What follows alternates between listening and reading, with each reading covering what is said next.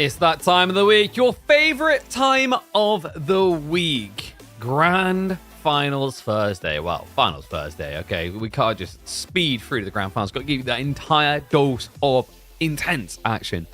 Welcome back, folks, to the Midweek Muster. That's right. Hopefully you had a good little R&R, a good time, and now you are excited, anticipating another week of this glorious format. I mean, it just keeps on delivering absolute bangers, and we've got bangers today. We're starting off with Wham versus Louis MT, after which we're going to be checking in on Dumu going up against Vortex. Battle of the Balds and Battle of the Youthful Lots of Hair. I think I called it the Hairless versus the Hairful. Should be a fun one, though. Look at the drafts. Doesn't this just say everything it needs to? Like, come on, dude. The fact that Lancaster's getting banned over China now, I mean, it kind of really puts into perspective for those that still were a little bit doubtful. Like, this Civ has eclipsed. This Civ has overtaken. It's crazy. Oh, man. But we got a fun day, by the way. Not only have we got Midweek Muster, which will probably take up, like, I don't know, let's say 5-6 hours. After that, we're one of a select few that have got early access to Anno 117. There's a special version of the game where we're not allowed to progress beyond tier 4. Well, technically beyond tier 3. So we're not allowed to progress once we reach tier 4, but we can play as long as we want, as long as we stay in tier 3, which is a lot more than people were able to do in the demo. In fact, one of my lads on the Ubisoft side that got me in on this, he was saying, like, he basically didn't reach tier 4 until like 12 or 14 hours of gaming. So, like, I mean, I'm excited, man. Hopefully a lot of you are as well. But to get that excitement started, we're going to need our Louis MT WAM series. So give me 1 second as I get that loaded up. Fuck.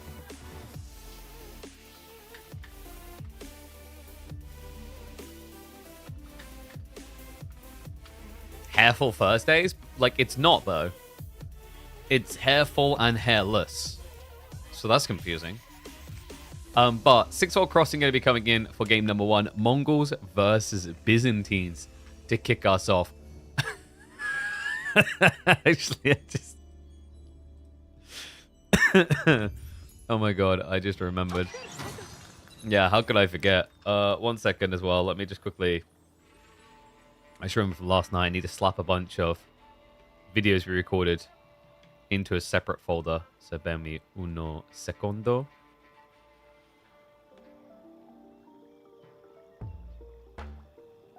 Because if you guys didn't catch it, we have got a secondary channel now that we're using currently for Battlefield, but like it'll be variety content is the idea. We do post out on the Discord when we go live there, which is why you guys should be part of the Discord. I always recommend it. But, you know, we had some good vibes, some awesome games of Battlefield. And also a bunch of people still not being able to believe that I'm able to frag quite well. Shocker, I know. But turns out I'm decent at FPSs. I should hope so. I've spent most of my life at them. But anyway. Last time I watched this guy on this new map, he delivered the most comically entertaining game I have seen in Season 2 of Midweek Muster. Can he replicate, can he exceed what we saw when we hop in here again? Because we are back on 6-hole crossing.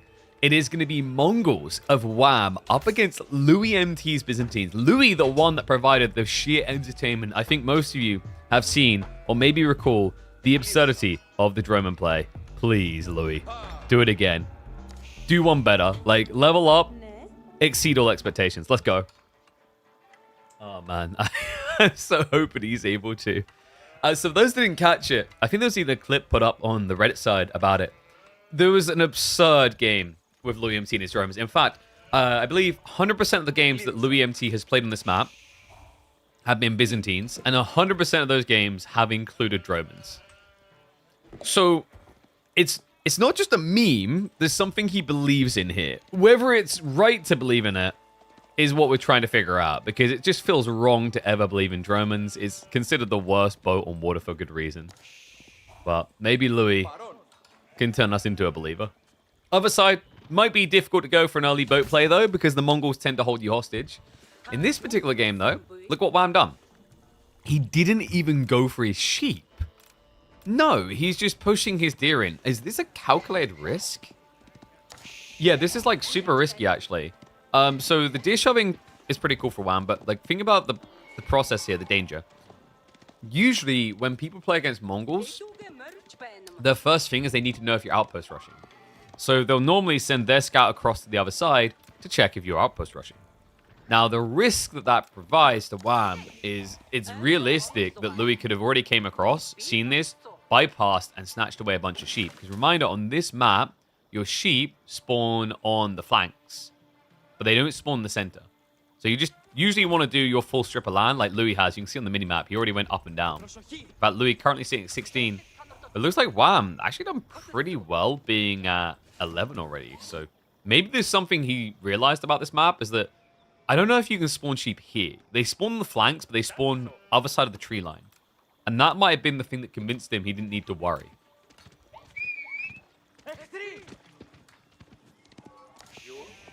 Land on better? Oh, I don't know about that.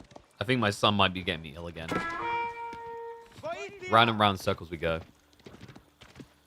I think I gotta be a little bit careful about the amount of time I'm putting into streaming though. I just thought about this, so I think by the end of today, we would have probably put in 40 hours this week. Maybe. Which is a bit wacky. At least 35. I gotta be careful of that, because like last time this happened, like content creation can become a black hole that you fall into and don't necessarily climb out of. Which is bad for your social life and people around you, etc., etc. But we'll keep an eye on it. I think the difference is last time it happened severely, where it like caused all kinds of problems. It was a case of like I had a jarb, I was doing that jarb, but then when I wasn't doing this jarb, I was coming like home and doing streaming. So I was spending like 16 hours technically working, which is crazy.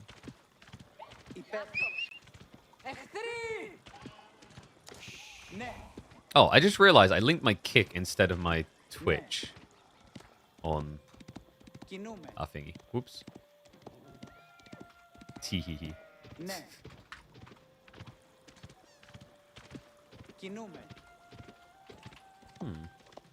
This has been a very peaceful start to the series, actually. But things might be heating up. Looks like Wham is going to be going for the central dock. I wondered if this was going to be coming. Like, normally you'd expect it from a Mongol player, but... He waited so long. Now Lou's going to be coming out. He's got the scout there, plus the shiv ready, which means Wham, he can't win a melee here. Will they have enough time to actually complete it? With one villager, it's going to be like tight, but I think Wham does get the final tap before it's disaster town. Still, in his own special kind of way, this is a disaster. Because that villager is going to be so low. Yeah, and you see it, Louis MT even starter steps to get in position there. So 2 health left. Scout will be able to finish it off. And the Khan can't really do anything to contest. Like, he's going to start shooting up. It's unfortunate timing there, really. If Wham had been there attacking sooner with the age up coming through, he probably would have got a kill in return. And now... oh, God.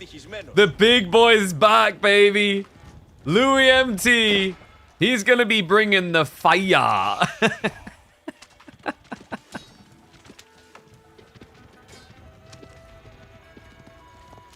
Oh, my God. I mean, I wasn't really expecting this. Surely not against Mongols, no. But this type of dock, it can't be about anything else. It's not like he's going to be there to fish.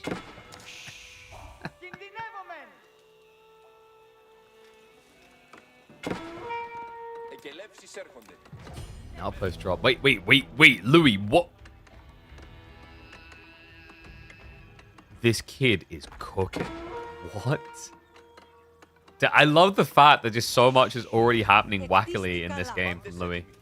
I was like, okay, I'll be a slow start. Oh, I forgot to put a social media post out. I'll quickly get that done while I got a second. No, dude, there's no chill in game number 1.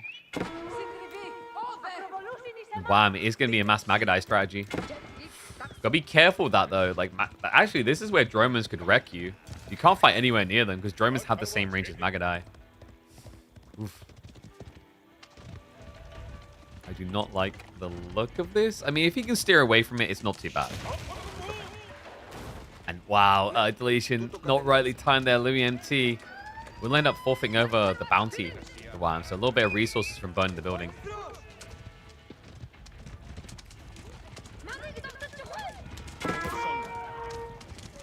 Oak harassment coming through. Whoa, frame drop there. I suddenly opened Xbox game, like Game Pass. I just like lag your PC so much. It's crazy. Okay, so is the goal here for Wham to hold him feudal, or is the goal the win condition to reach castle? Is what I'm wondering. Because there's some variance there.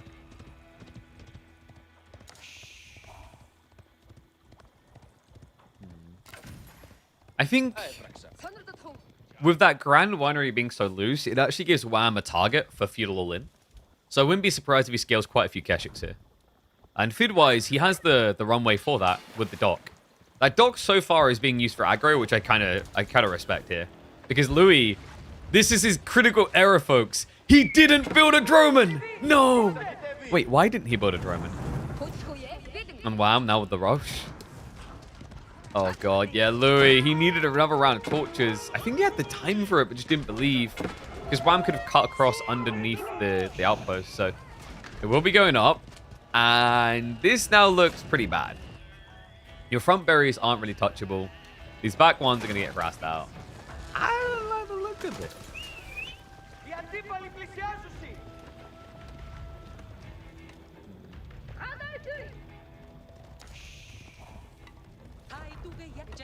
I think Wham might have him. I mean, Wham, who's like, I think he was one of the first ones in the Pro Scouts meta that started to attach himself to Magadaz's solution.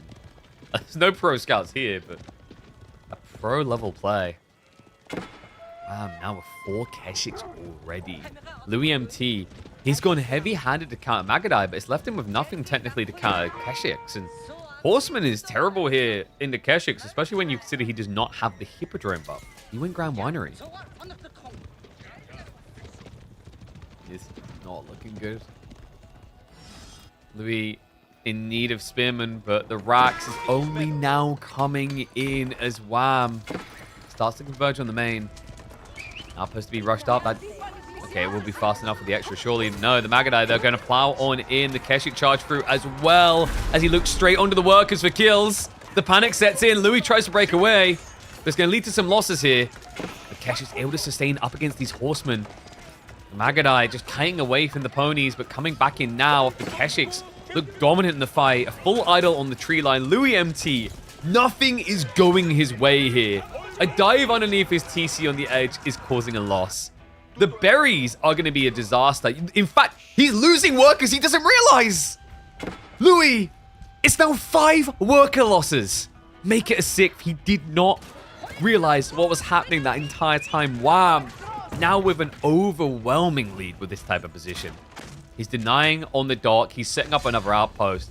Man, this looked like a replay from 2021 if it wasn't for the fact that Byzantines was in it. Damn. Okay, that was fierce. That was fast. So game 1. Wham has taken the lead, and he does so swiftly.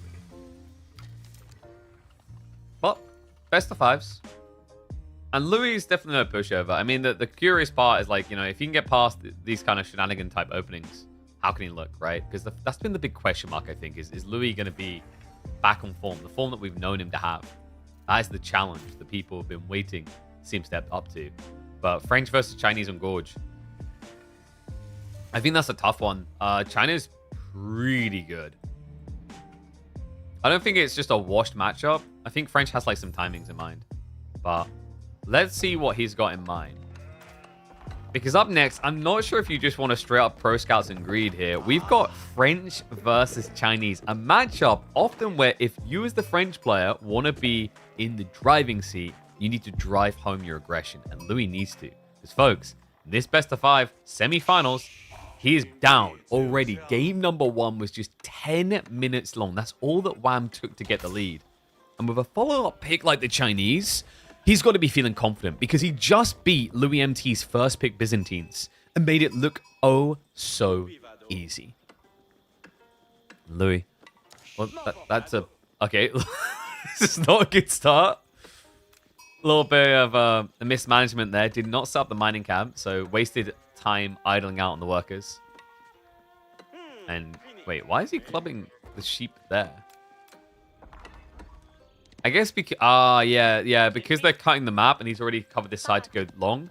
His suspicion is that Wham will obviously arrive at his base soon. So that's a pretty cool detail. So instead of giving an extra sheep over, he clubs it to get rid of it. The other cool thing about this to think about is that now what he's done is, it looks like he's griefed himself. He can't get that back. But funny thought here for you guys. What he can do instead now is he can easily play this back into the base with pro scouts, which I assume is what he's looking for.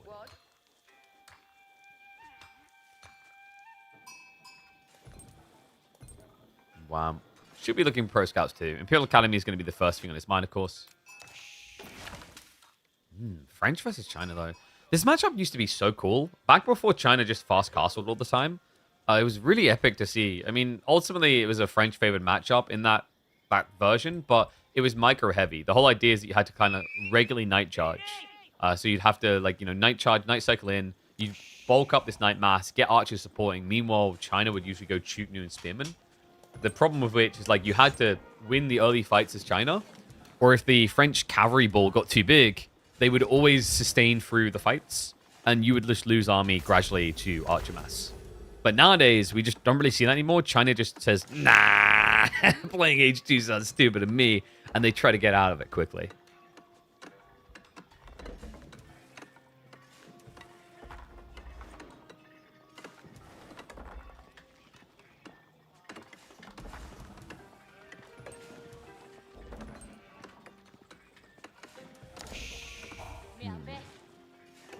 I'm trying to think what Louis is going to do different here than what I've seen French do a million times. Because Louis is one of those more tricky French players. You guys may have noticed it. I think in particular it came out in the Ivan matchups where at the time most people were like, well, this is just, this is a washed matchup. You lose this all the time. And he would find mischievous ways to escape it. If you guys remember, he was one of the first players doing that fast Imperial build in response to the Ivan pressure. It's not that we haven't seen fast imp before in French. It's just against the camel lovers. It wasn't really coming out, but it proved to be a successful counterpoint. School cavalry on the way in. I don't know if there's a world in which he does anything but pro scouts here. He's got 4 on gold. He's not halfway completely tech up. It has to be with this type of macro. Otherwise, you're going to have way too much gold float. Final sheep haul. Wham done pretty well. 14 sheep is more than enough. 12 on the other side for Louis is competitive. But this is to be expected. China usually can get a little bit of an edge. If there's 1 or 2 sheep that you're racing towards at the end, they'll beat you to the punchline because they have better vision. Yeah, remember, 25% more vision, I believe it is, on their scouts. In fact, you see the impact of it. At this zoom, let's see, the zoom for, full vision would be maybe around here. But then you look at the Wham's one. It just reaches far beyond. Oh, nice. Is he going to find some more here? Not nice. We won a 5-game series. But dude. Louis looks like he's actually macroed this almost perfectly, I want to say. There might be a tiny gap between queuing the knight and queuing pro scouts, but that's fine. That's forgivable. Usually you prioritize the knight first just to keep pressure. And yeah, there you go. He greased too. And then one more round of gold drop-offs. We'll get into the pro scouts. Remember, the cool thing about this play, wheelbarrow plus pro scouts for French.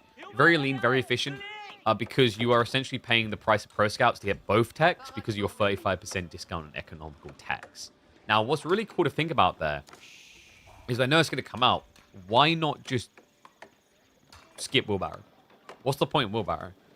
Wheelbarrow is valuable because as a French knight spamming civ, as a knight focused civ, you need a lot of gold. So you're going to inflate your gold work account quite heavily as the minutes go on in feudal age. Compared to a civ like Rus, for example, where they do get wheelbarrow, but if there was a civ of the two that could be forgiven for not doing it, it would be Rus, because for Rus, other than moving to the tree line, which is usually closer than the gold line, as you can see here, your villagers just don't move, they sit on food. Whereas for Louis, he's going to have to move to the tree line, he's going to have to move to the gold line. There's a lot more walking done, so wheelbarrow tends to pay off quicker. Chinese pro scouts coming in now. A little bit delayed, as expected. This is the thing about this matchup, is French opening a knight like this also delays the pro scout timing your opponent, so it's not a bad thing, because they have to react with spearmen. Tough part now is like getting your spearmen upfield to try and deny the French pro-scout play. Warbarrow's a bad tech. It makes you get less tax from villages. Oh no. What a terrible tech. If only the French villagers ever paid their taxes. I wanted like 5 states for tax avoidance.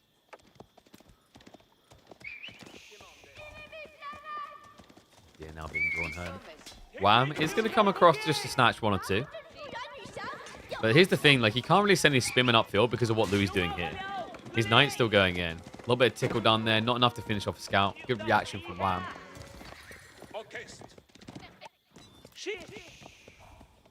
And I feel like, I don't know if the thing I'm looking most forward to is new civs or new maps with the DLC. I kind of want more new maps. I mean, I know we create maps all the time, you know.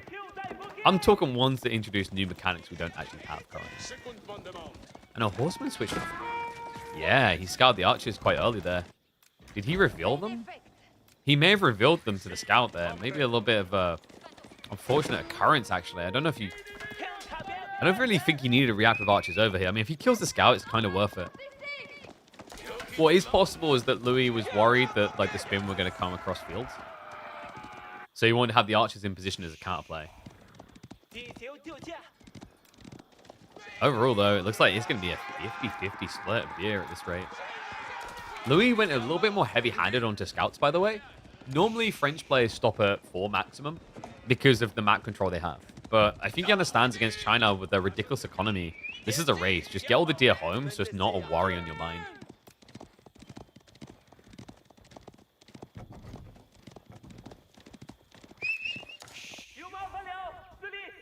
Wham. Should now be looking to rush castle. He's got Intermission coming in. I don't know if he really commits more than this, though. He's pretty much already secured the deer. It's just the north side stack to be done. And south side for Louis. And at this stage, like, Louis, he doesn't really have enough knights to just all in full ham Taro. So Wham should be able to just get away with, you know, 3 or 4 horsemen maximum. Guard against the archers, and then spears just chill. So it is just going to be your atypical Chinese game, really. And this is where China has been advantaged in more recent times against French. You know, old meta, when they played very long feudal, it always favored French. At a high level anyway. Like, it was a micro battle, but if both of you microed well, French came out ahead. You guys ever think about how annoying it must be to try and put the armor on these knights? On their horses? Is there like a... Oh, wait. Is there a flap there? No. Okay, well, they haven't modeled in a flap if there is. Because I was just thinking, like, how do you get that over the tail? I think the horse is going to be very agitated by that.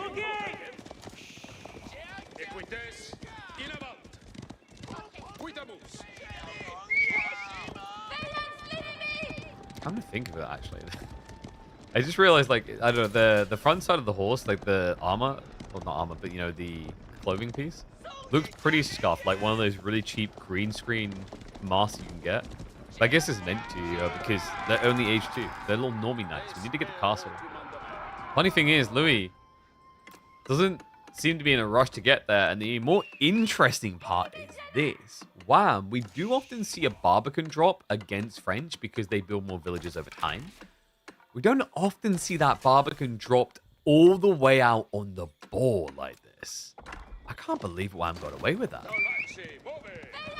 Yeah, very risky thing you should do against the knight spamming Civ. But what's interesting to think about, this is kind of sick. So I think the reason why Wham got away with this and why he felt confident, he gathered the south side deer first and then moved north, which means Louis' attention is north. He's just thinking about pro scouts.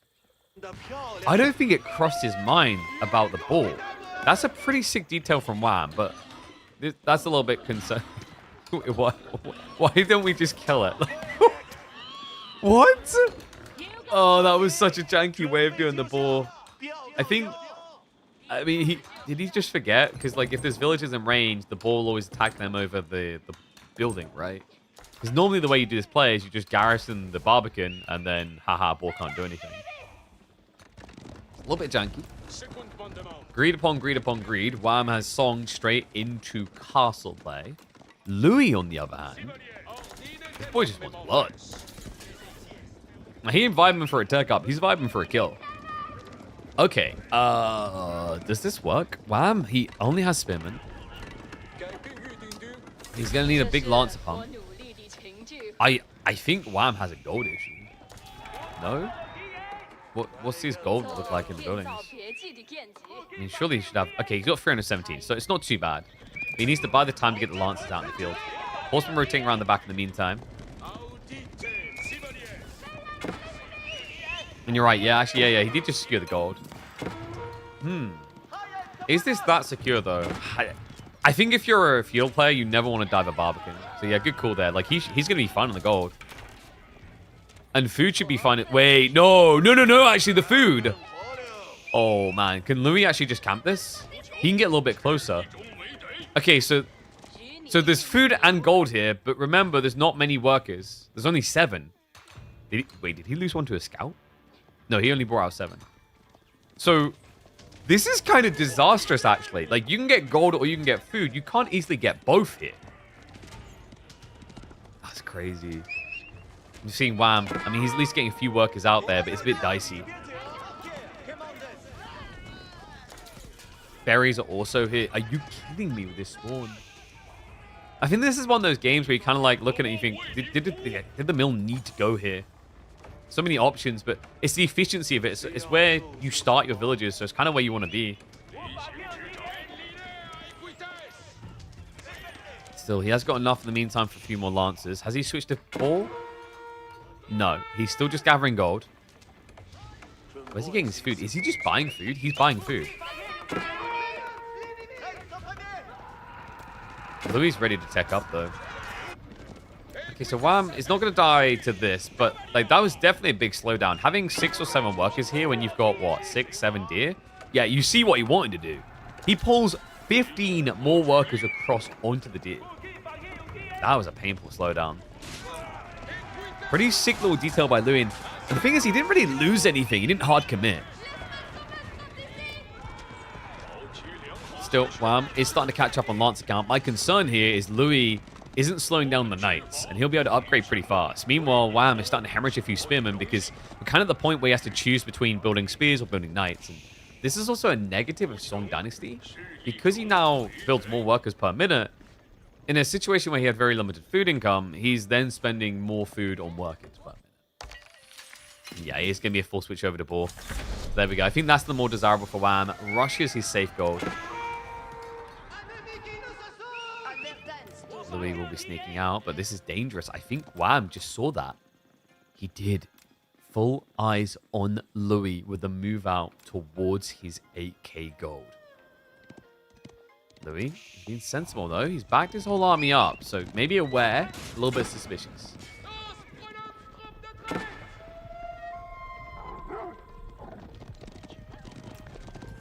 This raid is coming, but I mean, Wham would have seen the army moving. Kind of shocked that he's actually going to commit to this. Like, it's very risky. If you guess wrong and the Knights are here, that's just a bad fight.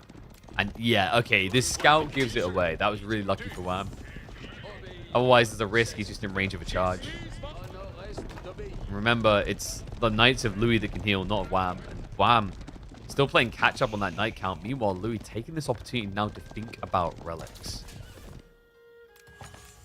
Reminder. Playing a slow roll game isn't terrible for Wham because at this stage, he has got a quicker TC than the French. So he will escalate there. But you don't want to roll it too slow because of the Guildhall. The Guildhall was always this insane saving grace for French. Especially in these type of timings, around 20 minutes, they're like ready to roll.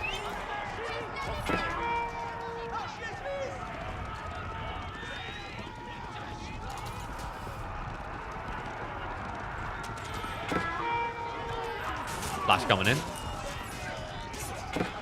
Archers. Start stepping away. Spearman count not looking too crazy. And this isn't all the Lancers. No. Wham. He's missing almost half of his Lancers from this fight. It's an overwhelm. What? Oh, no. No, he's cutting down some reinforcements. But it's coming at high cost here. Damage 2 on the way quicker than Undermesh 2 for Wham. Means the Archer's also going to be an assister against these Knights. As if Louis needed it. These guys have brute forced their way through the engagement. And the +3 damage is going a long way. Alongside the +2. Remember, you get an extra damage booster from a charge. to your initial attacks afterwards. But on top of that, remember, French automatically get their melee upgrades. Wham seems to have neglected that important detail here, and it cost him dearly. And to make matters worse, I knew it! Cantled saddles from Louis. Such a sick detail, often forgotten about. It increases your buff damage for the first few seconds from 3 to 10, and it's making the world of difference here as he pushes into the main. Wham. Where are the rest of the knights, though? Like, this isn't everything. He's still got raiders in reserve, but they're not connecting. Knights just sustaining through. It looks like Wham's washed out here. Louis, keeping momentum, and, you know, that key detail in the cantled saddles. What is your answer? Like, this might be one of the most convincing games for cantled saddles I've seen. It made all the world of difference there. Now, of course, when Wham can't fight just continuously, bigger disadvantage. Healing comes in for Louis. It means that you are now tick-tock on the clock. Nice little raid there, though. Does connect. Wham able to chip a few, but not as many as he has lost here. He's losing more. What is that? They're constantly being idled out here. Louis got similar at the moment. I think, is the TC? Yeah, he's going to get them back to work, though. This pressure just feeling never-ending. Wham, back to that split situation. Like, okay, do I choose the gold or do I choose the ball? He needs the food. It's clear to see that he's out of gear. He was on the berries already, so we are back at that gold problem. Oh, man. And you can't solve this by pulling more over to the ball location, because then you don't have enough garrison spots for everyone. While Louis builds a lead already, keep in mind that lead's only going to get bigger as time goes on. Guildhall already up to 600 food. Tick-tock, tick-tock.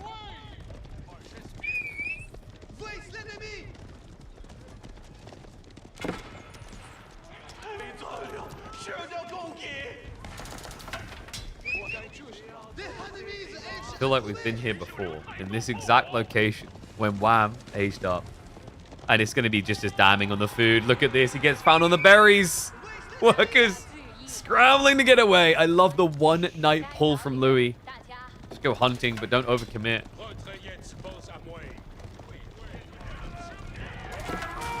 Louis happily charging in there just to get the buff damage out wherever he can. It doesn't look like all the knights got it, but at this point it doesn't matter. The one fight where it did matter has already occurred. Now it's just a case of snowball. Oh my god. That is disastrous. Look at the health bars. A reminder, Wham, he never tried to play for relics. He doesn't even have a single monk to top off these HPs. So instead, Louis is just going to rejuvenate and bide his time. Play this really well. Aren't the Chinese considered a counter pick to French?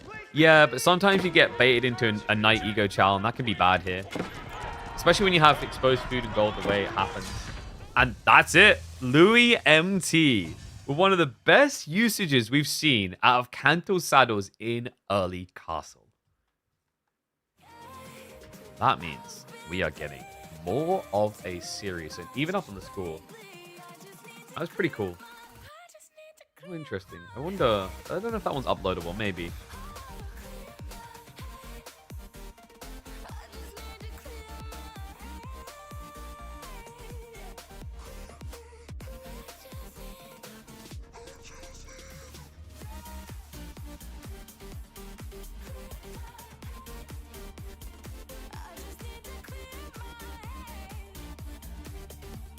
Very, very cool game there.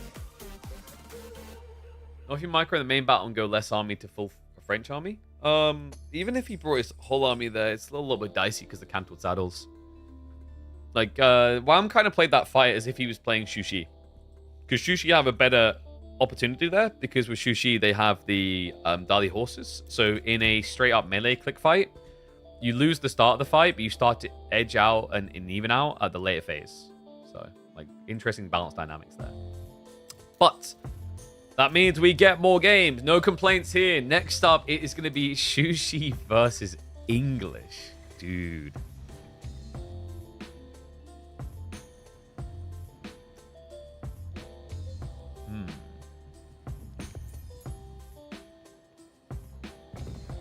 That's...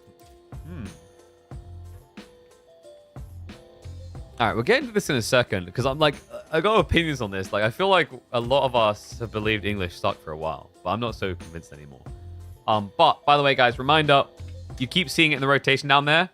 We are working with the Heroes of Might and Magic people about the card game. We actually unboxed these. The highlight video is available on Twitch if you want to have a look.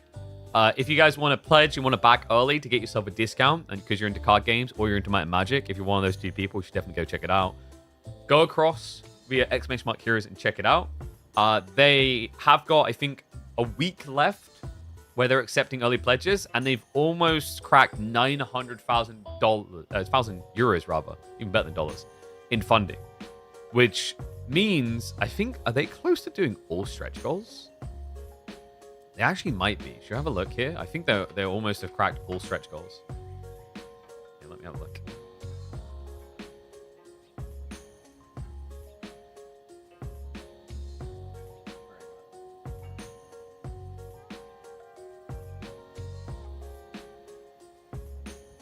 Okay, yeah. So they've got...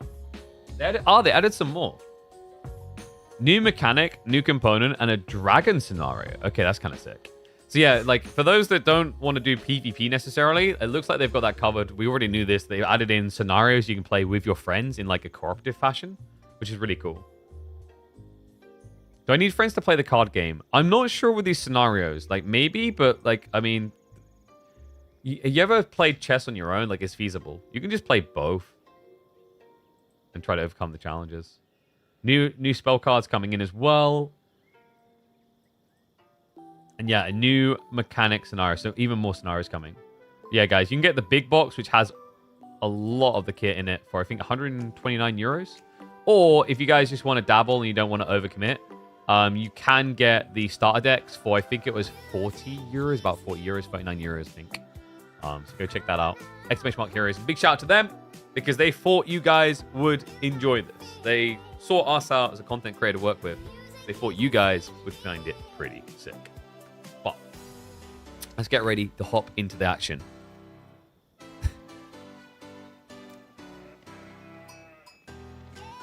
I start to fear that they are back. Not just that Louis MT is back, but that the OG Demon Civ has returned. Everyone is busy talking about Lancaster this, Lancaster that. When are we going to start dishing deets about the English? One and all, welcome back to the channel. It's semi-finals time in the midweek muster. Wham versus Louis MT in a best of 5. And this Civ... English, you know, rumors of its death may have been exaggerated. It feels like they are coming back in a big way. We've already shown some pub games that could display the way they do so. In a lot of ways, it's more of the former. We've seen a lot of 2TC builds that are looking pretty impactful, but on a map like Cliffside, a player like Louis, there is the option to maybe go in a different direction here. Perhaps we look at something like a Lombo Rush, because Wham has opted for one of the more greedy civs. It is going to be Shushi from the Canadian. Yeah, so you've got one of the higher rated civs versus one of the lowest rated civs here in the eyes of the community when it comes to pro play. So this is a very telling matchup, especially on a map like this. You know, historically, Shushi and English have both had great times on Cliffside for aggressive reasons. It used to be you had the mass Chugani build. In fact, when Shushi first got added, I'd say this was like the map to play them on that made sense. That build was really oppressive until people started learning how to deal with Chug a bit better. And then English, you know, even before we were into the 2TC meta, back then, if you were thinking Lombo Rush builds, like this map just went hand in hand with it. Louis, it isn't going to be a Lombo Rush. It is indeed going to be the 2TC. Ooh, where could he drop this, actually? I wonder if he tries to go a bit greedy with his TC placement and drop it on the deer and the gold. Because, like, technically, you're expecting Wham to go Pro Scouts. Because of Pro Scouts, he shouldn't have much threat to him. There is one risk there, though, and it's, of course, that they'll go Pro Scouts, but because they go for stables, they have Horsemen. And, you know, if you're, like, another Civ, maybe you still go for that loose TC. But English can't easily go for that loose TC against Horsemen because their shortbow villagers suck at fighting back. So we'll see how loose he wants to be. Meditation Garden is as safe as can be from Wham. Yeah, I think we need to stop thinking about Meditation Garden as a huge up and more as a maybe. You know, it's like, it's the cherry on top, but if you don't have the cherry, you can still eat the cake. Oh, but the cherry is the best part. It doesn't matter. Like, are you still full? Did you get your supplements? Did you enjoy the cake? Great. You know, Medi Gardens, ever since the nerf to range, and also the fact they no longer are bugged, so they keep doubling resources, they're decent, but very rarely absurd. With some map exceptions. I think a map like Holy Island still comes to mind, which is just a great map for them. You know, they're able to get usually 120 plus resources on that map. What do you guys think? Does the Meditation Garden actually look very meditating?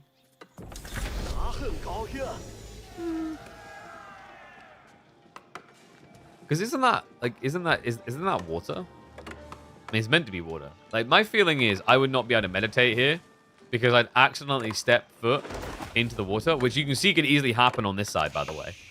And then, when I'm meant to be chilling out, all I'd be able to do is think about how wet my feet are. It's goddamn annoying.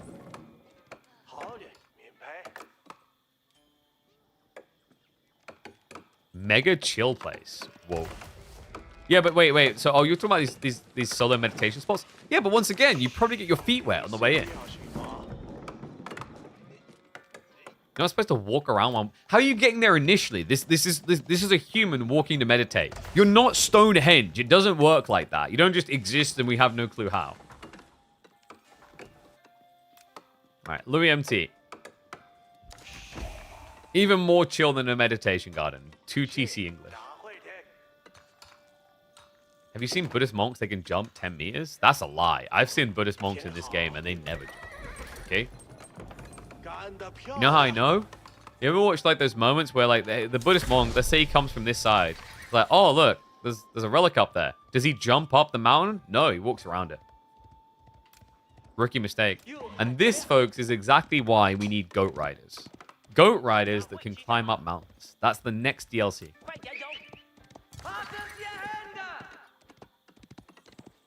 Wow, I'm going to go pro scouts in a naked castle and win the game because English 2TC is too slow for this meta.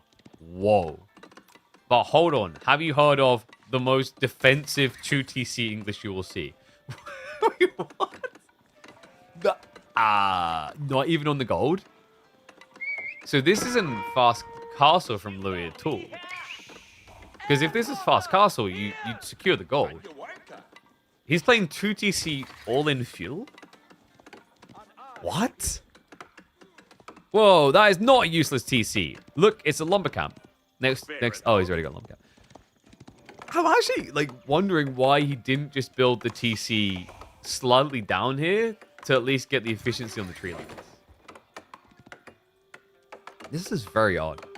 I feel like people just stop doing TC like this because they realize it's pretty trash. The reason it's trash is, you know, if you can get a looser TC, do it. The reason is that when you place TCs like this, you know, you're spawning all these villages on the same screen. So they're gathering the same resources. They're sharing the resources and getting through it quicker, which means then they have to move out. And then all future villages that spawn are moving out.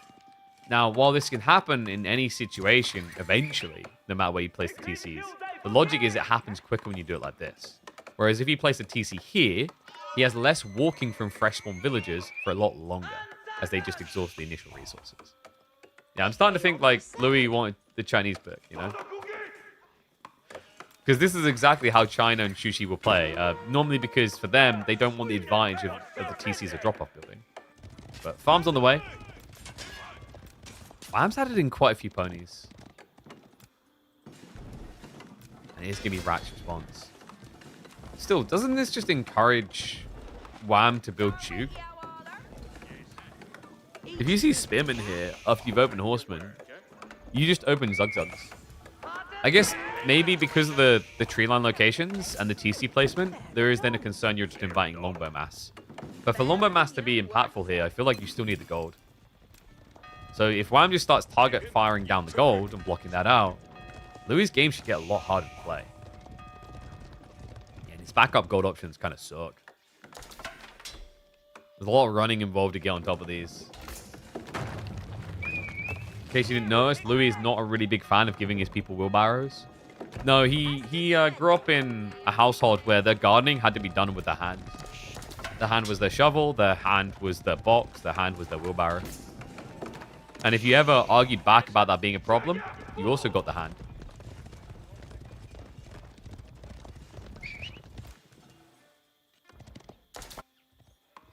There's the tube. Okay, so Wham, he's ticking the boxes. I like the look of this for him. To be fair, all into English bases with White Town may be almost impossible. Yeah, but like, okay, here's the counterpoint. How are you getting gold to go castle? That's the whole point of what Wham is doing here. Because of what Louis done with his TC, it should be incredibly difficult for him to go for fast castle. I think Louis was expecting Wham to fast castle and he'd just be able to greed the gold. And now we're kind of in a reactionary phase, and that, oh my. Guys, I want you to think about what he can safely gather here and what that outpost does. Louis, he does at least get eyeballs on it.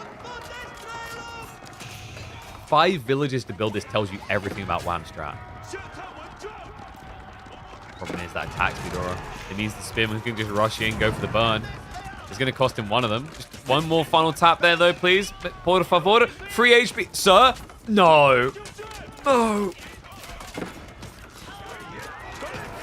Just one of you pull the torch out. This is like when I'm playing Battlefield the other day and we're all guarding the side, but no one's on the side. Just one person get on there. Oh, wait, no. More, like, you know what resonates with people better? It's like when I'm down on the ground and there's 8 medics within 15 meters of me. Just like one of you pull out the defibs. No defibrillation here, so outpost goes up. Wow, I'm now going to snatch the gold away from his opponent. Now remember, he has got pro scouts running at home, so he's got the increased deer income. He's snatching from his opponent's side. Most of the deer's been taken here, now here as well. So it's looking like a 4 deer stack game. Louis now up by 11 workers, but fairly limited on what he should be able to gather. The problem is, because of where Wham placed that outpost and what his villagers are now doing, he's camping the east side instead of hitting the west. Huh? Louis now getting longbows, which, you know, you wouldn't have thought is possible with this outpost placement. But the problem is, currently, Wham can't actually see in.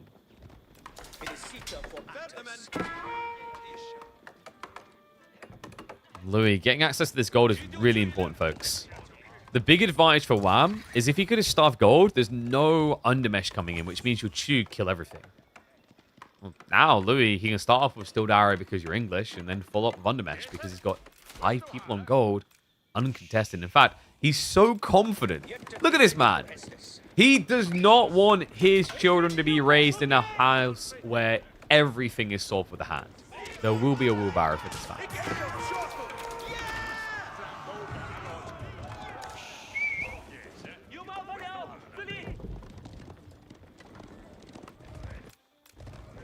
Wham, full backup.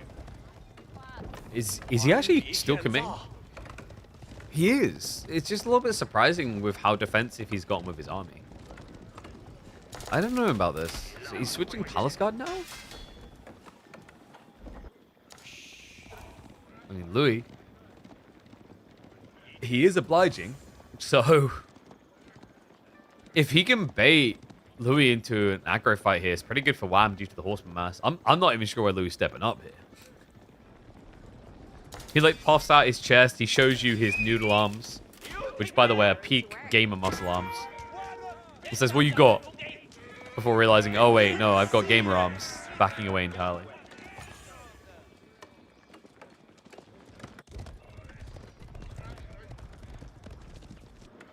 Is Wham going for castle now? After all that? Like, after all of this? Oh god, and now the workers as well. What? How is this unraveled so fast? And it's like Wham had this idea of aggressive timing and then saw something he absolutely hated. Backed up entirely and paid the price for it. It's going to be -4 workers. The dive on the backside finally connects. That's what we were waiting for Wham to do, but it took him so long because of the wall coming up from Louis. Horseman Ray connecting for only 2 kills. Not a good look. No, and to make matters worse, Textile's just kicked in, so it's going to get harder. I'm I'm starting to lose faith in the plan here, Canadian. Even Palsguard, like early Palsguard kind of suck against Longbows. Because Longbows are higher base damage ranged anyway, and you have less ranged armor. Burns to the tower. Almost actually got it, despite the burn fortification. Villagers on the tree line, a little bit ambitious there from Louis, but we'll realize the mistake and pull away. And the Wham's front line is where? I guess we're watching two towers here. They're going to arrive at the last second, but the question mark is, due to the time zone difference, will that second be a little bit too late? Horseman Rohirrim riding in. Not going to connect for some extra kills. Shugs are now diving double TC. No. Back up, so let's think about this slightly. I like the hit onto the villagers. Okay, why do they keep going for this one tree? Just pull them north. Oh my god. It's like, but that's premium wood right there. Look at it. Mahogany. No, it's elm, sir. It's all elm. Elm, all elm. Stop doing this to yourself. Outpost is going to go down. Wow, he never pulled anyone to repair. It's just been slowly burning. Okay, so after all that attempted pressure, the best you can muster is 5 to 5 on kills. Meaning you are now 21 workers behind. Oh, dear Lord.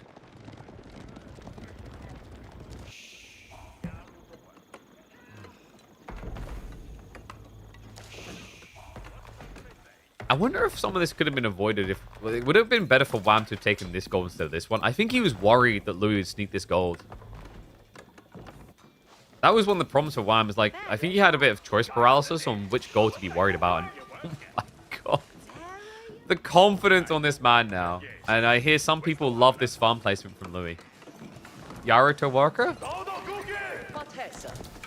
We got any Yara boys to the worker? Look at it. Brazen.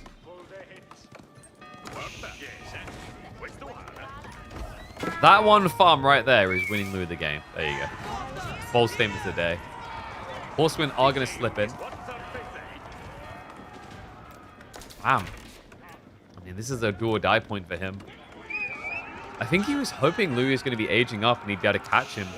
That's not the case. Louis played this really well, man. This is a prolonged feudal, which only gets better and better for him now that he's got access to the map. Wham. Okay, there we go. He cuts the queue. I think he had a few pass guard. He just cancels them out. So Mountain Academy now coming through. Louis MT, remember, still has that timing for a white tower. And I think he just saw Wham's army leaving. He's even double checking. He's like, huh? Wait. I'm pretty sure we were scheduled for a fight at 2 o'clock. Where are you at? You won't see the Mountain Academy, but I think at this point, Louis, he's already suspicious. He's stockpiling resources. Still, this could get dicey. I think Wham has a timing here. Remember, Cliffside's a shorter map. So if Louis tries to ford the white tower, he's going to die. It has to be a back tower, like probably here, actually. Doesn't even have the gold.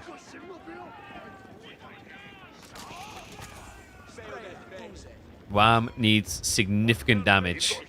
Palace Guard have been upgraded. Ranged Armor 2 is coming.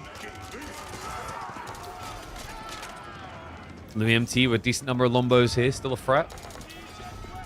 That white tower. Louis needs a force drop-off now. And there it is. The exact spot we called for. Even gets rid of any sort of frustration in the way. Meanwhile, Louis MT just standing his ground in the choke points. Lombo's trading out against the Chuk phenomenally well. With the increased attack speed, it's just not a great fight for these bows. House Guard are the bigger threat. They're the thing that should be remaining. But 46 on a white tower. Louis MT gets the defense online. House Guard should be able to get a few kills here. Just not sure if it's going to be worth hanging around for what he's going to lose. He needs so many eco kills to justify this. And do you know how many he got for that? One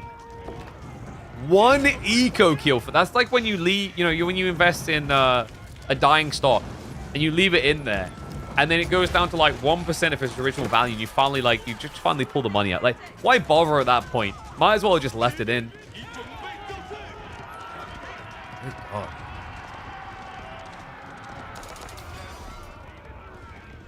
So Wham is in Disaster Town. Do we 2TC? Like, what else can you do here? I guess the problem is, like, if you 2TC, you're so far behind already. Doesn't that just kill you? You know, you've got pro scouts. You've had a lot of food income. Meanwhile, your opponent's got infinite food. So, like, if you 2TC, you're just rushing towards the point where you have to add in permanent food yourself. But because your opponent's already 4 farm clusters deep, it's just going to kill you. So, yeah, no rush on the stone. Just to dive into the base again. Now, remember, the negative of what's happened here for Louis, he already spread his farms really wide, so that white tower placement does not protect him. Marketplace on the back, just give him options. We'll sneak some workers away with the wall coming up. We'll look to contest that. Backstab is on the way. Lombos have been vetted. And it turns out they are not criminals. Well, actually, that's not true. They just murdered the man. Murder a few more. Please, please. Select all army A-click, not like this. Just get him in. Oh, the classic. Raid on the tree line. Does connect for a few worker kills there as well. Oh, wow, it's just such an uphill battle, though. So many kills required. He's been doing a good job of idling the left side farms here. And wait, he's sticking repeater bows. Wait, isn't there a world in which Louis just builds men-at-arms now? As long as he walls, I'm pretty sure he can just win with men-at-arms. And if there's something I know about this filthy son of a gun, Louis is probably one of the dirtiest late-game men-at-arms spammers I've seen on English. And that's saying something considering most people do it anyway. Anyone who has encountered Louis knows exactly what I'm talking about. His approach to late game with the English and his men-at-arms spamming is unrivaled. Like, this man always finds a way to pull the flanks and just harass you with the slowest moving unit he can build. Well, slowest moving living unit. Because, you know, Rams don't have souls. What do Springle? In fact, Springle users don't even have souls. Solve that conundrum.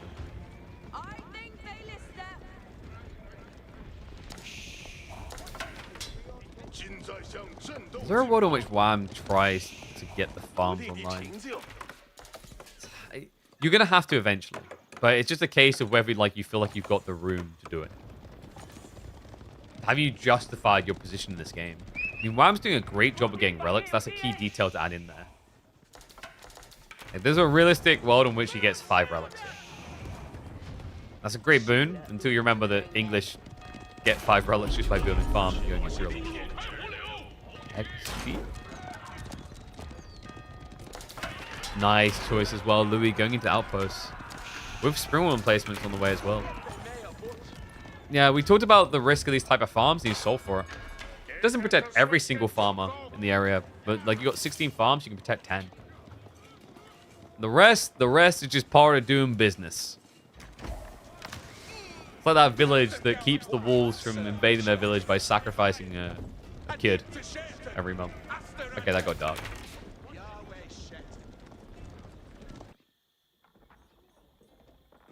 I don't know why wolves would take that deal. Like, that's a pretty dumb deal. Like, at least make it an adult. Adults has got more deal.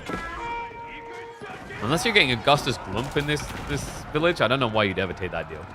That's like a scam. Like, every time I play one of those games, like, to keep the demons away, we sacrifice a child. I'm like, well, like, what's the deal here? Is it something about fresh souls? Like, surely mature souls would be better. It can't be about the meat, because the kids are small. Like, why are they doing this deal? Also, strategically, wouldn't it make more sense just to basically eat all the adults so that then, when you just had enough of playing their trivial game, when you invade, it's just a bunch of kids to defend against you.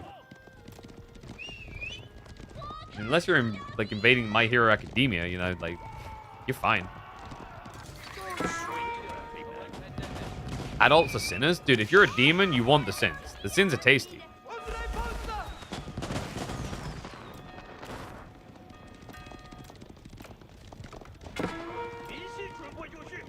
Okay, so wow. Once more to the breach. He has got to nest bees. I'm actually impressed how every time it looks like Wham should just be pretty much at world's end, he keeps finding a way to give himself hope. And like, this is a really cool one. Nest the bees on a map like this, on cliffside, can be a complete game changer. It's very difficult to backstab you because of all the choke points. Who he's going to try, though? You can see him massing up the horseman now. Tricky part about this strat for Wham is this strat looks best when it's spear Nesta Bees, but because it's English longbows, he couldn't do that. Another problem with English longbows, they only have 0.5 less range than you on Nesta Bees, which means they can technically just like poke and move away before you can get shots off. It's like annoying. If this was standard archers, I would be big thumbs upping this for Wham. This is still very difficult. Castle now coming in.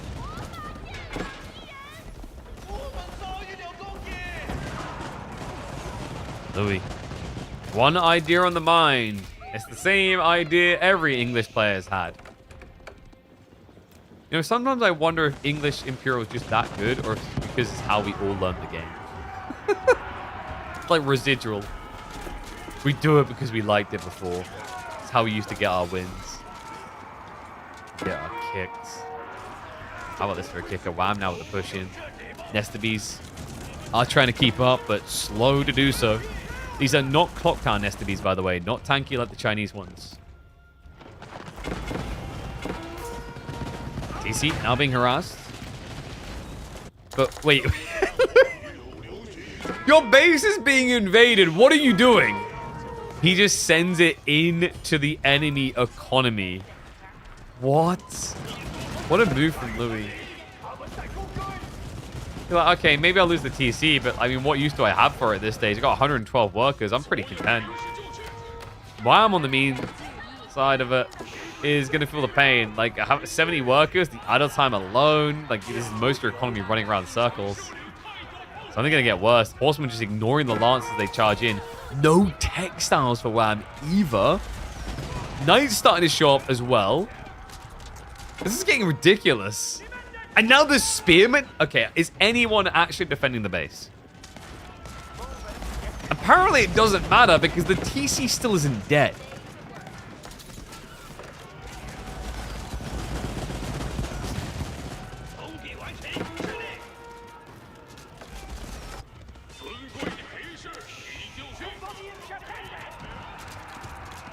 And also, all this talk about, like, you not want the sinners because you'll get them eventually as devil anyway. Okay, this is where you guys are, like, single-minded and you're wrong. Because the thing you've forgotten is the importance of economy and finance. Okay? Like, getting souls today is better than waiting for souls for 20 years. Okay? Because in 20 years, those souls are going to be statistically worth less than they are today because there'll be more overall souls. It's a pool that gets bigger. You know what keeps getting bigger? Louis. He understands that killing all of the Shushi economy today is better than killing it in 5 minutes. His economy, on the other hand, he can duplicate. He can shift away. He's happy to do so. In fact, he continues to build farms out in the highlands to the west. Oh my god, just look at the map for Wham. Where the hell do you go here? He works on the front line here. The rest of the economy basically here. He's got 44 workers here. 12 over here. This is just a ridiculous split. The only thing that's missing is Louis needs to move his farms eventually into Wham's base. Oh my god. Elite Tech just got queued for Lombos. 45 seconds away. Wham. This is it. Break him now or be broke. Primary TC starting to be sieged, but it's a problem here, folks. Louis went for the Berkshire. It's even harder to deal with.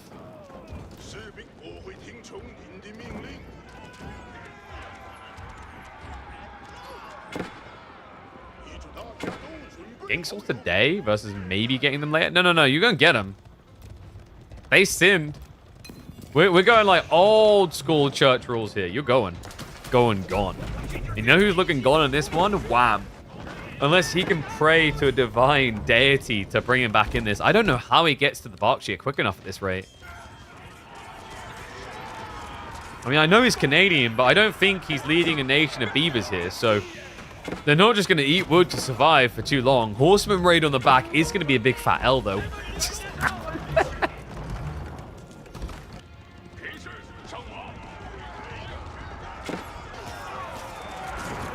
Louis. He has the upgrades now. It's Elite Longbowman with attack speed juicer. And a race to the Palace Guard's going to be on the way here. Yeah, just a few men-at-arms also listed in to make it worse. We've even got the volley on the way. Just to give him that Gatling gun mode, to make him feel like a Chuganu, a long-range Chuganu. And wham! I don't know what the hell these villagers are doing.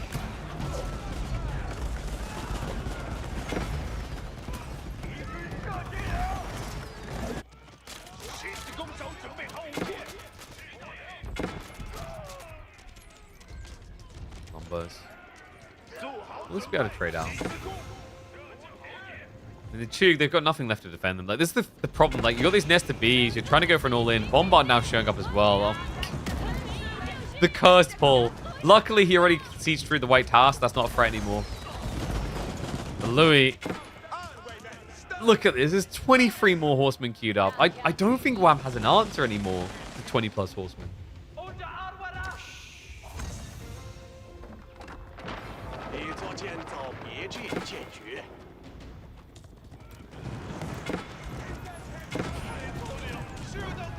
See, once again, you guys are missing the point, though. If we allocate resources into this, if we make all the adults sacrifice themselves in the village, oh, this game's over. If we make all the adults sacrifice themselves in the village, that means eventually the children will be defenseless anyway, so then you can eat them all anyway. You're completely missing the point.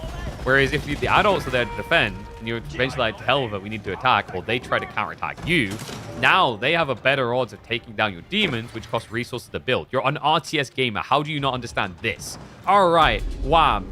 He's looking for the final landmark. This is now a base race. It's officially on. But Louis, with the villager pull, he's not going to give the time. He could have slow-rolled this, repaired the Berkshire, but he says to hell with it. It's time for English dominance to return. But wham, he crept the Shangnan. What? Well, I was right about one thing. This game is definitely over. The question mark is which way, because Wham, I mean, Louis doesn't know about the Jiangnan, but Wham doesn't know where the final landmark is either.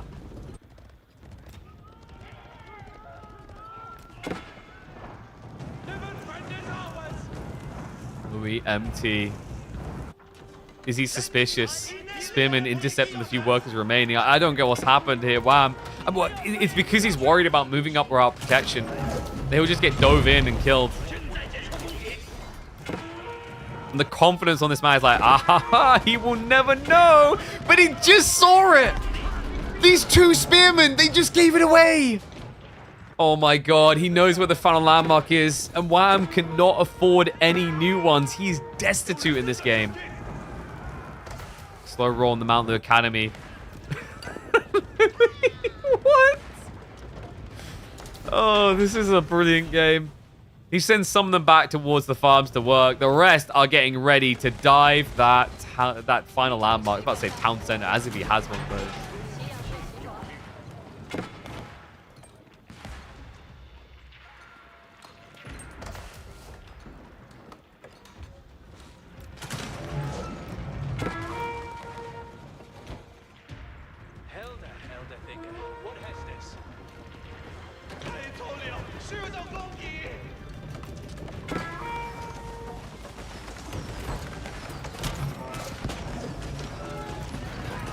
Wait, is my macroeconomics being questioned here? Look, you're missing the point. If you kill all the adults first, that leaves just children that you can then harvest the souls of. Because, like, if half the village is children, you basically get to harvest everything quicker. If you start with the children and wait for the adults, basically you wait double the time. Checkmate, and oh, that's the checkmate.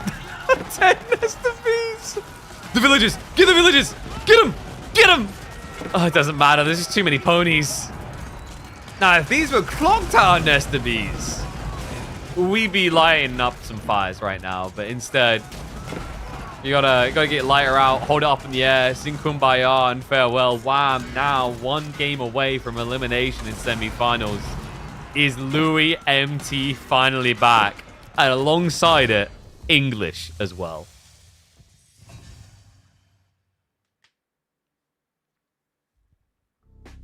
You're sacrificing one soul. No, you're sacrificing one soul every time.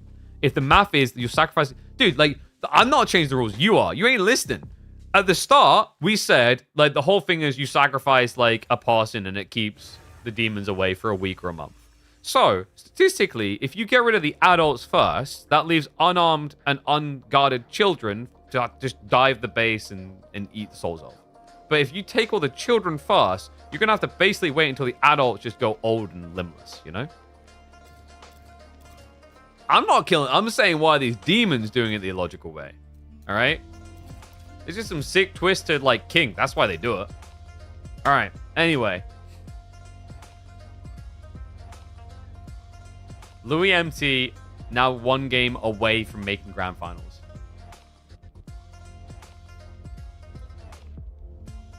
He's told us killing all the adults doesn't work. No, I didn't. I said they always try and kill the kids. They're like, you must sacrifice one of your children. Yeah, go clip it. Go find it. You're a marksman. You just line up your scope. Give it to me. All right. Next game, where are we going?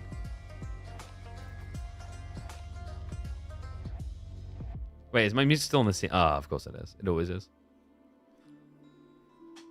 English new meta, right? I can't believe it. Are they actually back? That game, though.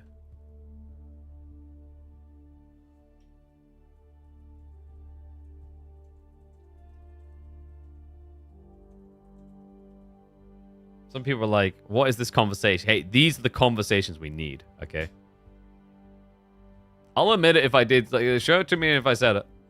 We may have went around the whole circle, but I'm pretty sure we started by pointing out you need to eat the adults to be efficient. And we finish on it. It's 2 behind? No, it isn't. You just can't find it. You're just making it up now. It doesn't exist. Dude, if it's too far behind, you can definitely find it. You just go into the VODs. Also, here's another thing. If you subscribe to the channel, you'd be able to rewind anyway. Checkmate. Hold on a sec. Let me just summon my bone dragon. Because you're boned. That's right, get wrecked. Get gobbled. Your argument is as alive as him. You thought you were by the gods. But you're not quite the you thought you were. Now you can go drown in your sorrow with eternal water. Because there ain't no coming to save you. Oh, come on, dude. You gotta give me it to me. That was combo cards. Ah. We tenderize those meatballs. Exclamation mark heroes. Go check it out. All right. Anyway, next up, we're going to try Arabia. Let's see. We've got Mali versus Japanese.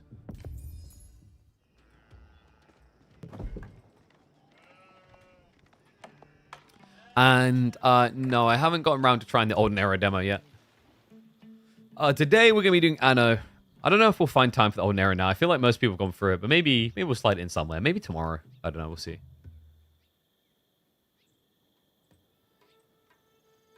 I'm going to subscribe if you admit you were wrong. I'm not wrong. So bye. You and Marksman can go braid each other's hairs behind the shed. Turbo... Wait, can Turbo also rewind? Oh my god, I've been scammed out of the money. Yeah, but then you don't support a creator that you apparently like watching. So, I don't know if I call that a checkmate, but... Alright. Here we go. Louis MT, 1 game away from proving he's back on form by slaying Wham. And what a way it could be to do it. He just won with English. We could be seeing another one of his cozy civs. Japan into Malians here on dry Arabia. And let me flip that score because I meant it. Louis MT is 1 game away from being the first player through to Midweek Muster Season 2 Week 9's finals. Wow. With the Malians... Oh, no.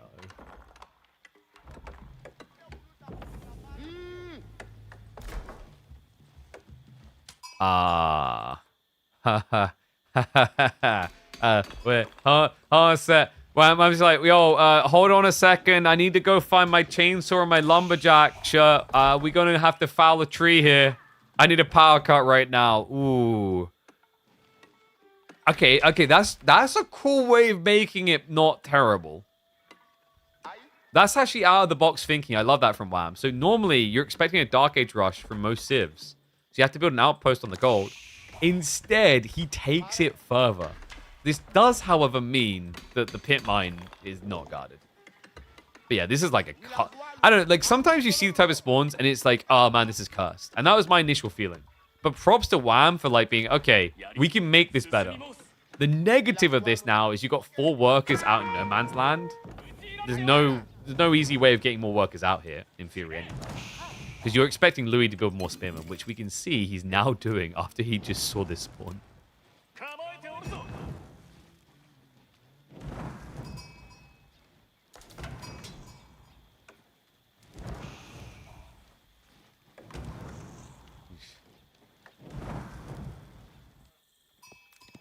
Isn't the TC protecting the pit mine? No. No, not at all. There's this giant gap right here. See it? You can just stand here and do whatever you want. Just full burn, burn, burn. The entire time. I wouldn't even be surprised if he brings a villager out just to cut that off entirely. Probably he'll just settle for burning the pit mine. Like, burning the pit mine in the house makes this worth. That's 200 resources down the drain for your opponent. On a play that you only spend 235. But the cool thing about it for you is that if you think about the build speed difference, like your opponent had to build a pit mine for 15, the houses for 7 each, walk a lot, whereas you just set up a racks real swift at the start and that's it. And that racks is going to have backup usage down the line.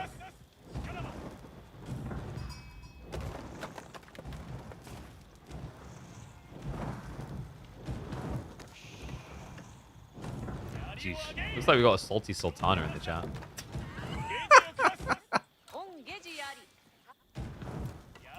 I've never met someone so committed to the soul harvesting of children, which deeply concerns me, actually. Alright, how's the deer spawn overall looking? I don't think Wham's going to go pro scouts considering he's eaten the first deer. I wonder how long he can actually stay here, though. Because Louis, I mean, do you not just open Yumi? Is that possible here? Or you just add in like a bunch of horsemen, I guess. Like horseman spearman flood's pretty cool. That could easily guarantee you 4 worker kills in. Oh, wow. The funny part about this is like, I think if Louis just went for the pit mine, it takes longer, but you could actually kill it. Like, yes, you can repair, but it's like a lot less safe to repair.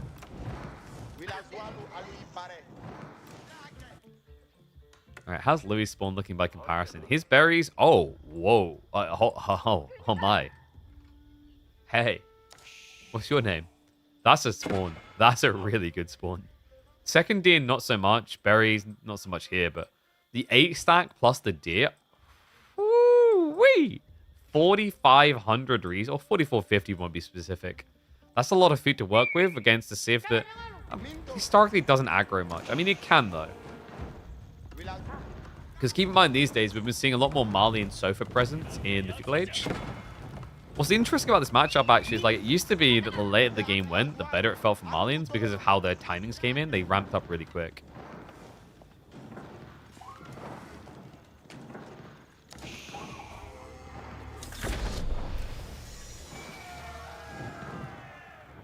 Second TC spot? I don't know. I don't know if you're going to do that. I mean, Leave, I know you play a lot of Japan, but I don't know if you've still been doing 2CC. Most Japanese players don't. Most Japanese players just Yorishiro drop. It's much better. It's just like 15-second production speed on villages is good enough. 2TC feels like you just stop tempo. In Japan, where they look best is when they play tempo and castle anyway. But maybe against this civ. You know, like we said, the thing with Malians, they've been looking really solid against Japan in like late castle, early imp in particular. They tend to ramp up a lot quicker. But I think in the more recent weeks, we've seen a lot more aggression out of Japan, which at first really surprised me because you wouldn't think of Japanese as a civ that's going to send it in the Feudal Age, especially when it's things like Yumi into, say, Japan. Yes, Louis is doing the fastest castle, by the way. Is this just a Chinese meta thing? I feel like I don't see any Western players doing this, but I've seen Louis do it. I believe we've seen Scarlet Devil do it a bunch. I mean, they're part of the same scrim circle, but they're big believers. This does mean you miss out on the farms, but this gives him insane tempo. And the worst part about it for Wham, he reacted to the spears. and then overreacted with a follow-up. Archers into javelins when your opponent's about to start building mounted samurai. Doesn't really get much worse than this.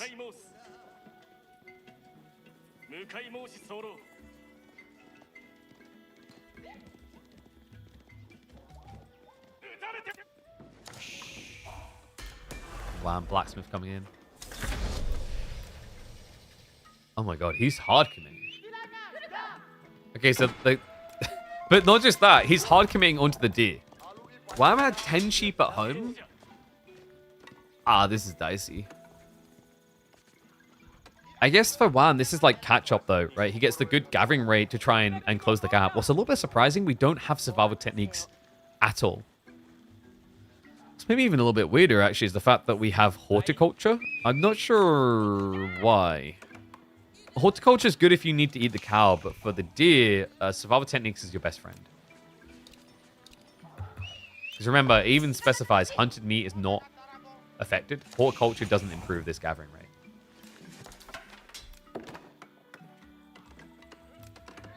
What? You guys are crazy. Wham can definitely play while asleep.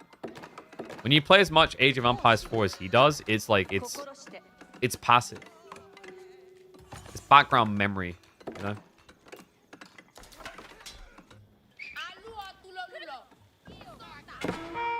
Wait, what? Wham is gonna ram. Wait, what? Alright, like, this is me right now. I'm just like... I'm just willing to lean back and see how this one plays out. This is an ambitious timing. Louis already has enough gold for 3 mounted samurai. Soon more. Or if he drops off right now, he'd have enough for 3. Donzo count is getting a little bit better for Wham. I don't know, does this work? I'm trying to think if I've ever seen a Malian player try and do this against Japanese. At least in recent timings, but like this super fast cast with Japan is a little bit rarer these days. Louis' bigger concern might be food, but he's fine there. He's got 11 sheep. He already ate the berries. In fairness to Wham, leaning north side here is kind of sick. Because Louis has a lot of interest in going north for this gold, for this gold, for this gold, for this... Wait, I just realized they both have mirrored golds. What? Statistically, what are the odds of that on Dry Arabia? It's not that high, I don't think. Louis just doing a good job of carving through that ram so far. Excess worker here. Doesn't get harassed down. The outpost able to deal with the Donzos. Okay, so that's just full forfeiture. What's up, Spirino? Appreciate the sub, mate. Thank you very much. Hey, this KP guy does... I don't know about cool. He seems aight. I'm not sure if I'd say this strat has worked out aight for Wham, though. He's now forced to scale javelins and donzos. Kind of like old school Mali. But the idea is, like, this feels good when the feudal's going for a little bit and you're slowly building into cow. Your opponent's already in castle age. That's important for multiple reasons here. For a start, relics. Another thing is going to be that gradual Yorishiro drop in the TC we're expecting, which is going to allow Louis to start padding himself against the threat of the cow. And Louis is not number 1, but he's number 2, number 3. Number 1 spot on ladder right now belongs to May. Prolific Delhi spammer. But soon to be doubling his pool of civs, I guess. I don't know, with the Delhi variant maybe.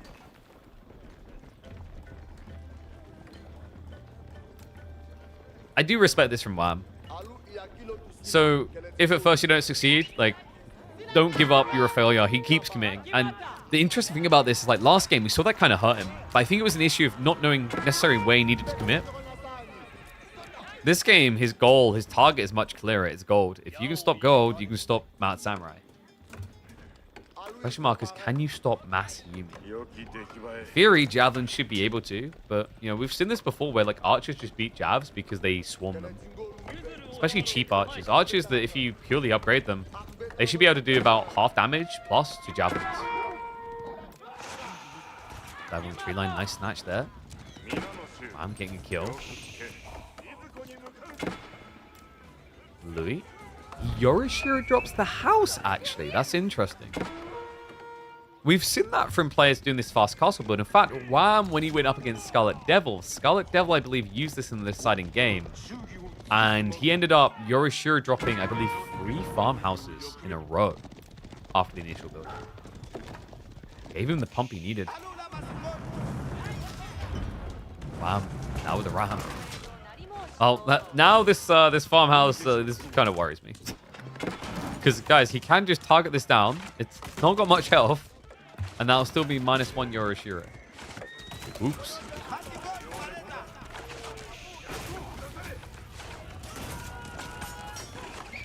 Better comp against Mali, MS plus Yumi, or MS plus Unification. Pause that for. We've got the commitment. You don't need anything but Mounted Samurai. That's the way of the world.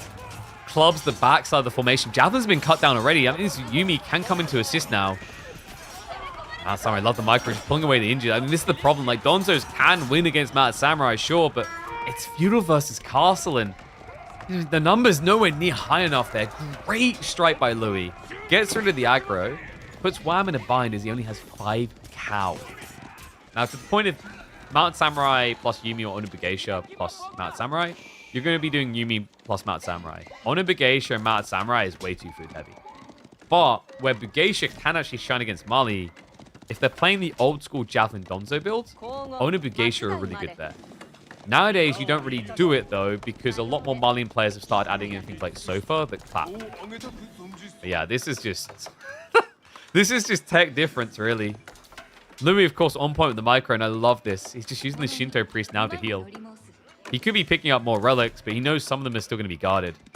He's already got enough back in the base. He's got 2 already there, 3rd one coming in.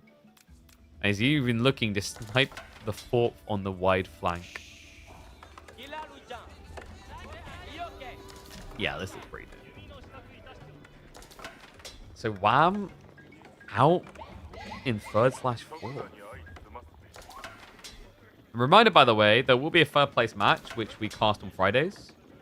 So looking like it's going to be between Wham and either Vortex or Doom. Unless Wham can pull a miracle out pretty fast here. And this scares me. He lost a big fight there. His reaction, triple down on Donzo's. Problem is your opponent can get Castle's Yumi. And even Feudal Yumi will do reasonably well against Donzo's. They're good at kiting. They get double the damage. It's not to love.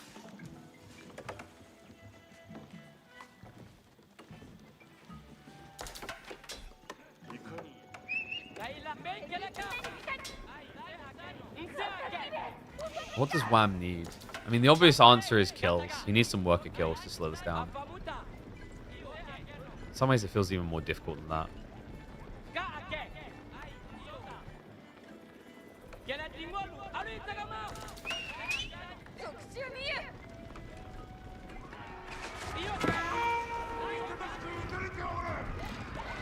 I mean, with the right micro, especially if he catches Louis not looking.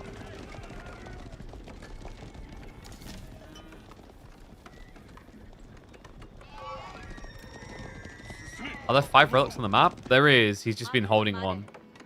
He just dropped it here. He just picked up another. And Louis. I know! Are you kidding me with that vision?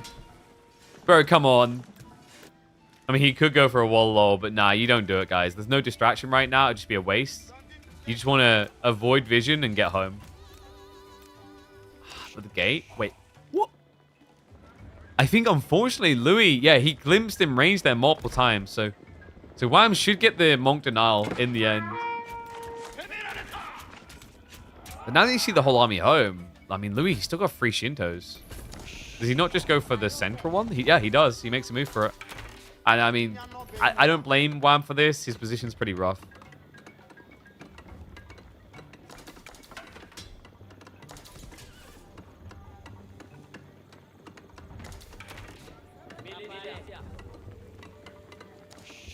So we're looking at javelins. They aren't what they were, is what I'll say to people. Before everyone was like, oh yeah, javelin is OP. No, not anymore. They're a lot more balanced. They're a lot more in check than they once were. Remember, one of the big changes they made is the Javelineers lost half of their bonus movement speed. They used to move at it used to be 1.38 rather. They now move at 1.31, which is an improvement over their standard speed, but nowhere near as good as it was before. It means it's a lot harder just to keep kiting to the point that you get great trades. So many amount of samurai he needs to clear. There's as many MS as there are javelins. In. And Javelineers, I mean, they haven't even been upgraded yet. He got forced into a fight a little bit earlier there. Louis also behind this does not have a Yorishiro TC. It is going to be more farmhouses. Yeah, you can tell him and Scarlet scrim together. Scarlet, who remember last week took Wham out 2-1. You can tell they scrim together because this is the exact same type of build we saw out of Scarlet. They're making me a believer as well. That's a pretty sick switch up. Onabu Geisha here. The Donzas have a little bit of melee armor, but it's inconsequential in the face of all the Geisha damage. Veterancy's on the way. Militex as well. Like, this is the timing, right? If you're going to stop building Mountain Samurai, you can go into Geisha instead because you can afford it. At this stage, I mean, 55 workers, soon to be, what, 4, maybe 5 relics at this rate. Oh my god, he actually went back for it. The weird part is he never took this relic, despite the fact he had the space. A little bit of oversight there from Louis. But still, even with 4 relics and all the other details, he has the resources necessary for Geisha Pump.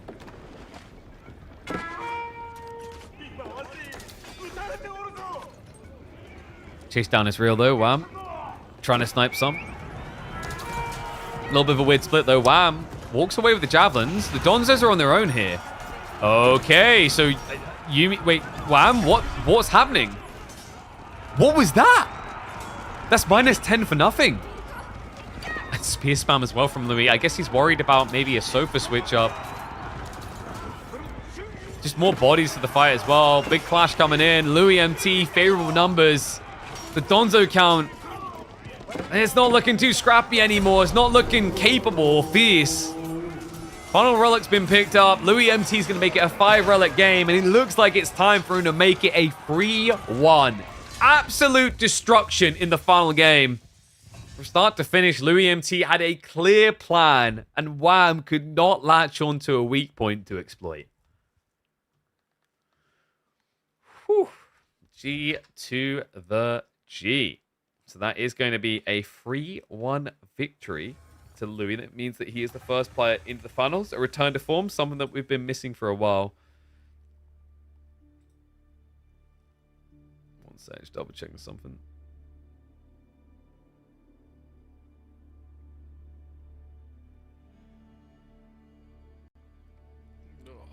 Stretching. I'm doing one. Anyone else do this weird stretch like that? All right, there we go. So mark that up. We have got our next series between Vortex and Dumu coming up shortly.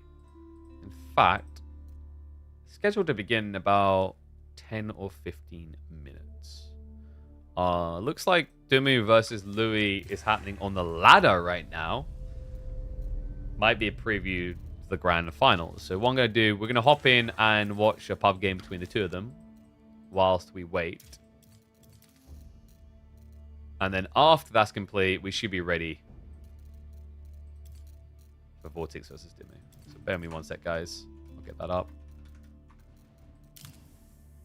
Also gives me a sec to update the bracket then. Yeah, man, dude, that guy was taking the whole demon baby argument very seriously. Jesus. By the end, he was 100% more invested than even me. And no, we didn't have time to do Dumu versus Voldemar. The Sed School got held up, so we kind of got cut out. When are we getting new Civ flags? Oh, dude, I don't even know if we're going to have enough... I don't think we have enough moat spaces for them, but I'll have a look. Need to contact my artist. 1 second. What the hell? Dude, my Photoshop is crapping out so badly recently. It's such a trash platform. You open Photoshop and it just doesn't open. It just crashes all the time. Like, what? Give me 1 sec. It's so trash.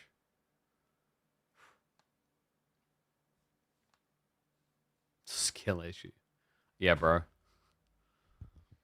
I gotta get better at adobeing. Did I get a ping? No, we're good. I don't know. I just think it doesn't like when a game is open or whatever. Like, it just loaded now. It's just being so weird. All right, so let me open my 8-player bracket. We'll open up the game. We'll check in on Dumu versus Louis. Whoops. Another thing I hate is I've actually just, like, messed with my layout of everything. Nice. Okay, so mark it in. 3-1. Louis MT first in the finals. What do you guys think? Vortex or Dumu today? Who do you think's taking it? I think it'd be difficult to edge Dumu as a favorite here, just because Vortex has looked so good in recent S-tier tournaments. I'd be impressed if Dumu takes it to 5, though. And he should be 2. That would be really impressive. Bro, why are you bringing in my cable management? Look, I do my cables this way because it keeps the demons away. Okay? There's a sizable, logical reason for it all.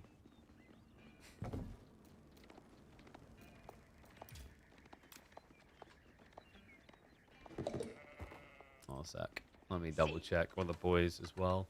Just want to make sure they're ready to go after this game.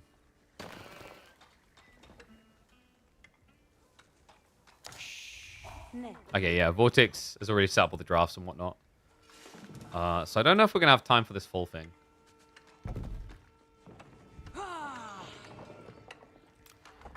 All right, here we go. It's about to be semi-final time, and this could be a preview of our grand final. So we're going to check in on Dumu, Baldurus Maximus up against Louis MT. It's a Byzantine Knights Templar showdown, a bit more of a rarity here. And we're going to try to speed up as close to live as possible because we're waiting on this game to finish so we can actually start the semi-finals between Dumu and Vortex. Byzantines versus Knights Templar is just not one you see very often, though. Historically, it's been done, but, you know, in Age of Empires 4, it doesn't come out often, but it is going to be that good old classic Dark Age Rush. Louis MT looking to deny, but Dumu, instead of just going for the berries early, he wants the Grand Winery, so he opens Limitane to block the Knights Templar. Is this good or bad? I'm not so sure, actually. Like, against Knights Templar, like, they can technically mirror you on the spam because of how good they are at gathering wood. But Louis does this a really different way. What? Dark Age farms from the Knights Templar. Not your usual. Usually you expect that wood to go maybe elsewhere into aggro, but I think that was an adjustment. Like, obviously he already pulled the worker. He couldn't get a connect, and he would have already been gathering wood for the timing. So, instead of just being stuck with a lump of wood and nothing to gain, he turns it into an efficiency around his field. It's kind of cool. Dumu stops at the 2 Limitane as well. His 2 Limitane are better than Louis'. So if Louis wins this, it's just an outskill. And oh, he got a great shiv in there. Nicely done. So Dumu has to run away. Yeah, because remember, the thing about Limitane, you pay more, but you get 10 more health. And that is a gruesome equation right there. Minus 180 for nothing. Louis MT now with archers coming in. Dumu adding in more Limitane because he's expecting the French commandery. Fort outpost as well. It's quite an unusual style of gameplay for this, actually. In Byzantines, they just don't really engage in Limitane on Spirit as much anymore because it's just so pricey. Most people are just confident with the Hippodrome build. But then again, like, how often do you really encounter Knights Templar on land? It's a much rarer breed of gameplay right now. We'll stick with the 2x speed just as we're catching up. Just in case. I don't know when this game's going to finish. I don't want us to be late for the next. They're poking. Archers connect on the berries and loot. Like what? I don't know what Dumu has to work with here. He's got the berries on the front side, but that does mean he's going to get the olive oil slower. Yeah, what was the... It's an interesting choice to sacrifice your Grand Winery berries to secure this. In fairness, though, it is working out. He's taking the risky before the Chevalier wave gets big. It's a pretty interesting approach from Dumu. First longbow group has been cooked up. It's on the way. Dumu's cooking a bit too much. I've been there before. We were cooking something that You probably shouldn't have. And, you know, it really can just mess with you. The fumes. Don't know what you're doing within 10 minutes.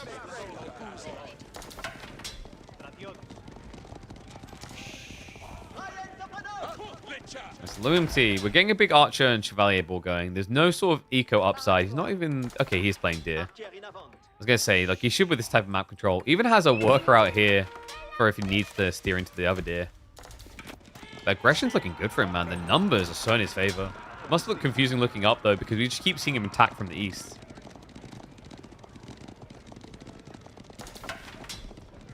And no, this is not the finals. This is a preview of what the finals could be if Dumu's able to beat Vortex after this game. This is a pub game. But I figured instead of just sitting here doing nothing while we wait for him to resolve it, we'd cast it. Dumu now with Steel Arrow. Longbow Ball is decent, but not crazy. 10 is not going to get you very far against 30 archers. Now on the front. Louis just maybe going to keep circulating. Actually, we'll go for a little bit of a dive here. Longbows, edging to stay out of range. A good job of actually really well played there by Dumu. Not losing a single one of the bows.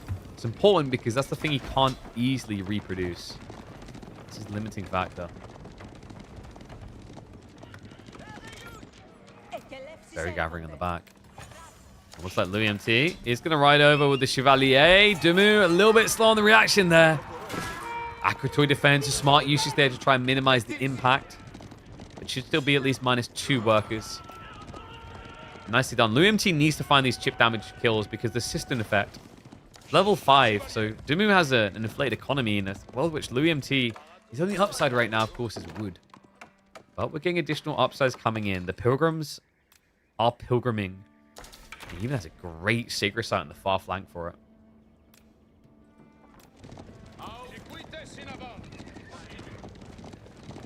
Oh my god. Imagine if this just turns into one of those 2-hour Dumu Louis games. I just realized that. Like, the two players that would. Alright, we'll keep using fast forward where we can.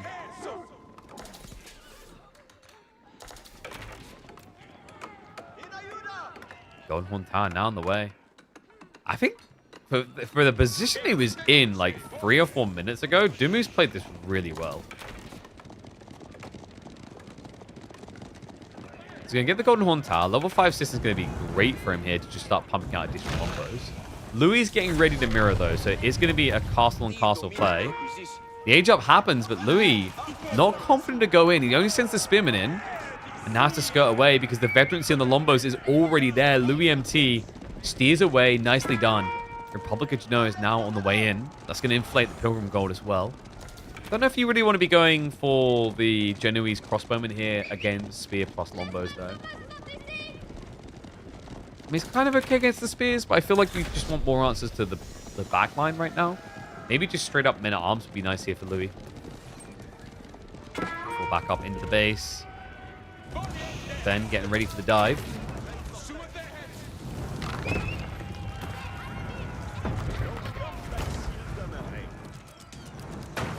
No, it's the patience here. Louis just not engaging with it. It's silly to try and take a fight like this when you can just wait veterancy, because your opponent's playing full infantry. His reinforcements are going to trickle in anyway. So you're not really threatened. You're not in a rush here. Still, good job by Dumu to get a few worker kills in this game so far. Louis now just pulling the back resources. Got the berries over here, the wood. Going on wood mass isn't too bad. Sure, you might have an over-calibration, but you're getting food by gathering the wood anyway. And then, of course, that organically sets you up to go farms after that. It's just a nice backup plan for Knights Templar. You know, it feels a lot better to have to rush wood with everyone than any other civ I can think of.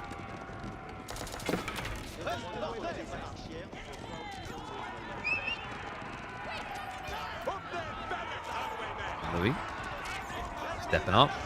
Archers on the chase. Remember, Lombos, they're slow. I feel like these guys just need to get, I don't know, like one of those little strollers. Let them move a little bit quicker. And then they'll just be running away and they'll find a tiny rock and the stroller's wheel will hit it and they'll just like topple over. Oh! Oh!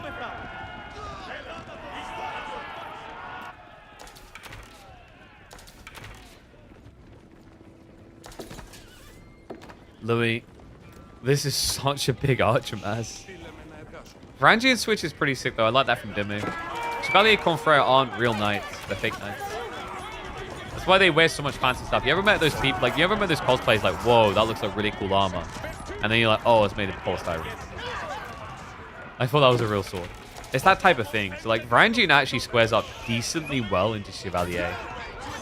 Just targeting that back line. Dumu has defender's advantage, has all his troops on call. Cataphracts also now starting to arrive. That's problematic. Louis MT. All Templar flanks. If only you could convert pilgrims. But you can't. So far, though, Dumu's played it pretty damn well. Like, look at the state of his economy now. He's up on relics. He's going to have the third coming home soon. Fourth and fifth are guarded, though, by Louis. Okay, so it looks like we've got a little bit of slowdown again. Flash coming in, however. Dumu trying to force the matter while he's got the melee advantage.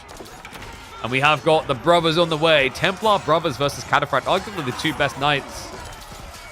Alongside French knights for castle engagements, but great trample in there. Dumu, he tries to just draw all aggro or fire.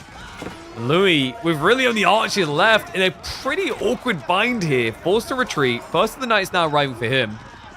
Dumu with a great advantage here. He still has heavy advantage. 8 Varangian, 4 Cataphracts. A great club down in a game where he's just inflating economy more and more courtesy of those systems at home. Yeah, this is not looking good right now for Louis. Knights Templar is just such a weird civ at this point in the game. You know, you think castle's where it should all come together, like heavily armored type boys. But the problem you often run into here is just getting that comp online feels so slow and also just so expensive.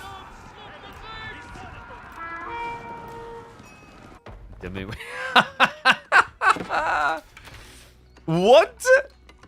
He pulled 8 villages to do this. I mean, in fairness, he came down here for gold as well, but that's still ridiculous. What is this game? All right, now do it with the other side. Seriously, let's not stop here. So now he knows that his opponent can only trade with the west or the center, and he can camp both of those. Goodness gracious.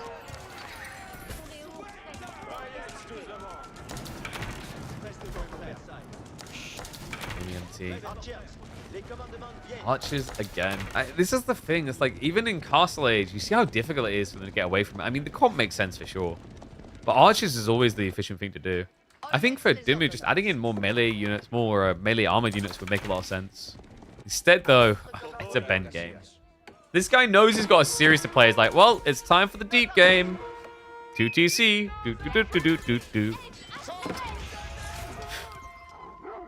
Oh, Templar brother, though. Hold on. That's a lot of exposed workers. Not just that. Louis MT is converging towards the base. If he sees 2TC, I wouldn't be surprised to see a dive. The weird thing is, look at what Dumu's doing. The mirrored rotation.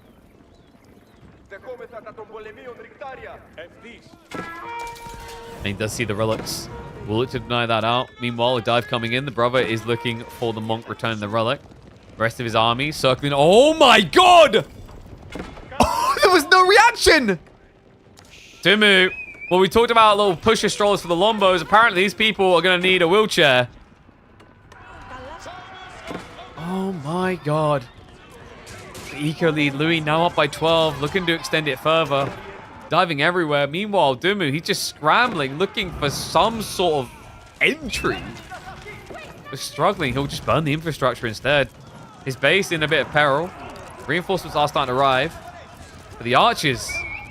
And the archers just getting great trades here. Into Limitane Mass. The Templar brothers struggling a little bit more. But they're absorbing a lot of the arrow fire from the town centers, which is letting the archers live here longer. I think Dumu just realized, like, if he kills archers, he wins control of his base back. What his base is going to look like, though, is it not pretty. He's down by 15 eco now. Against a Civ that normally at this stage is behind you by 5. Bros will just sweep through the remaining longbows. That's all defenders dead for Dumu. Look at his income, 23 food a minute. Louis not done.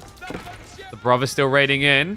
Textiles just ain't making a difference here. Not against these Templar bros. Has he found anything to kill? Okay, no, wait. Guys. If Dumu just builds Kira Siphons, this is a kill. Yeah, remember, Knights Templar, they only have one landmark. What a move! Dumu, go straight for the throat. Oh my god.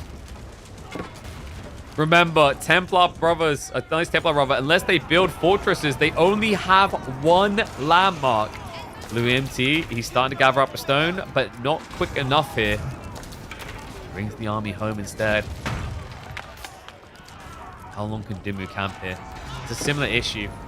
If the TC just targets your archers, you lose. And that's what's happening right now. Target fire is coming in exactly there. Archers diving after them even, just kind of ignoring the melee. There's not really much of it. And Dimmu, an ambitious effort, but it looks like it's going to be all for naught.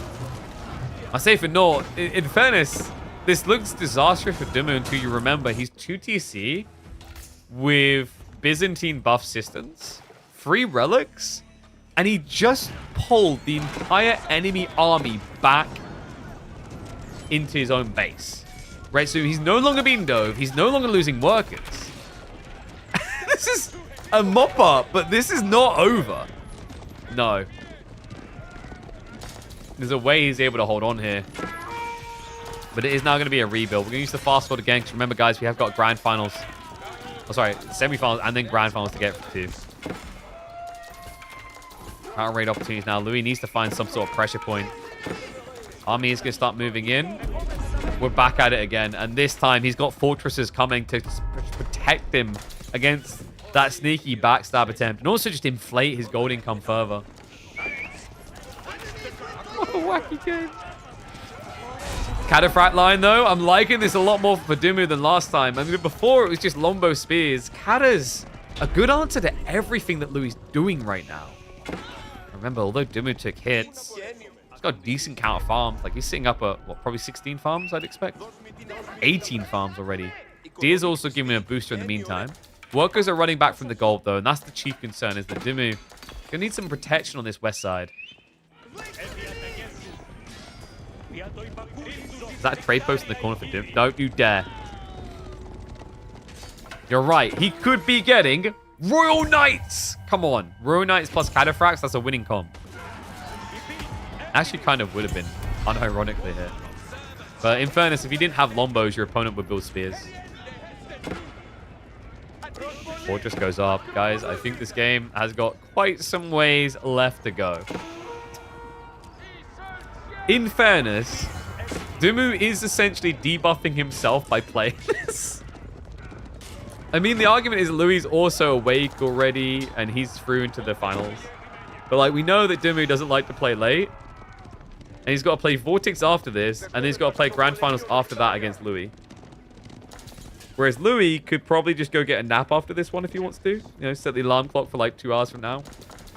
Then again, Dimmu is 78 years old, and Louis is only 23. So there is that argument of youthful vigor.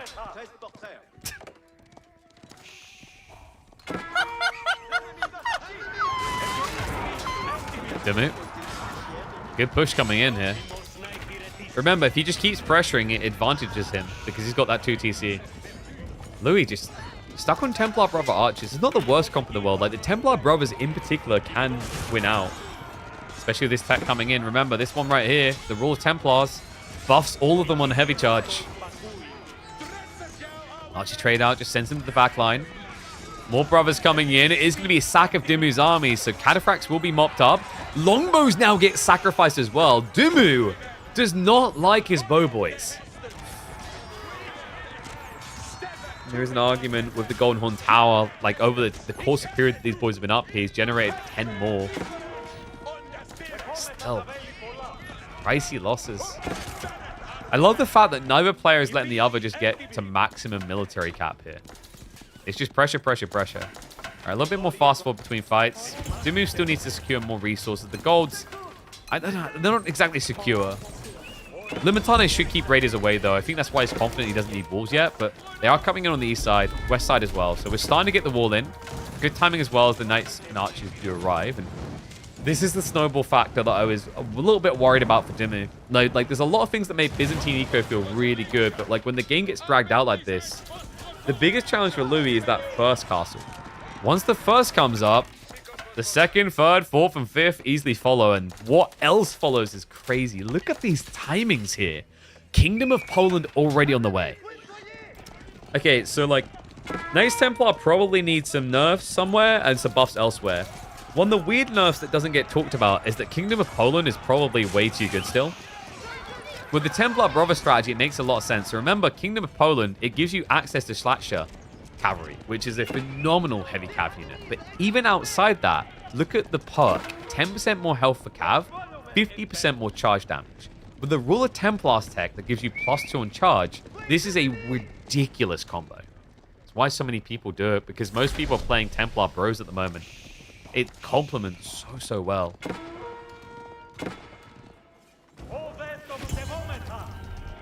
Louis. Fortress now being assaulted, but this is a bit dicey, no? Yeah. I don't know about this. Like, Dimu, understandably, he's looking for some sort of aggro point because he's an age behind. But the Fortress just puts a full stopper to that, so he'll back off. He's going to be going for Imperial Age himself. He's being raided right now by the Templar Bros in the back farms. What's going on? Louis, not really in a position to just win a fight outright. Dimu does still have numbers over him, and he has Spearman to counter. Love the fact he's raiding, funnily enough, with the Spearman. Trying to hit in towards the farm area. Foreign Engineering Company now on the way. The crazy part, guys, is that they are neck and neck on raw villager count, which is a pretty good position for Louis to be in. On top of that, remember, Louis, he's going to be getting a lot more resources off the Pilgrims. Surely more fortresses should just be around the corner. I think he's started to gather more stone. Yeah, and he's got the fat stacker here as well. What's so nice and so snowbally about this isn't just the fact that you can use the Pilgrim Gold to buy stone. It's that your castles only cost 600 stone anyway. 300 of it is in gold. So it just inflates really, really well. Why would they nerf this if no one even plays? Because at the pro level, it's broken. Knights Templar on water maps is considered broken by practically every pro. That's why they would need it. Mainly in water. On land, not so much. I would say the exception will be after they get nerfs and buffs appropriate, the Kingdom of Poland will be discovered to be kind of crazy. Like, actually, Knights Templar has some pretty funky late game.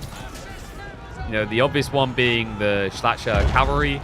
But even if you go something like Venetians is pretty sick because of the fact that, like, you're able to build an army, a decent army at that, with only gold. Right? There's not many units that are built like that. Most Civs units require 2 unit types, 2 resource types rather. Ironically, we're talking about the 2 Civs that actually have most of the majority of only 1 resource type. Olive oil on this side, you know, gold on the other if he went away. But this fight is going the way of Dimu. A really big win on wave number 1 of the clash. Or maybe I spoke too soon. Wait, the front line just melted. Oh my god. I mean, you expect them to melt through light infantry, but those cataphracts made short work of. Louis will retreat now. That was kind of scary, actually. That was like a precursor, a warning of what could come here. That, hey, this is not going to be as easy as you think. Schlachter cavalry, what a unit. A bit of fast forward again here. Raids coming in. Oh, what a hit! You look away for a second, man. This cavalry is so ridiculous. Look at the charge, guys. They one-hit kill textile villains. It's admittedly an Imperial Age unit, but you just see how good that 50% charge damage increase can be. And it is full Schlachter, nothing else. Archers to assist, of course, with Limitane. But this is kind of the crazy thing. Like, Schlachter do a really good job of countering their counter. At least Spim. Actually, no, like crossbowmen as well. Because they get, their specific tag is light infantry for their bonus damage. It's already very high damage, but yes, light infantry, which means crossbowmen, spearmen, these all get counterplayed. Comically enough, one of the best counters to Schlachter is a unit that Knights Templar have. That's right, guys. It's called Schlachter. No, I'm kidding. Seriously, it's the Angevin Spears, because Angevin Spears are heavy spearmen. So they don't take the extra plus damage, and they have their well. TikTok goes to thought, though. Dimu trying to push up now with the cannons. Triple cannon, in fact. Coming in. Architects for Louis. It's not going to be quick enough. Castle will go down. Dimu standing his ground, the stone outcropping. Longbow target fire coming on the backline of archers. His spearman count. It's shrinking fast. It's down to 15. The Schlachter wave. The second one arrives. And now it's going to be a crush from the side. There's not enough spearmen here. It's going to start hitting down the Longbow count and the siege. EMT starting to break in. I think this is the lose point for Dimu. That was the mass. Like, that was his moment to try and shine. But the Polish cavalry just can't be beat. These guys are ridiculous. With biology, he has 459 HP on these bad boys. Reminder, a cataphract, an elite cataphract with biology has 506 health. They're almost mirroring the chunky knights. The cost difference, you know, it's 300 versus the cataphracts being a little bit more expensive at 330. But the damage is the crazy one. 44 damage versus the 34. Explain that one. It doesn't make sense. Oh, sorry, no, I'm looking at it wrong. Sorry, I had the... It's because he has the fanaticism. So full HP one would be 34. So he's mirroring the damage out. Yeah, remember, fanaticism is wild. This is what makes it even crazier. It's like you run into spearmen, they take off half your health. Then fanaticism activates, which remember gives you more damage the lower your health is. And that's usually what sees the Polish knights win at the tail end of the engagements.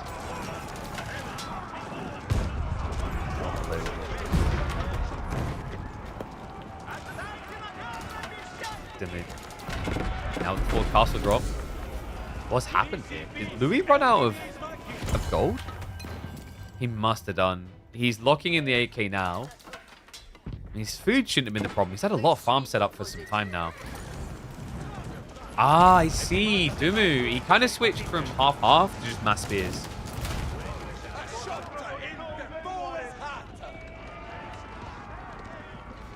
This amount of free longbows, it's crazy.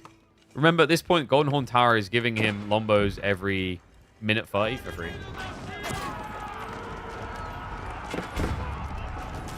The olive oil is just as important. Cannon's not as useful here against Mash Schlachter. Speaking of those Schlachter, oh, hold on. And yes, good highlight by Cargo. Can't forget the enemy attack speed debuff of 20%, which is brutal on Limitane that already have weak attack speeds. Slash actually turning around. Wait, is this a commitment into Streltsy? Because that's actually sick. We never see Streltsy work out for Byzantines. So it would be quite the rarity.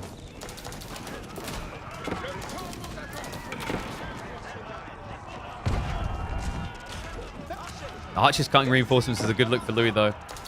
Dude, the challenge here with any civ is as you push up, your production reinforcement becomes weak. You have to get the troops across. And what's up, Shmoley?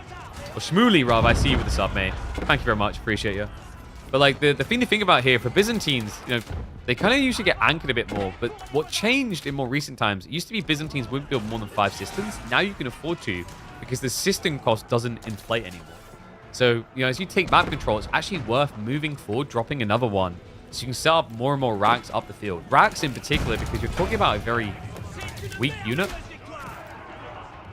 You know, Limitane, they're meant to potentially kill fast, but die even faster. So you just have this rotating door when it comes to your military. Whereas Louis' comp is more about last. Now, what's interesting, I wasn't sure we were going to get this. We've got Genoese crossbowmen. That's great from the Schlachter. Yeah, Genoese crossbowmen, remember, they get bonus against melee. But I wasn't sure if we were going to get it because of the longbow factor. He's confident the one base ranged arm is going to be good enough. Not to mention the fact you barely have less range. Yeah, so he's got the Desert Citadels. If he fights near his keeps, he'll have the same range as longbows. In fairness, there's not really many bows. I don't know, but before this, when it was just Schlachter versus Spearman, you see the way. What does Dimu now do about the crossbowmen? Keep gets denied. Still hanging in there, refusing to cancel it. Louis doing a good job of kind of splitting, looking to raid the flanks. And that's what I was waiting for. Kranikin's now coming in. So this gives you the 0.5 range increase as well as damage increase on your crossbows, all types of crossbows. Which means that your crossbowmen here, the Genoese crossbows, when they're near castles, will have more range than the longbows. Isn't that crazy? I love this. Dude, I love that we've been seeing the trebuchets. I feel like I never get to see the emplacements looking good. But he's countering castle with castle in the best fashion possible. Oh, please. Please tell me. Has he already got the triple shot? I don't think so. No, so remember, there is a tech that you get in your university as Knights Templar that gives you 3 shots with your trebuchets instead of 2. Slasher. There's still a lot of them. And oh my god, I wondered where they were. They're in. That's it. Nah, Dumu. He's barely got the food to keep the pump going as it is. This is the killing blow, Louis. He drew him in. He baited him into this central focus fight. And then before the stonewalls could creep in, he creeps in for the killing blow. Knights Templar winning on land against Byzantines? What am I watching? All right, guys. Enough of what I'm watching here. We need to get ready. We have got the next series live. So let me get the draft in. It is time for Dumu versus Vortex.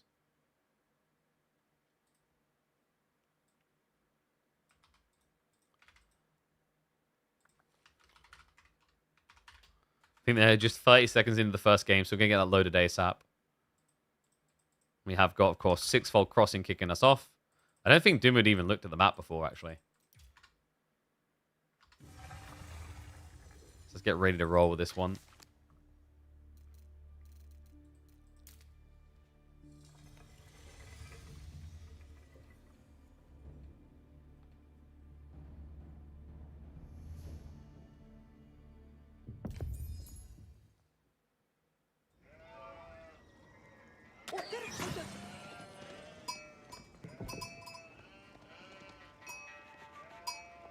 All right, let's get ready to go. So they are at a minute and a half in. Let's get predictions up, please. All right, here we go. It's the ultimate battle of the boards. Dumu versus Vortex in a best of 5. That's what we like to hear when it comes to the semifinals of the Midweek Muster. Let's go. Brand new map. 6-fold crossing, and I think this actually might be Dumu's first time playing this map? I'm not sure. He had a little bit of a weird week, didn't he? Oh, no, he would have played against Voldemar, but against his previous round, G, where I think it was a default win, and they didn't have one before that. So some of them not as well-versed in this map, whereas, like, for example, Louis has played more of this map than anyone else so far. But for those that have not seen it, 6-fold crossing has been an absolute gem of joy. Louis MT in particular, with his Byzantine games, have been entertaining on this map. It does feature some small amounts of fish in the center. Fixed sheep spawns only on your side of the map, so nothing in the center there, which means RNG is minimized. But also this strategic element of how you can play around boats. Another thing to keep in mind is usually these outpost rushes for Mongols are a little bit more difficult to achieve because a lot of your positions are cut off by the crossings. Well, Vortex will be going for that aggro opening. Against Abbasids makes a lot of sense. Dumu with the IU pick. I am curious what the mindset is here. Is it just about getting the dervishes, or is there something else he's cooking? Because the thing here that's quite awkward is, like, Abbasids historically is not really a civ that likes building spears, which means you're going to pretty much allow Mongols to win the Dark Age. Question is the Desert Raider going to be good enough to hold them back? Question is, do you have to advancement wing just to make sure you're not scared here? I think Dumu's just going to go for the full greed.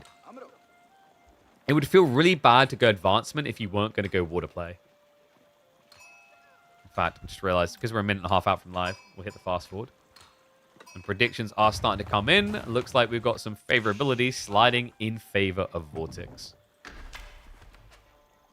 Growth wing it is. So Dumu will look for the eco advantage, which makes sense against Mongols. Just allows you to hunker down and not care as much. And he should have enough food at home to get away with this as well. Yeah, 13 sheep has started to eat the berry bushes, which is the big no-no with growth wing. Women are going to loom around the back, but like there's nothing to target there. So just idles them out, back to the sheep. And looks like, actually, I think Vortex maybe snatched away Yeah, he got some of Dumu's sheep by the looks of it. Look at the count anyway. He's up at 18 sheep. Meanwhile, Dumu started berries and is at 14.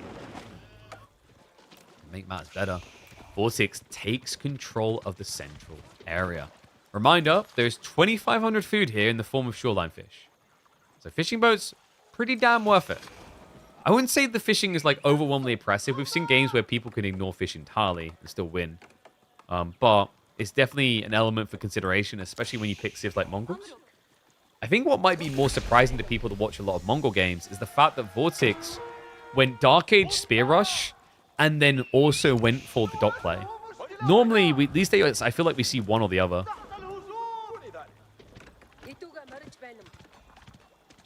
All right, final predictions. Yeah, 77% for Vortex. In fairness, like there is a fair point to that in terms of like Dumu. He's not. I don't think you mind me saying it. Like if you know this, he's not on Vortex's level right now. Right, Dumu, decent player of course, but Vortex was just in top 4 discussion, top 3 discussion. So like that's the thing he's contending with here. If Dumu could beat Vortex in a best of 5 here, stocks for Benny Boy go through the roof. Right, anyone starts believing.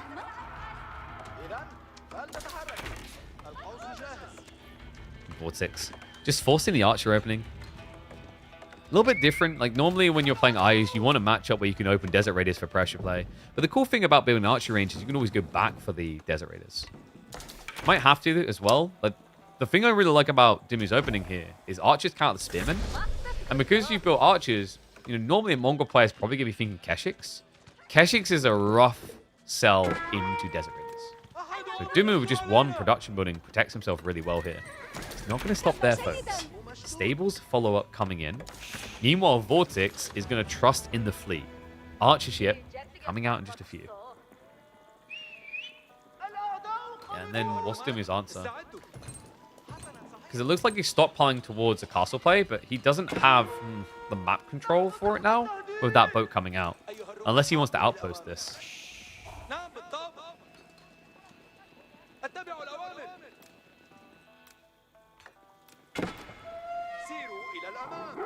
Archer's just going to march up, start poking.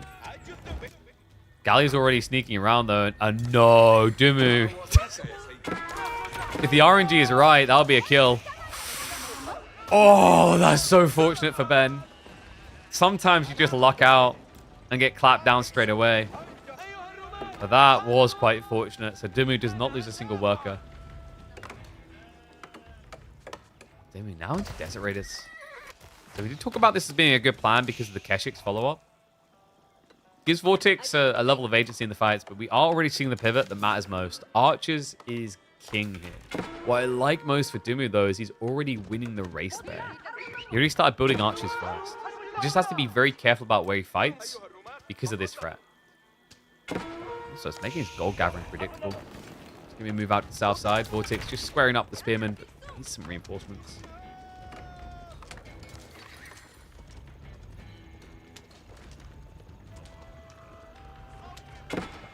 Vortex looking a bit shiny at the moment. I mean, rumor has it he uses wax. I believe it. He needs to balance it between the magnificent beard and the tip at the top of the head.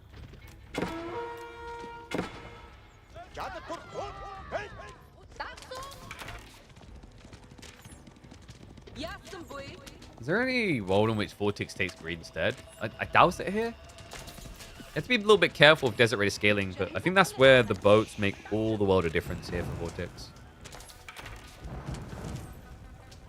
Well, fishing boat count in particular. He did stop at 3. I like that, though. That's just calculated aggression. It's kind of like a Chinese player going 8 scouts versus a French player going 3 scouts to pro scout.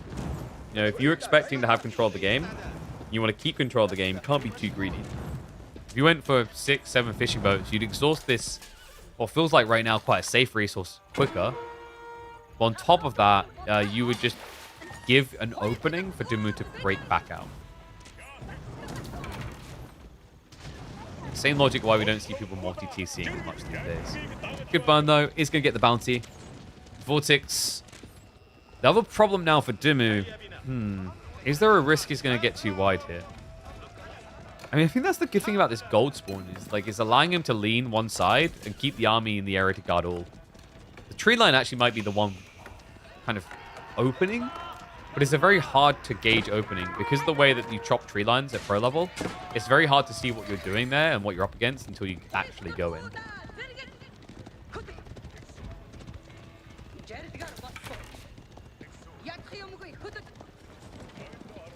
Vortex. Is there any chance he goes back Spearman? It seems kind of weird just trusting Keshiks to carry you on the front side when you're up against Desert Raiders. But in fairness, Dumi does not have that many. Only 3 Desert Raiders.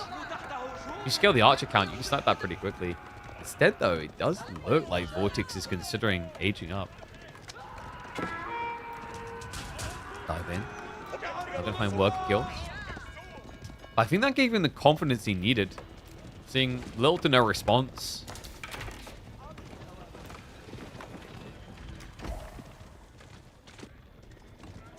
Can you last second delete buildings under fire to avoid bounties? No.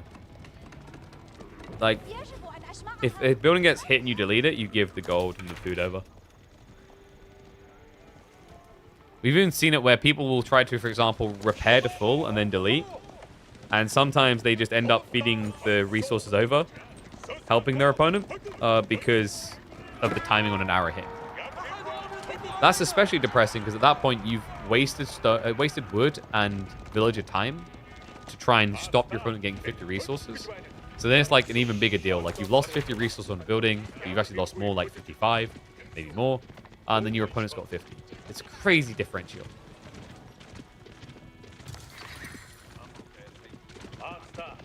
Oh wow, this is a crazy timing. Vortex, it is going to be the age up.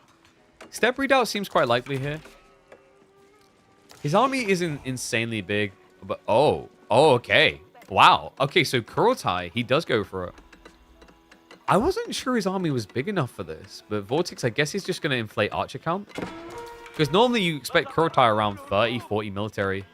He's only got 12 archers, and the Keshiks are usually quite hard to use with Kurotai because they move too fast. But this does make it seem like Vortex is going to steer into archer crossbows a lot. Which makes sense against what he's facing currently and the fact that he'll be up against camel lancers. Logistics wing, now on the way for Dimu.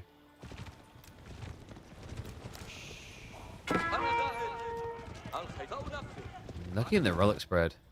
There's definitely some grabs here actually for them. If all attention's on the center, it might be difficult to get the 5th relic. Even the 4th one is a little bit further out there. And Vortex, he's going to be fixated on protecting the fish area. So pretty crafty play by Dimu. And definitely the one that makes the most sense, but oh no. Boys, come on. Oh, the guys, they always grief you like this. Another cool thing about playing center for Vortex, it's not just the fish. There's a lot of deer here. There'll be 12 deer in total he can try to eventually tap.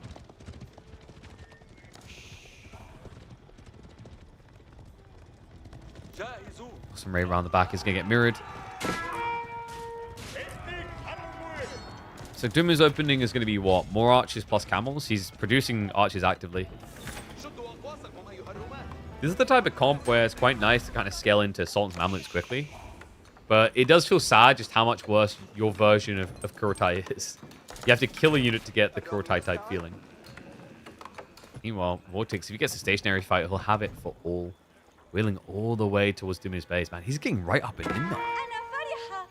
Yeah, so anchoring on the edge. So we'll deploy.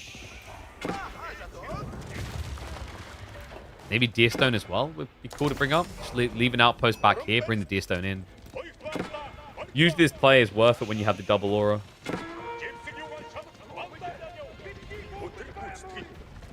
Awesome, nice snipe. Finding the fishing boats. I'm impressed. Dimu's doing quite a lot of work with just these few ponies at the back. A lot of food and gold has been stockpiled. And there we go. We'll be allocated. So Cam Lance is now queued up. Expected outcome. Vortex has not switched off of archers, by the way. No, it's going to be a full commitment. Veterancy. In fairness, like against camels, you kind of do okay with the Kurotai buff, but crossbows would have been the obvious preference. I think his concern there is if he builds crossbows, the archers just kill him. Awesome, again, fishing for raids. Vortex has been doing a great job always mirroring these guys. It's just unfortunate because it means you're not doing anything damaging with your Keshiks.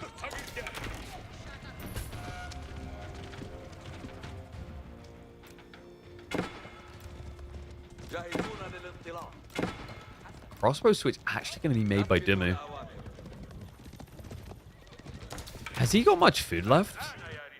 He's out of sheep. He's eating the last of the berries. He's got a problem, actually. He's going to have to sneak out to this 8k. What worries me about that, folks, is if you look at Dimmu's golds, it's going to leave him pretty spread. Unless he can get a lot of relics, and Vortex doing a great job of denying that. It's already one relic garrison, second one coming. Damn, did Vortex just read him like a little preschool book?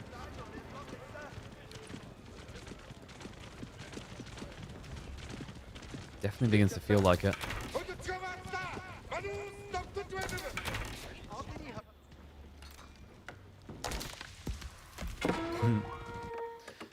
I think we've reached like a bit of a stalemate point. Neither player wants to hard commit. There's no clear advantage built for either. They've had very similar destroyed value. Army value difference isn't big enough for Dimmu because of the Kurotai effect. And this is, of course, a map that both of them would not have played much of. It's an unfamiliar sight. Dimmu can build the trebuchets? No. Abbasids cannot do that. Mongols can, though. Mongols can build traction trebs.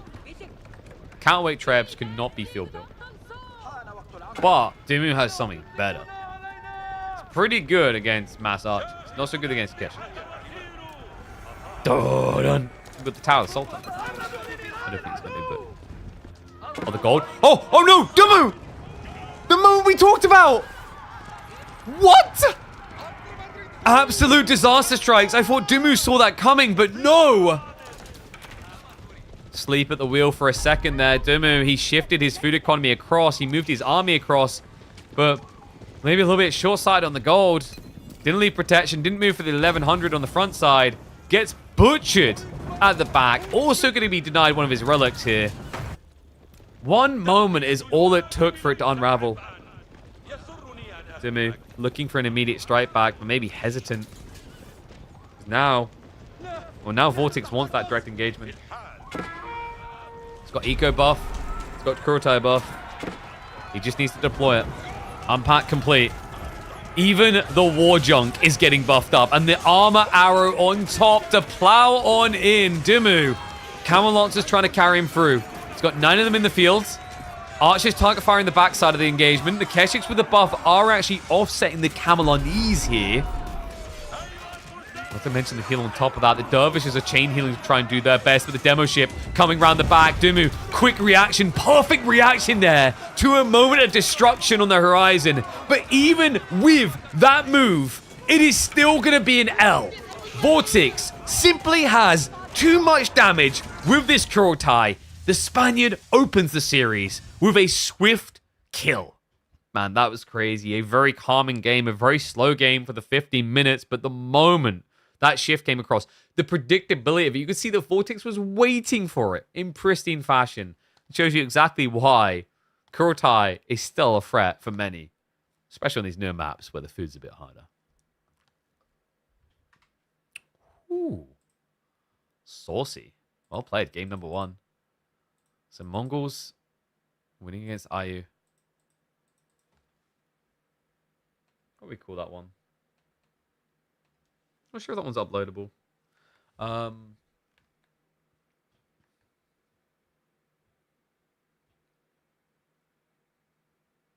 See, I don't think that one's uploadable. That one was like elegantly well executed, but it's like you're just waiting for that one moment and it just kills him. So that shows you how vicious Vortex is. So 1 game lead in this best of 5. Reminder, winner of this will face against Louis afterwards. Also, reminder, guys, this is the place to be this evening. Did you guys know that a handful of creators got exclusive access to an early build of Anno 117's full release? And we're one of them. So, later on, we're going to be checking in on the new Anno. How's that for cool stuff to do today? Hell yeah, I'm excited for that, man. So, boys should be getting in lobby now. Let's see what they're going to be picking. Byzantines versus Mali. Interesting. Let me add that in.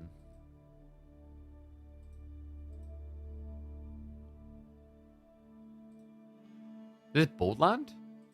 I think this is Boldland.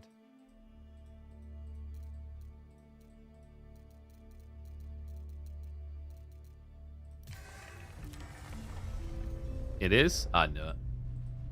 I know my boys.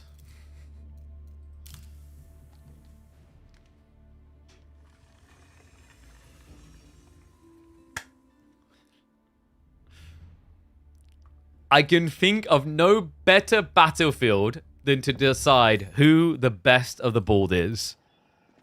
Baldland. Vortex versus Dimmu.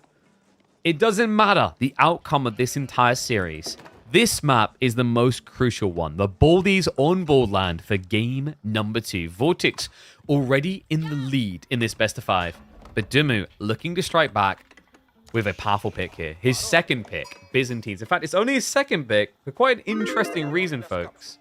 Before we start thinking this one's over, this series is washed, keep in mind that Dimmu always has House of Lancaster in his back pocket.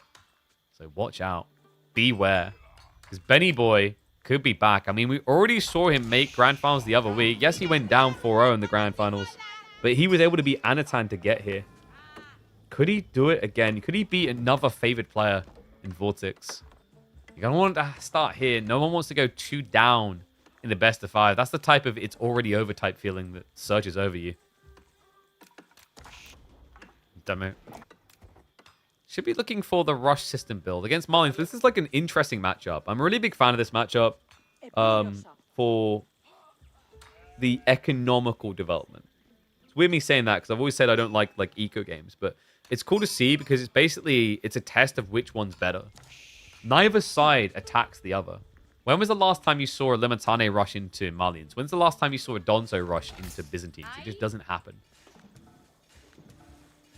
Who's lose with this matchup with Mali?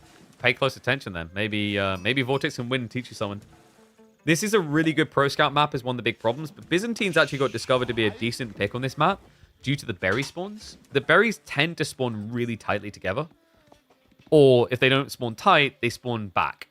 Either way, you're pretty happy with that. It either gives you safe berries or efficient berries. We can see for Dimmu, he got efficient and then safe afterwards. So pretty nice.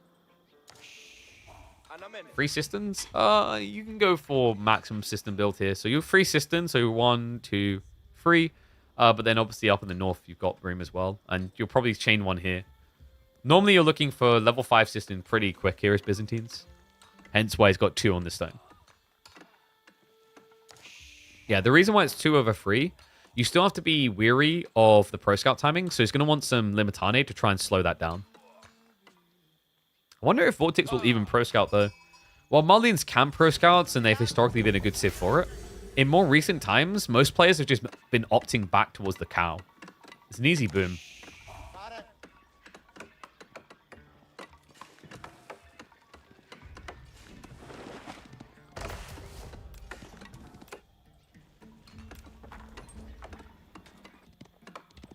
Oh, I just realized we're 30 seconds out from live. That's perfect. We can skip the build-up. All right, sheep count, 18 to 11. Wow, Dimmu. I mean, you can tell that this guy, when he was out on the lash, he would seek a kebab always. Are you kidding me? 16 sheep to now 12. So Vortex did at least rekeep a few at the end. I think he's still got a few here, actually. Yeah, so Vortex will be close to even with Dimmu. Nicely played. For a moment there, it looked like Dimmu was just going to wash him away on sheep count. How are the predickies looking? Who are you guys favoring? 70% for Vortex. Oh, I mean, we'll have to see. Vortex just came off the back of an always improving performance. Was it top 4? No. Top 3. As we would come to expect from Vortex in the EDC Masters Falls, only falling victim in the end to Marine Lord. But, you know, the thing to think about there is this man is buffed. If you watched Vortex a year ago, he was a 60 frames per second gamer. Now, 120 frames per second gamer. That's the big secret between his level up.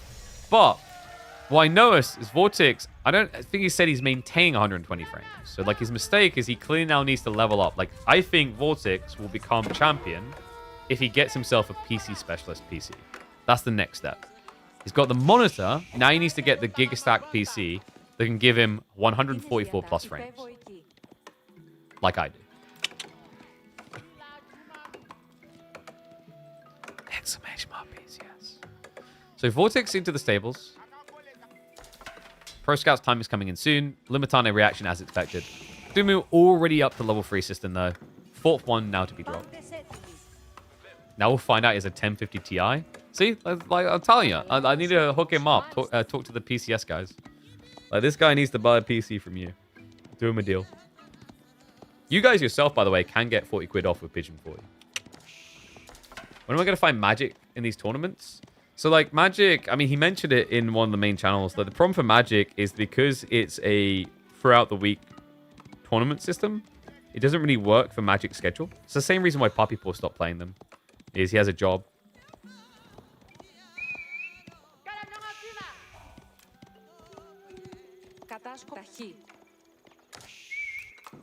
Okay, so Mercenary House now coming through. We're probably looking at against Malians. Oh, I wouldn't be surprised to see longbows instead of the jabs here. Jabs can sometimes feel weird into Malians just because you're essentially setting up a comp that can get outnumbered. Like, hey, look, I'm going to build this unit that I can only build a limited number of that you have infinite number of. When you say it like that, it doesn't sound like a good plan. But there is some timings to be had around jabs. It's just, I don't think it's worth it. It requires you to overextend a lot. And it seems that Dumu agrees. Longbows instead. The other problem with overextensions here is, like, with the current meta, Malians go into Sofa a lot. So the idea of using javelins to raid doesn't feel good. You just get caught out of position way too easily.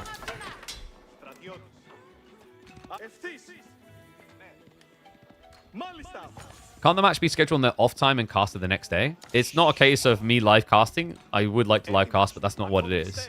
It's the case that you have to keep in mind there's a lot of dominant European players. So you have to try and be, like, reasonable in your scheduling, right? It's like, for example, if Magic's on the same side of the bracket as Dumu, they're going to struggle to find a matchup timing. Same with Vortex. You know? Same with Kilyadi. So it's not as easy as, like, oh, man, KP's holding them back because he wants to cast live. Of course I'd love to cast live. But it's more an issue of finding time to schedule. And in fairness, there will always be the first day where they have to be available. And for some, that's a big challenge. Like, we tried to make KPMM as inviting to anyone as possible. But obviously, there's always going to be limitations with a global tournament. You can't appease everyone. It's impossible.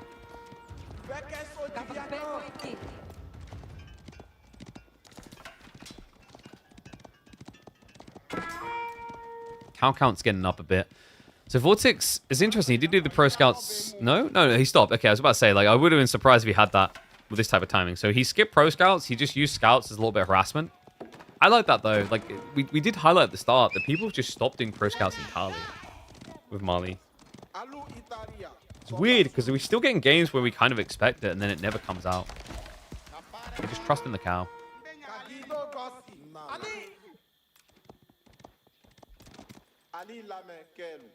Vortex. He's waiting in the wings here. This is a bit rough, though, because Dimu... Oh, he's right next to his Stealth Forest. Yeah, Vortex can basically get on top of him before being seen there.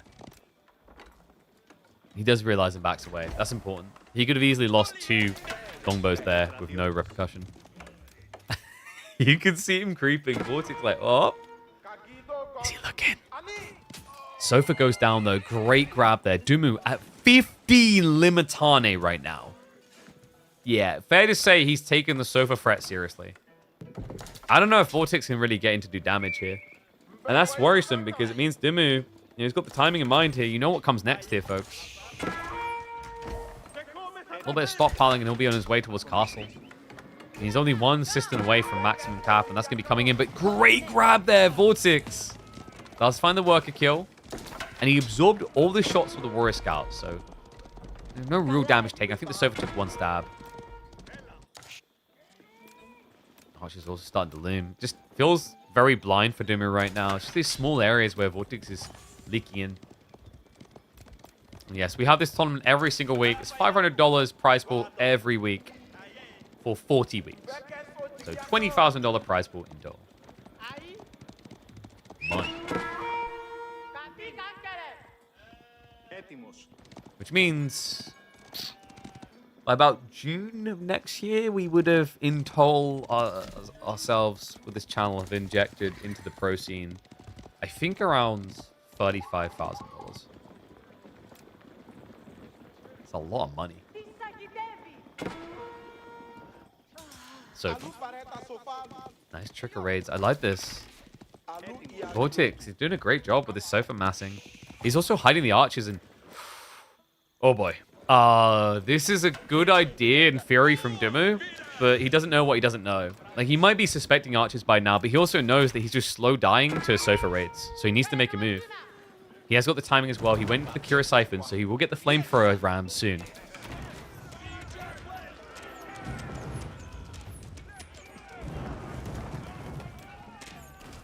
Archers.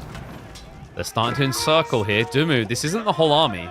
No, he's missing over a third right now. So for the backstab, Limitane should be able to snipe them fast, but Archers now to counterattack. Still Dara under mesh is there on both sides. So no blacksmith advantage. Shield wall gives Dumu the slow chase, while Lombos whittle away at the archer count.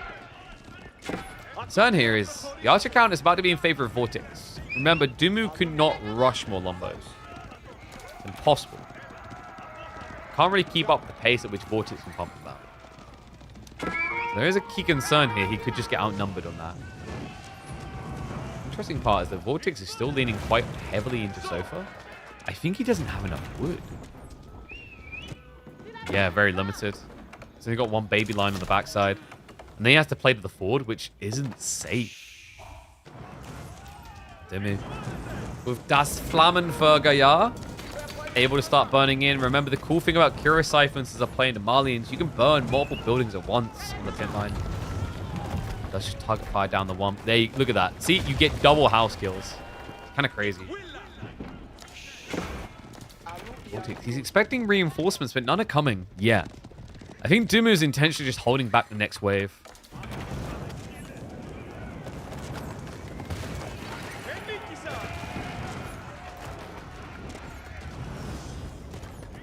House is now a problem for Vortex also. He deletes to build the money camp. Wait, he just deleted he housed himself, actually. He's spamming up more behind this. The forward pit mine is full forfeit. Vortex has been desperately waiting for reinforcements to snipe, and I mean, if he sees this, it's actually good. Sending this many Sofa in, there's only 2 spin and gun those Lombos. If he sees that, it's huge, but right now he only sees the Limitani. He backs off early. Yeah, he's being forced to react because Dumu is moving towards the second pit mine. Gold star in here. Sofas, 2 of them do get pinned. This spin ball is so big.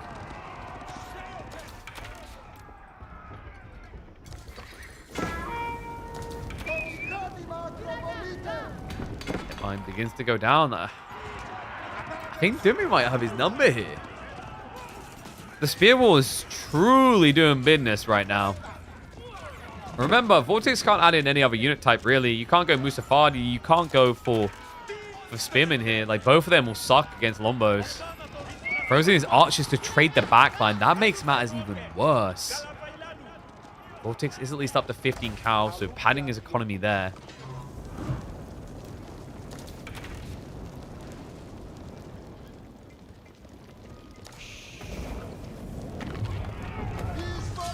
And that's it. He calls it.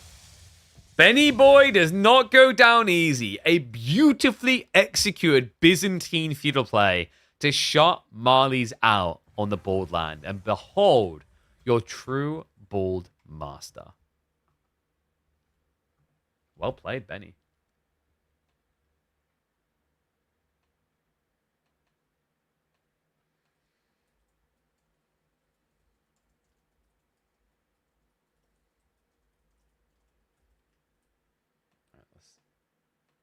Name this one up. I have a full series upload at this rate with these ones because they are quite short as well. What's the counter here for Vortex? Vortex, I mean, against those spears and lombos? I think for Vortex, the solution there would have probably just been more archers, but it's very difficult to do on that map. So more archers, less sofa. Or you just send the sofa in to attack. Like, if you're already stuck on the sofa, like, he had the right idea at first trying to cut reinforcements, but when he saw no reinforcements were coming, he just kept staying there. Instead of just sending his sofa in.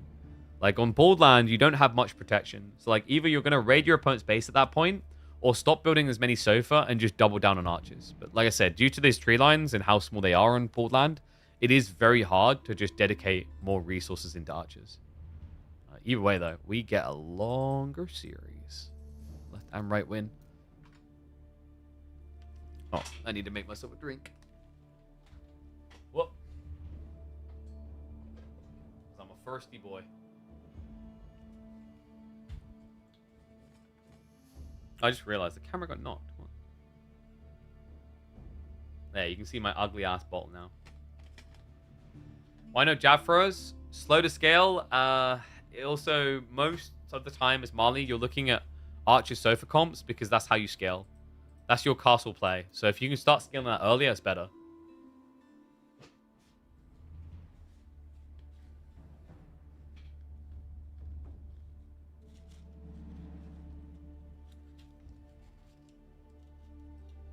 Because, like, the biggest problem is, like, if you start scaling jabs, your opponent is more likely to go castle.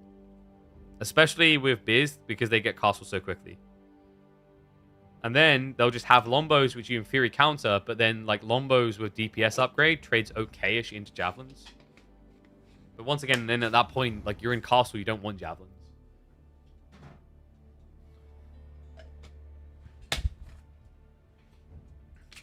Alright, let's let the boys get ready to hop on in, and we'll get ready to continue this day. One second, I want to check something, didn't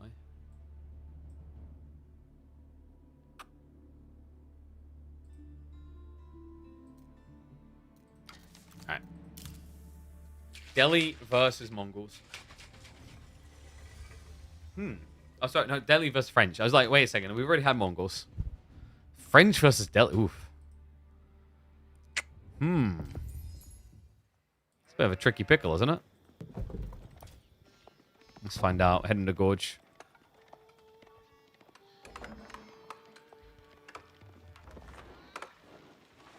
Also, Kadas? Yeah, Kadas too. Like, the point is, Byzantines just... They skip out on you the moment you choose javelins, usually. Alright, here we go.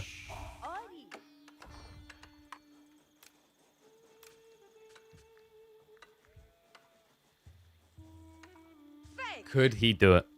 Could he go up against the Spanish Bull, the scariest guy in Season 2 of Midweek Muster? And could he do it by annihilating the Delhi? Words are hard today. Let's find out. We hop into game number 3. Vortex with the Delhi and Dumu with the French. Man, this is a bit of a tricky one, right? Like, French against Delhi. I think you have to be full tempo. This is definitely a skill-based matchup. It does get concerning if you let the Delhi get to castle just because of how good war elephants are. But, like, before that, the preamble to castle, there's a lot of kind of elegant skill execution on the table. And, you know, this is a good map for Delhi, actually, with triple Sacred Site, all central kind of bound. The importance there is that it makes it much harder for French Cav to just rotate in a way that feels very fluid and organic. It's very easy for a Delhi player often to hold 2 Sacred Sites. So we'll see what they have in mind. We're going to 4x just because we are a minute away from live. So Wheelbarrow coming in. Probably seeing Pro Scouts here. Delhi were probably one of the civs that had the biggest smile on their face after the Pro Scouts nerf, because then when a lot of other civs were starting to say Pro Scouts might not be that good, Delhi were happy because they always got Pro Scouts for free anyway. So it just kind of enabled the civ overall. But with the few that still will just gravitate towards Pro Scouts non-stop, it can still feel sucky. And this is one of those civs, you know, like when it comes to the French, because of the cost efficiency and the fact you already have a stables upon tech up, it's very hard to resist.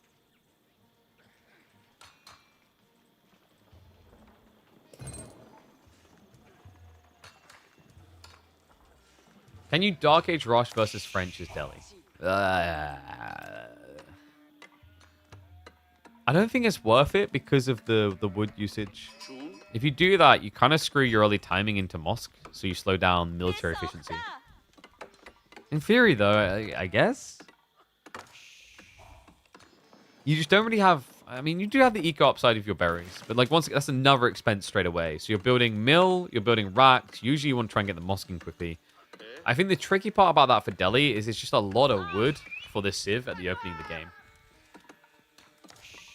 And normally you just feel a lot better about getting feudal, because if you get feudal, you get military efficiency online in your production buildings. The cool thing about that is you just ramp up an army much quicker in feudal age than if you slow roll it in dark age. I think you're just contradicting it by like waiting the next age.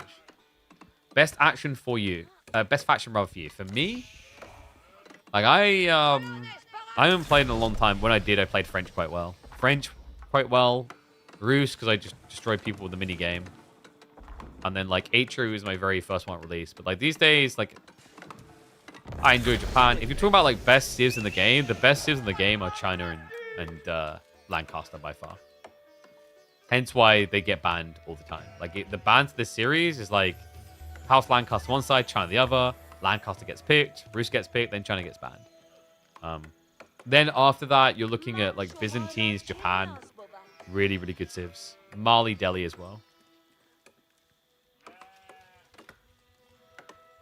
What do you mean typical gold player? Dude, I'm pretty sure gold players just spend their time getting killed by French players. Isn't 50% of the population of the game English players?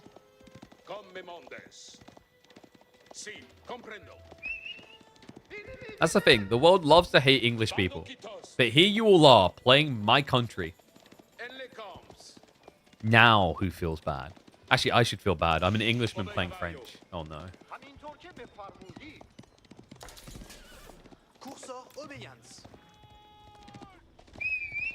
I think if you had to kind of explain French and English at low ranks, I think there's two ways of kind of defining it. Like, you're either a French player and you know how to win in the first 10 or 15 minutes, or you just GG. Or you're an English player and you're not quite sure how to win the first 10 minutes, so you just play the late game and they GG. If I had to, like, stereotype and broad stroke, that would be the way to describe it. And what is up, Samson? Thank you very much for the Prime sub, mate. Appreciate you. Remember, guys, get those Prime subs in. Living in the UK is not cheap. And you guys can give me a free sub to help with that. Like, legit, it costs you nothing. If you got Prime, you already paid for it.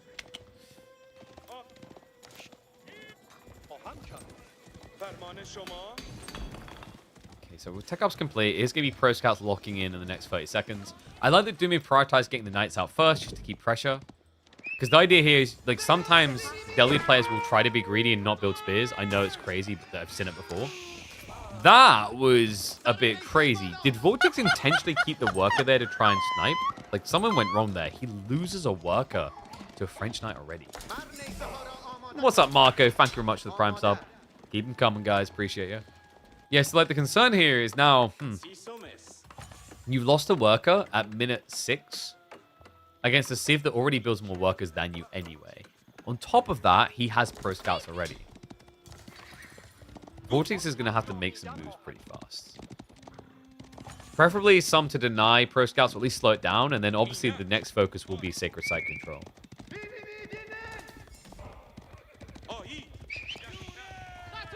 People aren't allowed to build stone walls before Castle Age. Why is that a tournament rule? Because it's silly otherwise. It's just... allowing stone walls in feudal age is really, really silly. On some maps, it just leads to the most campy, boring gameplay. And, like, you know, to be honest with you, the only reason why they didn't move stone walls to Castle Age by default already is because casuals in low rank like it so much. But everyone at, like, high rank agrees it doesn't make sense for it to be allowable.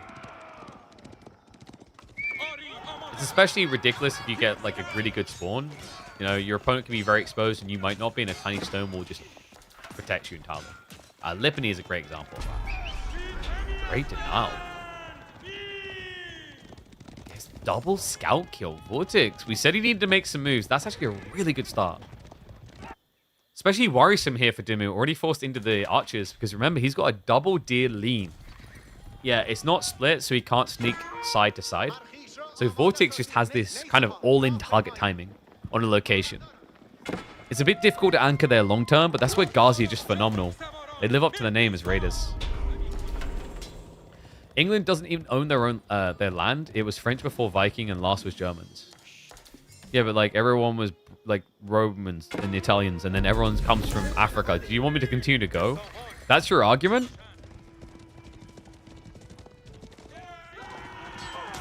I mean, in fairness, it's the one I use on Americans very effectively. They are basically just Europeans.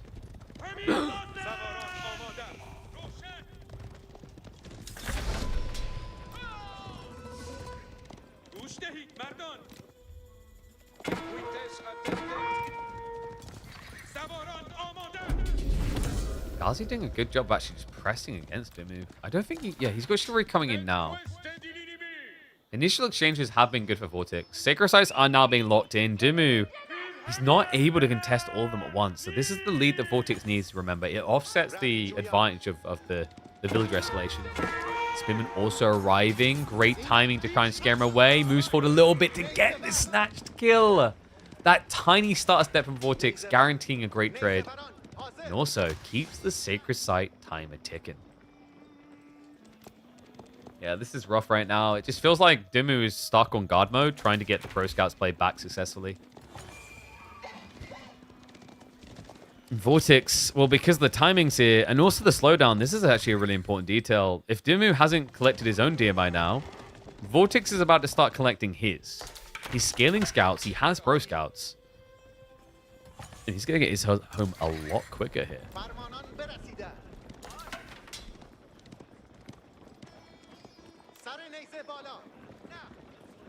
If you go back far enough, we're all from the ocean.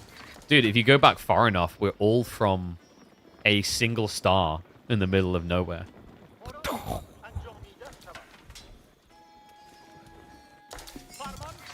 Just like many people's births.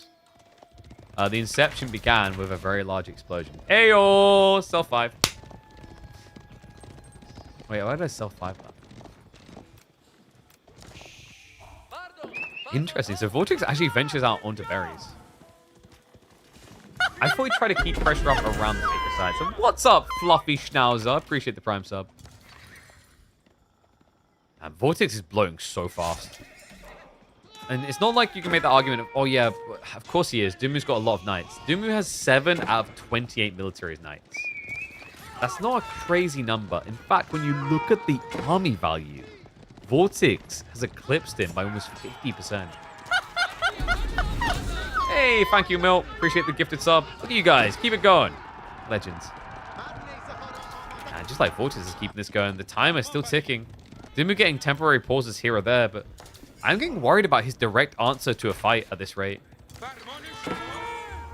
He's building a worker lead over time, that's granted. But the pacing on this right now, I mean, this is, you see the value of sacred sites. Look at this, 375 gold gen, so about 9 extra workers. Means he's been keeping check. Add in the fact that he gets all of his techs for free as well. You start to see why Delhi can keep up with French.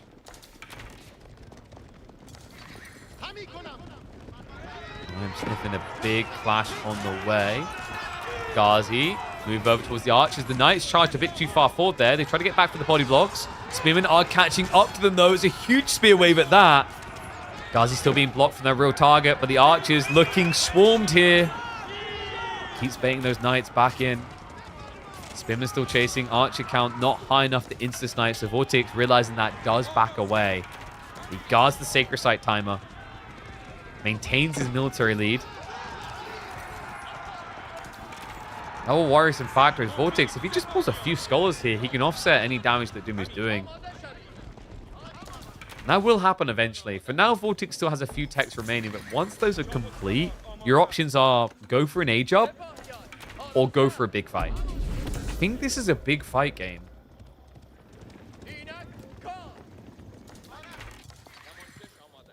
So the last of the deer about to be collected over here. Dimmu once again trying for that decap. Ooh, just about gets away. 1 HP on the knight. The Ghazi, they crept away from the main engagement. They go onto the gold workers. Dimmu realizes it, pulls away. That's idle time. That's going to be additional kills. As he claims 2 more souls. 4 down.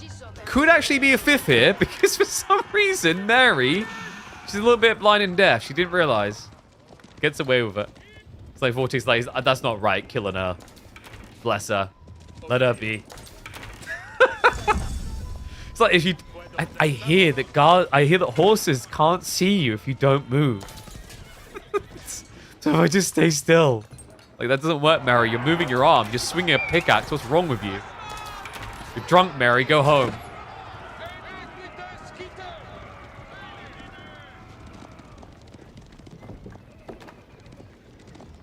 Vortex. Well, we talked about being an all-in, but after that hit, nah. He's ready to roll to the next stage. For good reason, actually. Dimmu, he did get something out of that last engagement. He decapped the Sacred Site. That time is no longer ticking. Vortex will be aging up. Dimmu. Cool thing about Gorge is just a straight line across the opening to the opponent's base. You can sniff out these timings. Ben has become suspicious. If he doesn't get contested on the Sacred Site, it makes it dead obvious what's happening. There's suspicion creeping in. It is, yeah. Ben's saving up himself. Dimmu holding some reserves. Not entirely. He's now in the realm where when he hears the tech up, he can just catch up. He actually might have a problem with that, though. If he spends any more gold on knights, he's not going to have enough from the initial vein. There'll be a giant gap on his tech timing. Bird. Queues up more knights. He's going. Vortex needs a food drop-off here. One elephant is really all you need to feel safe.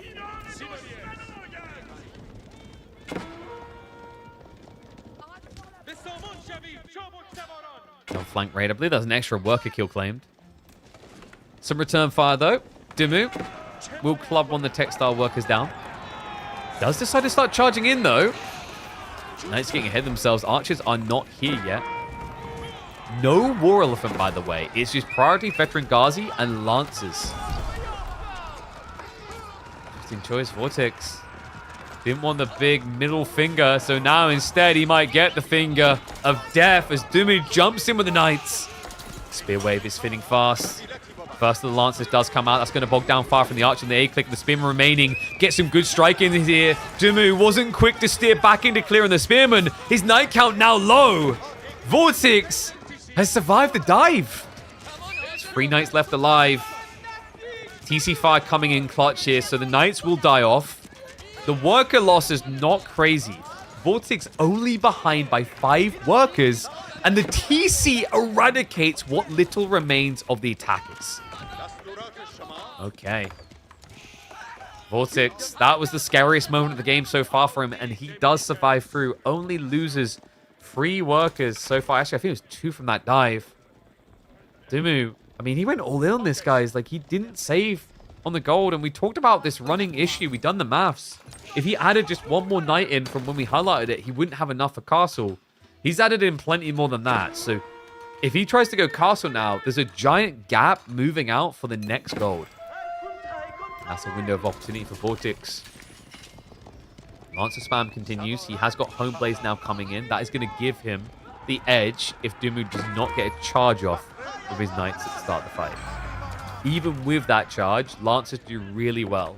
Because of how long fights go, you know, Knight is going to buff his damage with his charge. A Royal Knight is going to buff it by +3 for 3 attacks. So that's an extra 9 damage. Meanwhile, a Lancer is going to get buff damage of +3 always. When you consider how long fights are between Knights, you start to understand why Delhi Lancers tend to fare better. Yeah, I mean, like, even the math to start off with there. Like, you're +3 and he's always +3. It's just a loss. But Cantled Saddles can make it a bit more balanced for Dimmu if he goes for that. Because then instead of +3 damage, it's +10.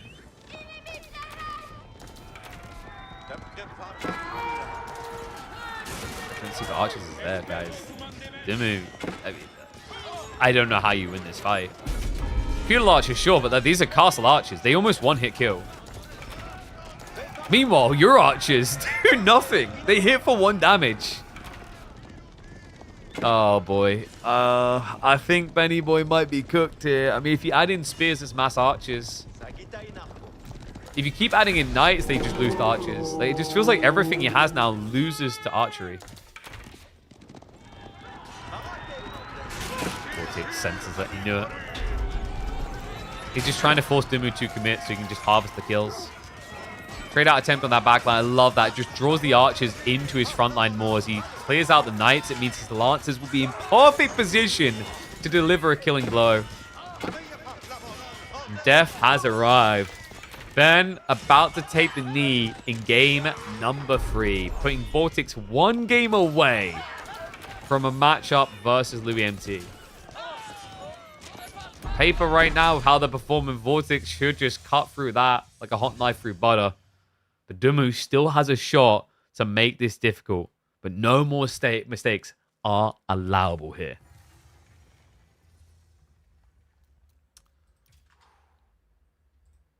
Delhi, Delhi, Delhi. What a sip.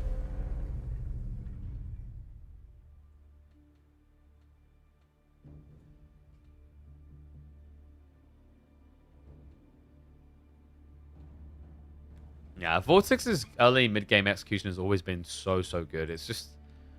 It feels like a litmus test to you being able to play the true game when you play up against him. So, Dumu has what left? Cliffside and... What was the other pick? Because he can either Cliffside this or he can...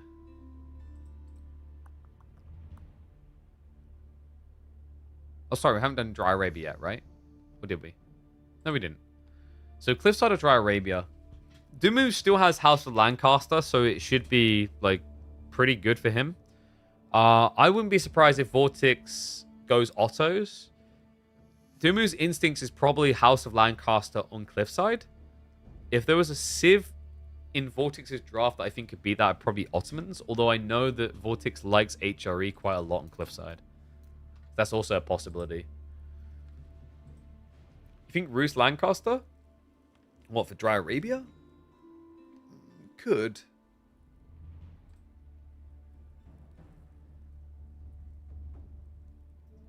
Dumu has both Shushi and Hol. But, like, Shushi can be answered more than the others.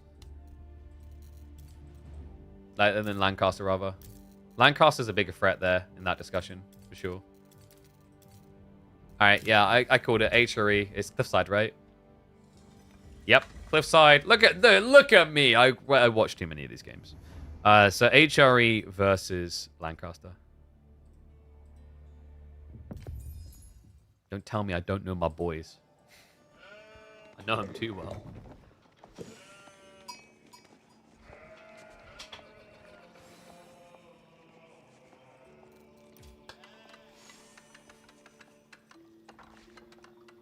Where are we at? Oh, I didn't mark up, did I? Is 2 points now for Vortex. Let's flip him around.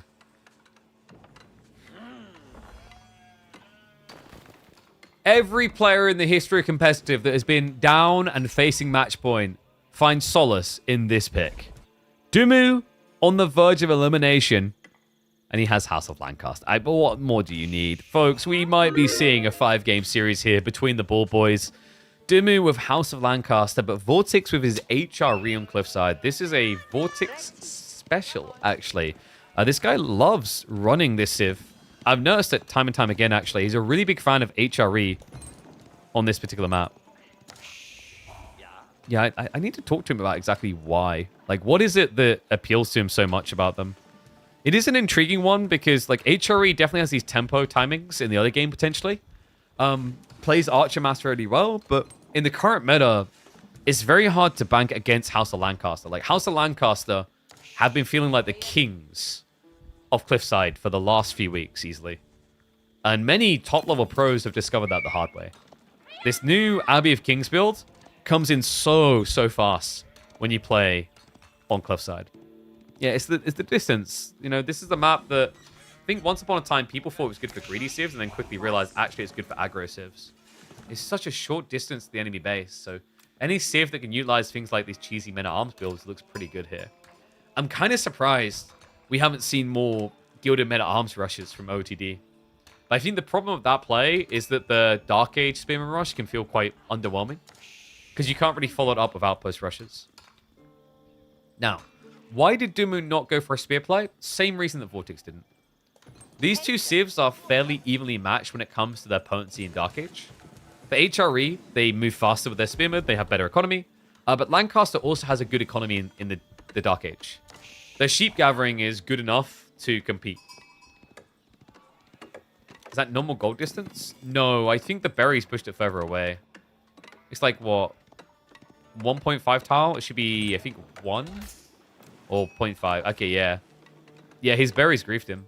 His berries actually pushed the gold an extra tile away. Stone is at least good for him, though.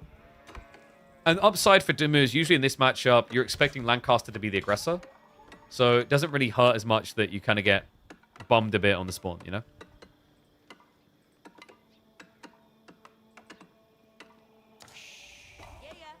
Oh, I forgot. Let's catch up to live for a minute away. I kind of like getting in the lobby a minute late. It just lets us speed through that like, brisk stroll from Dark Age to Feudal.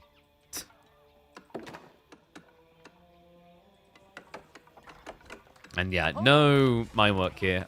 Vortex is not really a fan, actually. I've noticed that. Vortex and Lucifron tend to always go Aachen.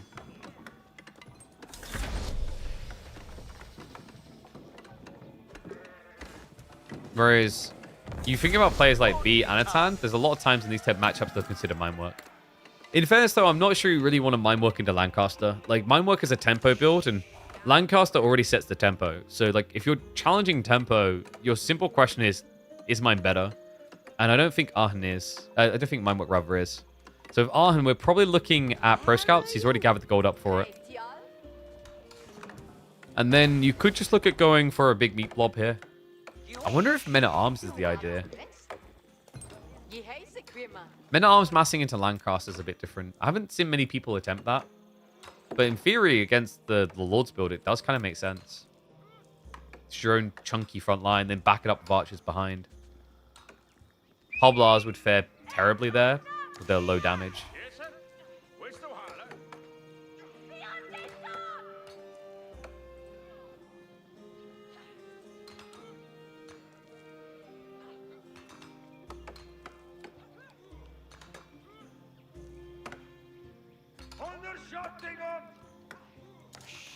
And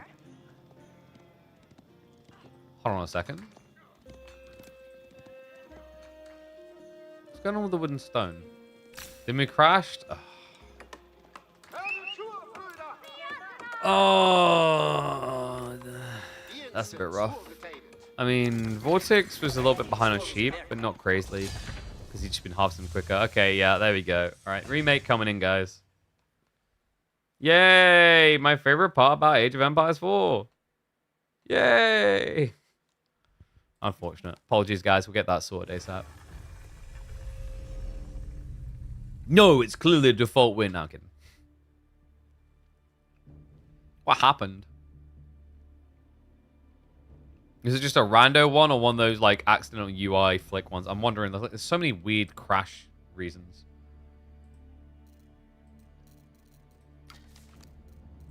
The boys should get in lobby now, so we should be in game in a second. Every time I open a tournament stream, it's Lancaster. I feel like some people just slip up letting it through. Like, it's ban-worthy. But it's like, right now, it's like you ban China or you ban Lancaster. We are exploring, so like, I mean, I'll give a little preview. For the DLC release, when the DLC releases, we're going to change the ban pick format to 3 immediate bans, 1 pick, 1 ban. We might do like 2 picks and 1 ban. I haven't decided yet.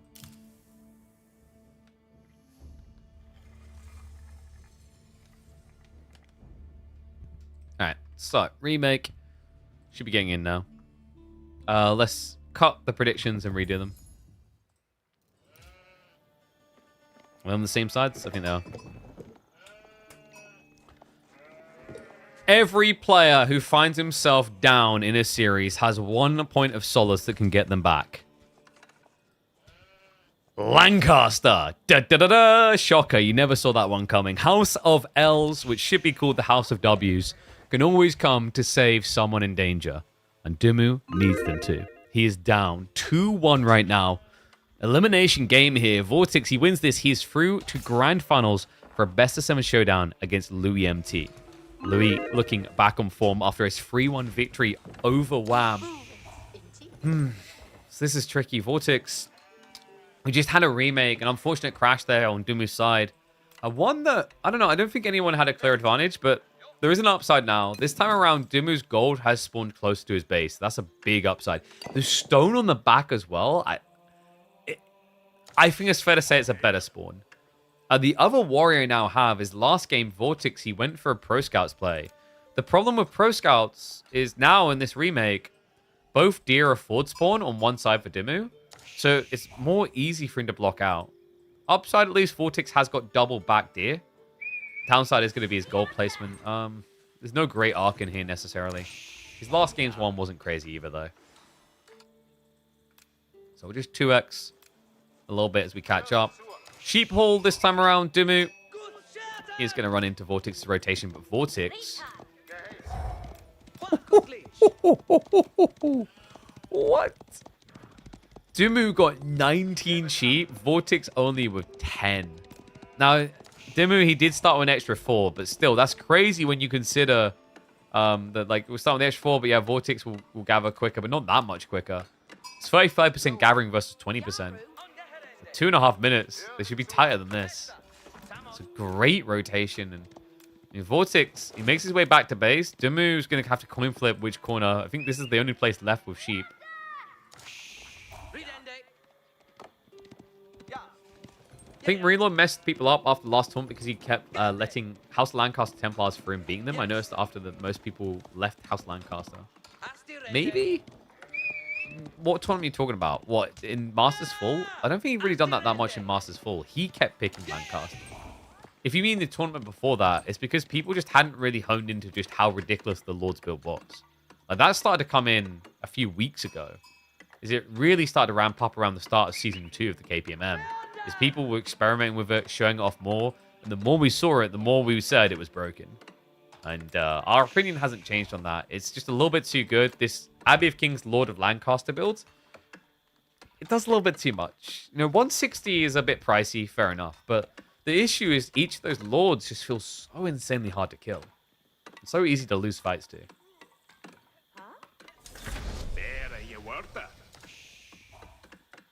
You don't understand the point of the bonus sheep on start.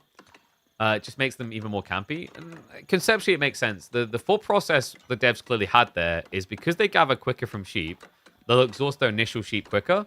So instead of punishing them with this, like, sheep RNG could screw them hard and they'll have to bring sheep home sooner, they wanted to give them a world in which they can kind of be out gathering additional sheep as long as an average civ would. In actuality, what happened is it just ended up a bit too good. Players got very good at optimizing around the pull. I think that buff could be reduced down to 2 sheep extra starting, and then it's fine.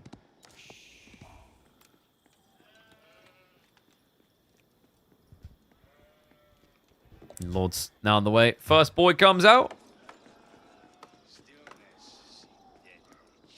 God, could you imagine how annoying it would probably be wearing chainmail and a crown? Just like the clinking on top of your head as you jostle around. Yeah, I can get over that. That would drive me crazy. Like, I would be one of those kings that's like, okay, someone pick me up and carry me. You know, give me one of those stupid little chairs. But Psychopath has arrived. Da, da, da, da. Also, explain to me why lords have crowns.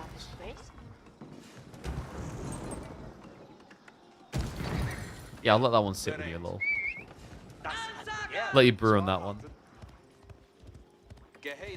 Vortex. Yeah, he's gone for Pro Scouts again, so it's going to be replicating what he done last time. He's a very big believer in Pro Scouts, as is Lucifron. They love it on the HRE in these type of situations. It's going to be Archer plus Horseman. Makes a lot of sense. It's going to give him answer to the potential Spearman you're expecting. Even if it's not there, you know, your Horseman can contest Hoplars. Or Civ is in the ideal place in regards to power to serve an example where Civ should be. Probably like French JD, actually. Maybe French. I mean, you're basically just talking mid-pack civs, right? The problem is, no matter what you do, there's always going to be an OP civ. It's very hard to get a perfectly balanced meta where every civ is viable. Especially in a game like this, where it's just designed to ways of like certain civs countering certain civs.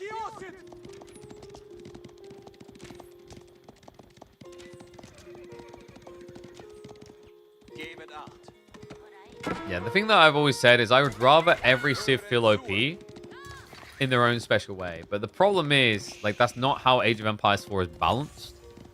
And within that, like, yes, I want every Civ to feel OP. Because the reason you want every Civ to feel OP is if every Civ feels OP, then everyone enjoys playing their civilization. But if you have Civs that feel OP and Civs that feel like trash, some people do not want to play their Civ. That's a problem because some people will only play one Civ. So now you've driven people away from your game. The problem with Lancaster isn't just like things like the Lord feel OP. It's the other elements that are considered OP by the community are non-engagement points, such as the manas. Remember, before the Lords of Lancaster build, we had the mana builds, and they were just as toxic. The difference, at least with Lords of Lancaster, is at least your opponent's coming and fighting you, whereas the mana build was ha ha ha. You thought like I was gonna do anything and play the game. I'm just gonna sit here and macro.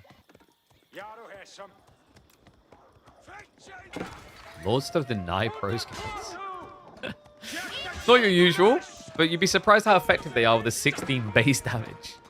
Scares the first scouts off. And this is actually perfect for him. He can block gold and the deer. There is one back deer stack for Vortex we mentioned before, though, so he has options. He can also play the west side, but that's going to get hard quick. Look at what Dimmu is doing. He's scaling fast in a Hobbler. He skips the Spearman entirely in favor of bow hobbies. Yeah, trying to get ahead of the curve, seeing the Spearman coming.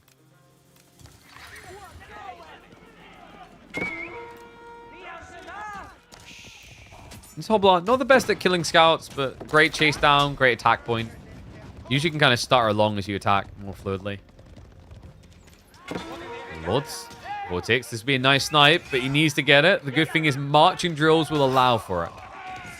Loses 2 archers, kills 1 Lord. That's an even exchange. Now getting into the undermesh to make it harder. Vortex with very limited gold to do anything about it, but has gathered enough now to get Steel Arrow past the undermesh. Lords. Yeah, luckily he pulled away. That could have easily been a second club, and then you've got 2 injuries that force you to walk back.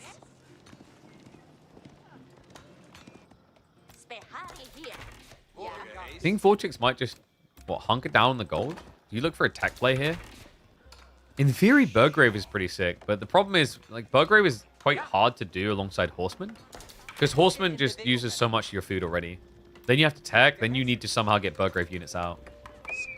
They just don't play nice together. It's like, imagine how hard it would be to do Yeoman Horseman if the Horseman were full price. The reason why this comp works so well for Lancaster is because one is more expensive and the other is much cheaper. Like, what you save on a Hobbler compared to building a Horseman allows you to build a Yeoman.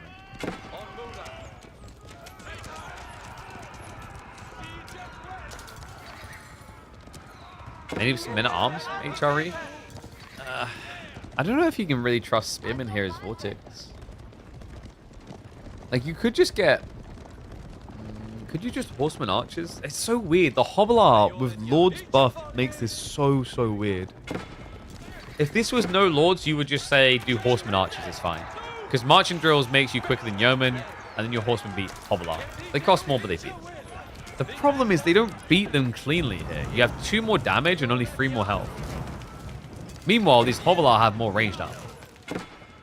Meaning the Yeomen are more impactful than the Archer for fight. It's just the Archers are better than Yeomen for chasing. So weird, this Civ. So yeah, like with that in mind, because you have to have Spearman, I mean, Men-at-Arms isn't a bad shout. There's another thing just eating away at your meat. Meat that Vortex does not have much of. It's exhausting the last of it already. Worker kills being found. Dimmu. The verge of finding his kill point here is Vortex is basically out of food. Yeah, with an Arhan build where he's built no farms whatsoever, you've got to be asking questions about where he goes next. Vortex marches out the base. Dimmu is bringing the whole army across here. It's going to be a backstab. Good news is these archers can run fast. Same with the spears. It's a giant game of dodge death now. Horseman will just dive into the main. Not able to commit though. Vortex. And what now? What's your upside now?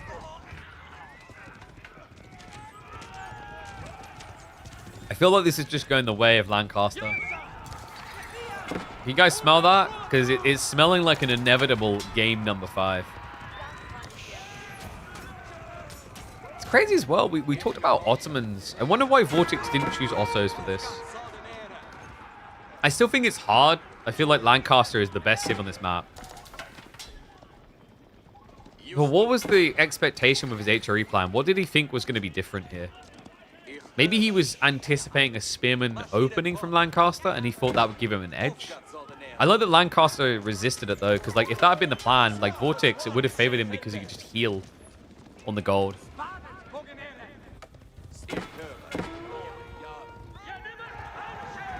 Good job of dodging death.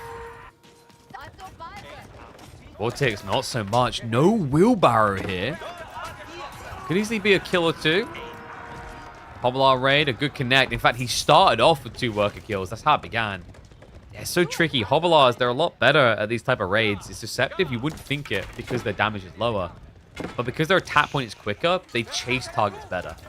Especially when there's no wheelbarrow. And, oh boy, that's going to be a big hit. Vortex. That's a third of his army. Just pinned in the corner by Yos. No way out of it either. It's going to be a step up. Horseman gets sniped first. Stand ground moment by Dumu. We'll lose probably 3, maximum 4. Wait, has he lost any? Oh my god, the Lords at the end. I think he lost 1 yeoman, make it 2. Great trade. And it's not done yet. Hobblars around the back. It's a lot of workers to go idle. Spearman will scare him away. Wave number 2 does feature yeoman. I think this is like the killing blow moment. Vortex is getting spread a bit too soon. A bit too thin, rather. A bit too soon. With Yo's now arriving, spears will get cleared, and that's going to give free access onto all of this economy down here. 21 workers about to go idle. There's nothing for them to do in the main base. He's only got 5 farms.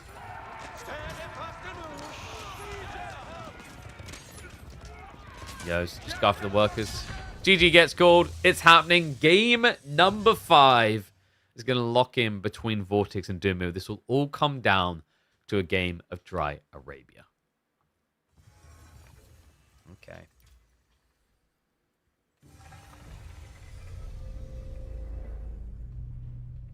No long games at all, though. No, these have been pretty speedy ones, actually. So, final pick, we're probably looking at, to round this out, what, Shushi versus Rus? English would be pretty wild. Did Dumu leave Liquid? Yeah, I mean, well, I don't know the details. My speculation is they probably, like, dropped him alongside... Did they drop all of their RTS division? They dropped a lot of it, no? I think they kept Clem, but they dropped... Dumu, they dropped... They dropped 2 more, didn't they? I think. They dropped a laser, I remember that. I noticed that. And I think there was 1 more, if I'm not mistaken. I think they only... If I'm not mistaken, they only have Clem now. Okay, so no, they got more. They got Clem, Cure, Mana, and Skillus. But they know they dropped a laser. Just checking if there's any others. There was a laser, Dumu, and I noticed another contract. Go. Their big sponsor left. They dropped a lot over many games. You mean Honda? Honda was always going to leave, though.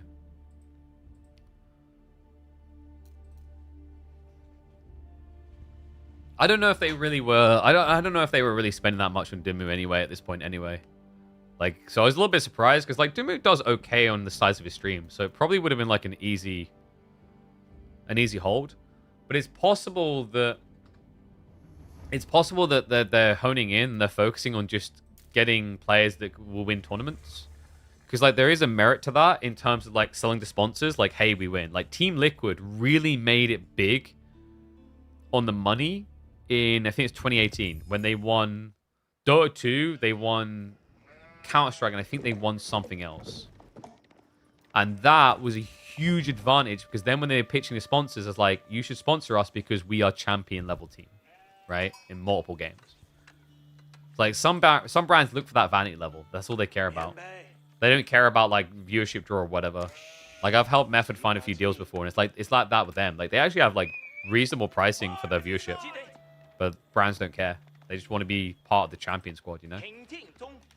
All right, here we go. It all comes down to this. The Battle of the Balls to be decided on Dry Arabia. Shushi for Dumu up against Vortex's Roost. We've got Pro Scout Extravaganza Civs to try and figure out who is the masterful bull boy. And I've got to give it to Ben. He's really starting to step up in the midweek musters for a second week in a row. We could be about to see Dumu in the grand finals of midweek muster. That's impressive. He did end up getting 4-0 by B last week. He's going to have to be on top performance here because if Dumu does make it in there, it's against Louis MT. And if you know anything about Dumu versus Louis, it is absurd how these two dance back and forth. I am a bit worried for Dumu now that I think about it. Like, we're currently at 3:30 p.m. UK time. So this could easily be a 4 p.m. finish UK time. Dumu's like usually winding down around now, maybe an extra hour. Just imagine if that grand finals is 4 hours long.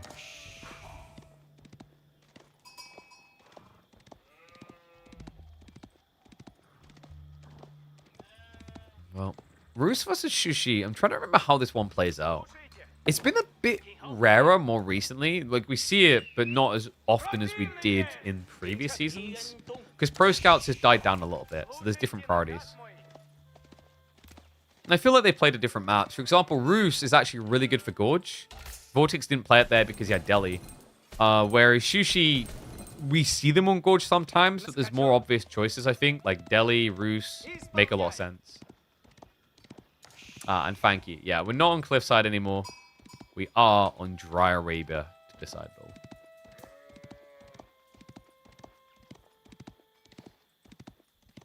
I think Esports World Cup will happen again for SC2. I think it's probably got like one more year in it. And then I feel like if EWC is still going on at its scale the year afterwards and they want an RTS, it probably becomes Age of Empires 2.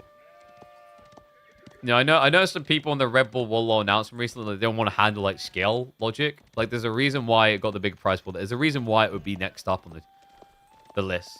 And I say this as someone who basically dedicates more hours to AoE4 than 99.9% of people, right? It just makes sense. But it would be cool to see multiple games be part of that. Let's get predictions up. I'll pop them up now for you guys. Got 2 minutes to get them in. So Dumu going for a very safe meditation garden. Yeah, I just kind of feel like gone are the days of pulling really far out for these things. There was a decent one up here for double gold, which I wouldn't mind seeing. But food is always a safety. Food, wood, stone works nicely here. The deer spawns, I mean, quite nice for Dumu, actually. Just a quick grab on the west side. If he needs to guard with Spearman, shouldn't take many. Vortex's is more of a split design. Is this a thing of TTS games losing audience or RTS games rather, or is esports teams losing relevance? So I think RTS is like, it's a fledgling genre.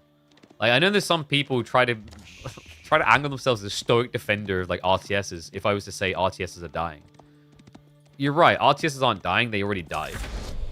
But they're in like they're in a recuperation or readjustment phase where like. It exists, we exist, but it's like, obviously, it's nowhere near what it was. To pretend that they didn't die with the decline of StarCraft is crazy. But RTS still has its niche audience. The problem that exists in, like, esports teams in RTS is, what's the point? That's a very big problem, is like, what's the point? Because, like, people, you know, for example, Gamer Legion done it in a smart way, like, with their brand identity. But, like, let's say, for example, they took the chill approach that most do. When you think of Viper, you wouldn't think of Gamer Legion. Or if you thought of Hera, you wouldn't think of Gamer Legion. You do now because of the way they've embedded themselves, but you would have thought of Viper or Hera. Think about the people that have involved themselves in Age of Empires 4. Even Gentlemate's Marine Lord. Do you think of Gentlemates or do you just think of Marine Lord? It's different. Whereas in like Dota 2, you think of, you know, Team Liquid. You think of Insane, you think of Team Liquid, for example. It's the other way around. Don't get me wrong, in Dota 2, players are the boss. They're in charge. They can come to times that they want. Teams are at their beck and call, really. Because teams have no real control. But compared to RTSs, there's at least a brand intertwining that makes sense. Whereas in, like, you know, RTSs, you can slap a brand on it. But unless you truly make a player part of the org, it doesn't matter. And like I said, like a good case study for that is Gamer Legion. Gamer Legion done a great job with that. So Vortex contesting the Pro Scouts play. He has got Spinman following up. Dumu, interestingly enough, went into Horseman. He didn't react to Rax yet. He doesn't have confirmation just yet.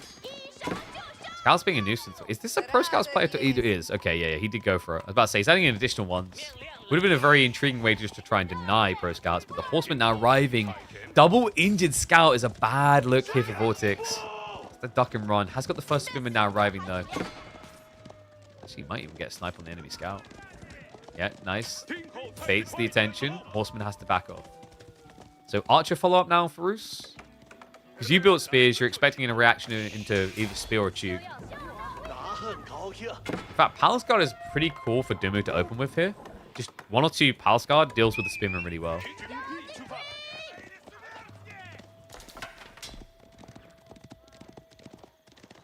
AoE4 needs to improve some aspects of his competitive mode to make it more appealing. Sure, there's that too. Like, what does a team get from being involved?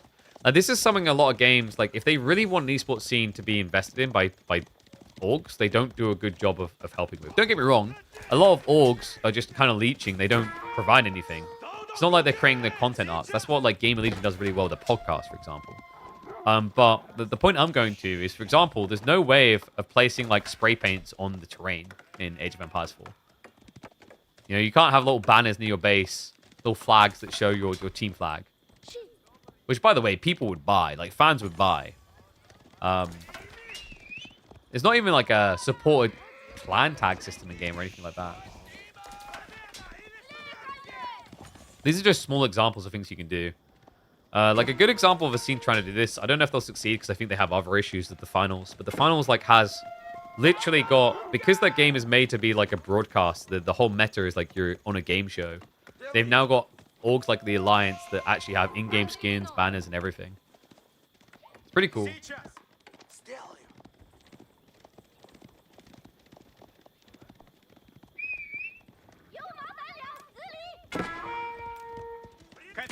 Vortex with the castle play now. Whereas Dimu has played Interceptor. It's going to work, actually. He should be able to find a few of the deer. See some of them running off. Maybe a little bit greedy from Vortex. I thought we'd see one or two archers, considering you're normally probably thinking archery range. Maybe instead this is a stables spam, but surely not against that many spears. No, there you go. It's triple archery anyway. So now Dimu getting an opportunity to take the deer advantage. He's going to snatch away 2 or 3 from the enemy side.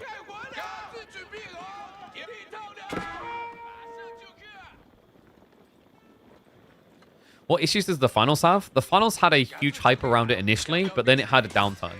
The challenge is recovering from their downtime. I haven't, like, I played a little bit of the game recently. It's actually quite fun. It's in a really cool place. But, like, they have the downtime to overcome, which is always challenging for games. Especially if you let your average view base go too low. And, like, the other issues from an esports scene is, like, obviously they're coming from, like, there are weird weird intersection between, you know, team v team and battle royale, if you think about it, because you've got more teams than 2 fighting.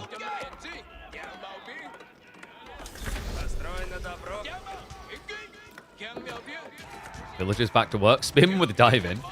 Dimu does have Mount Lu Academy coming in behind. Am I the only one that sometimes looks across and sees Lu Bu in my head? Mount Lu Bu Academy. Oh my god, dude. That is the next landmark we need. Mount Lu Bu Academy, you just summon giant-ass warriors.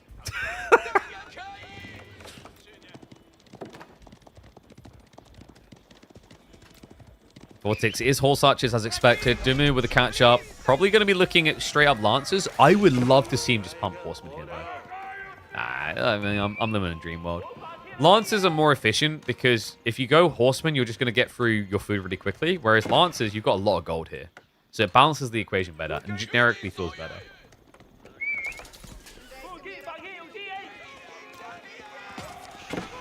Mount Labubu? No, Mount Lubu. Have I got no Dynasty Warriors fans in the chat? Come on, guys.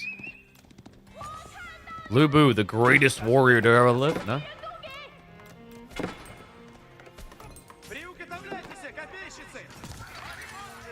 I think a lot of studios have learned it's best if they step back and let the market sort itself out. Yes and no. Like, there's a lot of silly marketing spends in the gaming industry right now, but sadly, there's also a lot of failure to spend on marketing where necessary. AoE4 is a good example of that.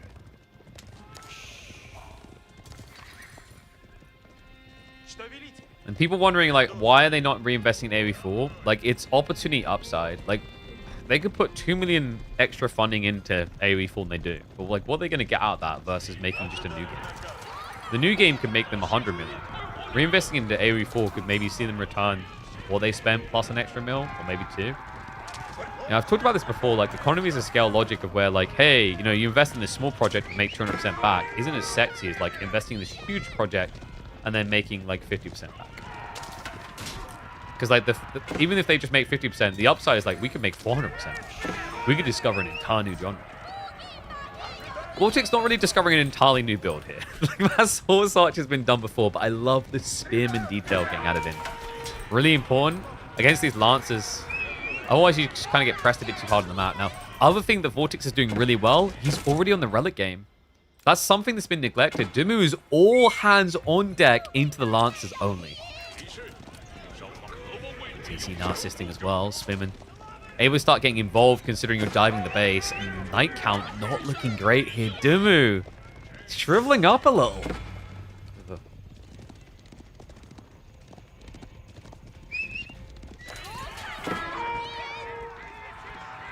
And yes, you are right that, like, Age of Empires 4 has developed into a competitive game, but the structure was not really ever there. I've talked about this before, like, Age of Empires 4 wasn't made to be a competitive game ever. But that's how the best esports games are made, in my opinion.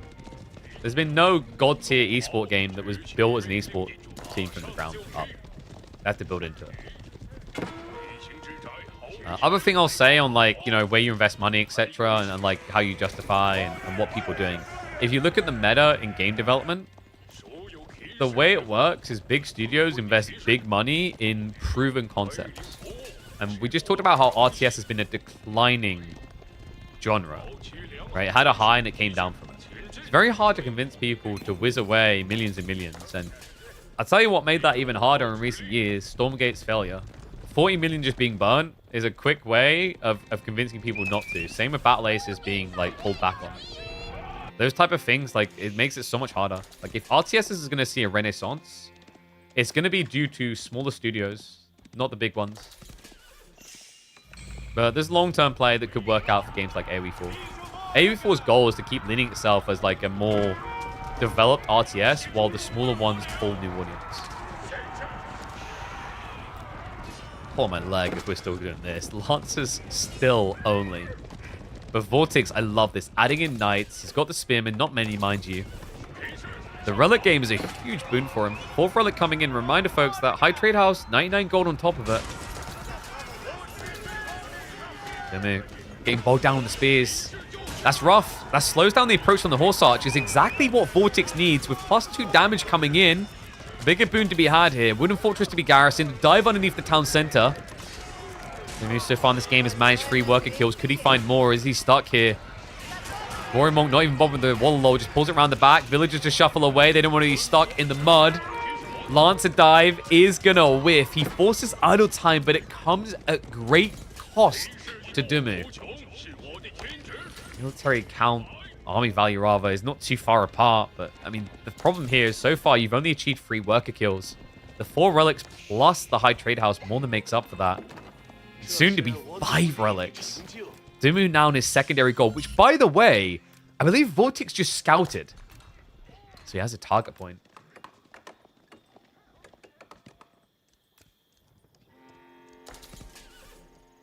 We have the definitive edition in our back pocket. True. When all else fails. I mean, I think I talked about this before. Like, in a weird way for Age of Empires, like, if they just rebranded Age of Empires 4 into Age of Empires 5, and they chose the right time where it was in the best balance space has been, probably would be the best bounce back opportunity to go huge again. Like, kind of, you basically, you need to find new additions to add to the game, and then essentially do the Overwatch 2 play, but, like, not just rug pull people after they purchase. And that would be, like, if you wanted one big RTS to resurge, it would be that. Or StarCraft 3. But I think Age of Empires 4 is a lot more inviting to casuals, which is why, like, an AoE5, where it's basically just Age of Empires 4, would work better.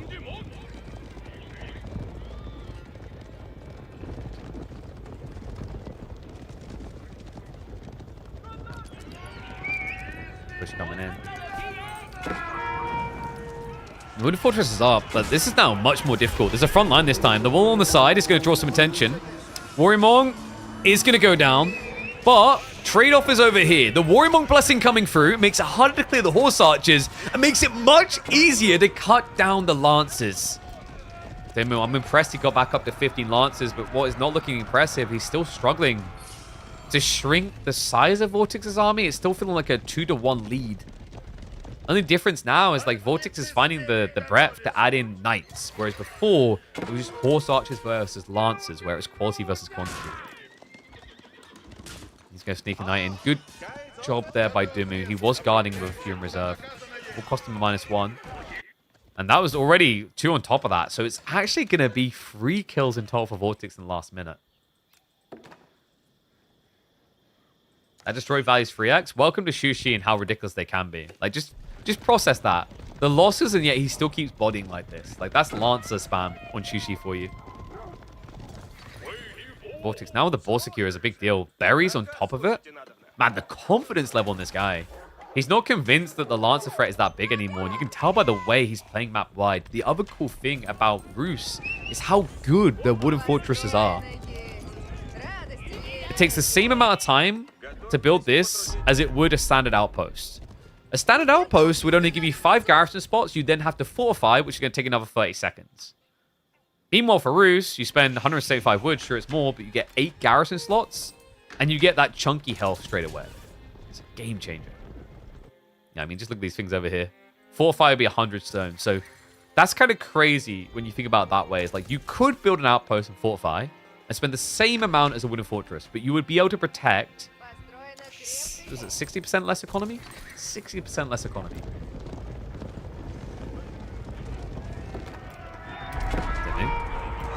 Download more Lancers.com, but this time he's up against Boy's Fortitude. It does chunk Vortex up a bit. He's also got the Warrior Monk's Blessing. It's going to start to connect here. Love the way he's just finning the herd with the Knights here. Just holding a small choke point so the Lancers are actually wasting a lot of their time running around, which is why this fight looks rough for Dimu. Kind of crazy, despite the fact he's getting that military count closer. It's choices like that by Vortex to just kind of hug and play close. But keeping this Horse Archer comp in command of the game. And I love that read. Goes into Divine Light, so going to increase the buff duration from his Warrior Monks. Great micro there. He pulled the Warrior Monk away at the last second, so he has a buff opportunity here. Nice. Gonna go in again. Horse Archer's about to get buffed. There's the Juicer. Lancer's charging through. They go straight after the Horse Archers. The fight's weird now. Now trying to run away is difficult. He's committed. For the military count. It just doesn't change. And the problem here is, like, Vortex is mainly just Horse Archers. It's cheaper than the Knights on food. And as a result, you can just keep reproducing longer. I mean, the good news for Dumu is obviously playing Shushi. You have 20% more food on his limited sources. But guys, he's already running the limited sources dry. He's got berries here. These berries are already being tapped. The ball can't really have much left on it, I'd imagine, at this stage. Yes, 750. And the other thing that's really frustrating about Roost in these positions and dealing with them is their food dries a bit sooner, a bit later rather, a bit slower because they have 350 extra food per minute infinitely with the deer that keeps spawning. Still has a lot of berries to work with too. Vortex. He's turned his situation into downloadmoreknights.com. Now, people are probably wondering why in that big fight did Vortex pull the back Knights away? He respected the Dali horses. That attack speed buffer was going to favor Shushi.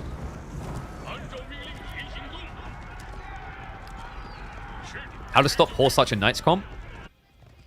Build Horse Archer Knight comp. Build more. I mean, here actually adding in Chuk would have been pretty nice, but that would have had to have happened sooner, I think. And most players don't like doing that at the start of Castle on open maps. It's way too slow. Horse archers. Now with the chase in. Dimmu. I think the knight count may be too high for Vortex. And what do you switch into? Do you go Spearman against mass horse archers? Do you go Chuk when there's this many knights?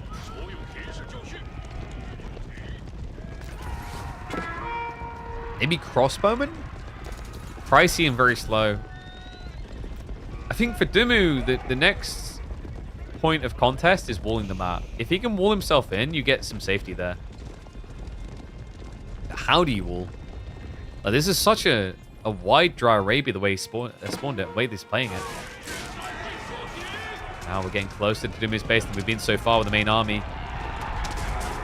Horse archers. They got the buff again. Knights also more tanky with this, remember. The armor and the DPS increase. Dimmu, I think he's on his last leg here. The knight count getting way too low after that clash. This is it. Ben, so close.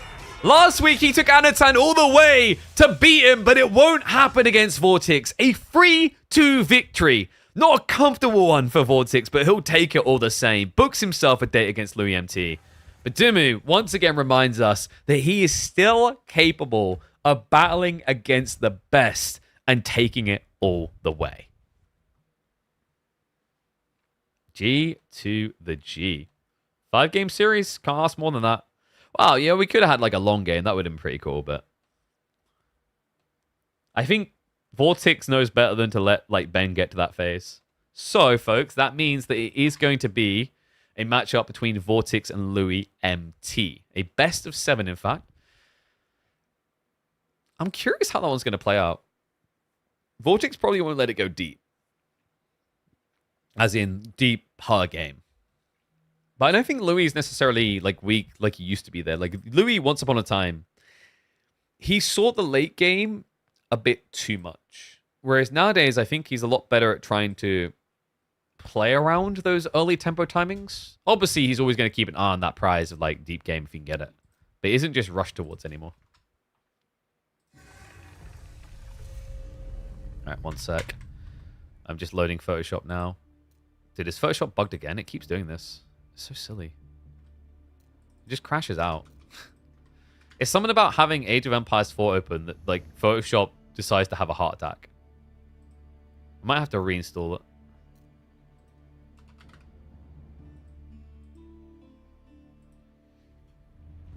Dimmu shouldn't win Zug Zug, but like once again, it's very hard to get into Chuk on open maps. Like you'd have to wall yourself first.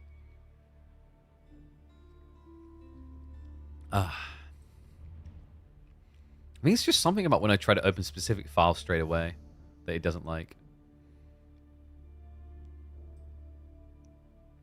Okay, 1 second, guys.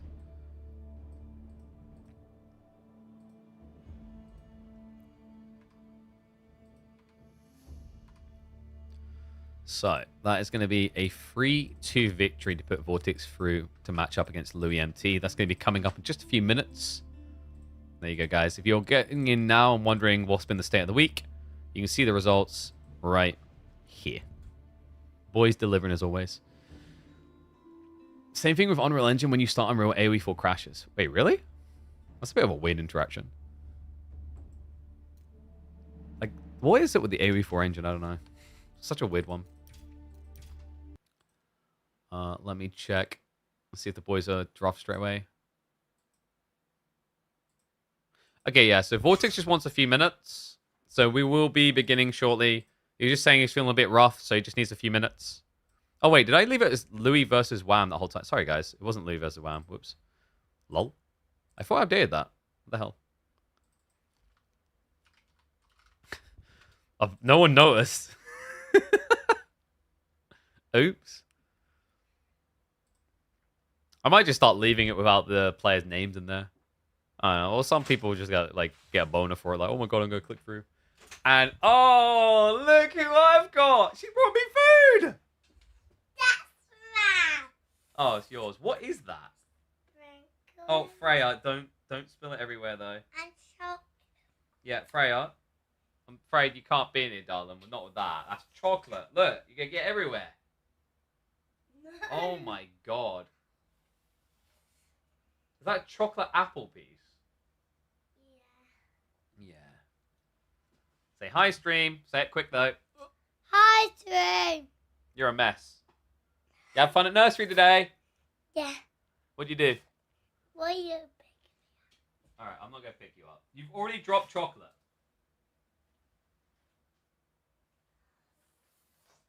Actually, that was a stone. I don't know how you got that there. Alright, Frey. You go play inside. Say bye, stream. Yeah, say bye, stream. No, you can say it there. Say it loud.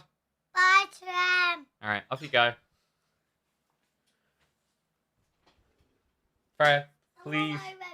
No. Go ask Mummy about it. I'm not having you fumble around here while eating. She's asking for a bite that's like deeply dug somewhere. And she's absolutely caked in chocolate. Love my daughter, but at the same time, I'm like, oh no. Like, this is the thing with kids you got to be careful of. They will put their hands everywhere on everything, anywhere. So yeah. I had to send her away. All right. So we are just waiting now for the boys to be ready. Let me update the score as well. So we have got Vortex through to grand finals. The boys should be drafting in just a few moments. Dude, my throat is feeling rough though. Holy crap.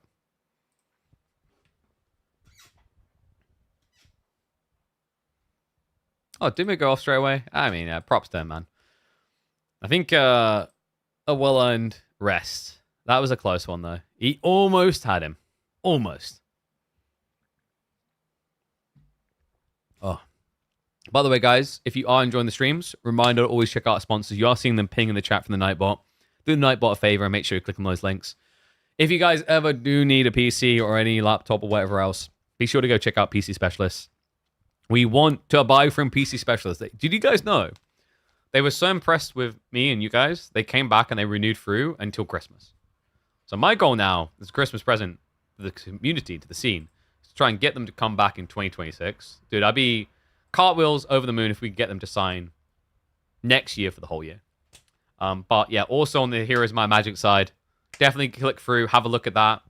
Definitely give it a look and see if it's your type of game. I think I might end up trying to see if I can convince Emma to regularly play that. I don't think she usually likes competitive card games, though.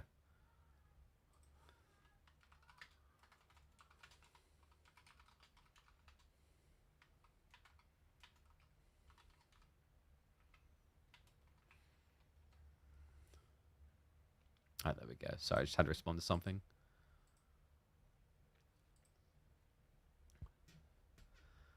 But yeah, I think for Age of Empires 4, I don't know, I'm going to start trying to figure out casual content.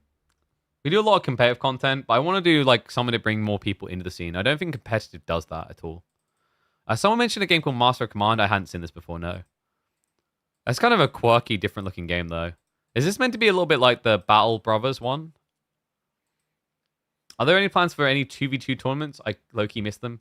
Probably not 2v2 tournaments, unless I can get Microsoft to approve funding of probably about $10,000, in which case I would do a 2v2 tournament featuring pros coupled with content creators from outside of Age of Empires 4. But that would require funding to justify it. I don't know if I get that. I would love to. Freya, no, you're covered in chocolate. Off you go. But it's all gone. Yeah, it may all be gone, but you're covered in chocolate. Out. Off you go. No, Freya, I'm not cuddling you. You're caked in chocolate. I'll cuddle you later, okay, darling? Go ask Mummy to clean you up. That girl is not getting a cuddle. She's like, you know what she looked like? She looked like one of the vampires from Blade 2, where they got all the blood down their chin. She's just caked in chocolate here, all on her chest. She's like, I want to cuddle. I was like, later, darling. That would be ideal. I mean, it has to be at that point. Otherwise, how am I going to get big content creators that have 1,000+ viewers to come in, right? People that would be bigger than Beastie to come in. It needs that. So yeah, that's what is missing. That's what's needed. But getting that funding is a challenge. I mean, if I have any like Monopoly men that watch my streams, reach out. Let's make it happen.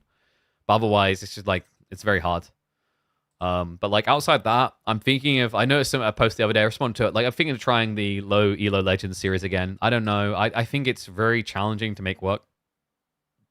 I don't think it's an issue of how we cast the games. I think we've done a great job of that. I hope that doesn't sound arrogant, but like I think we did.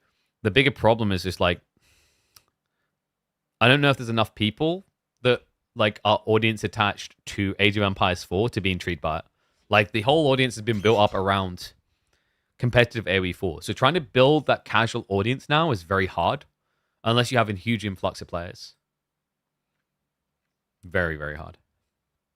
But yeah, we'll see. So where is Draft Bliss? Also, did I close game? Oh yeah, I did because I had to open Photoshop. Let's get it going.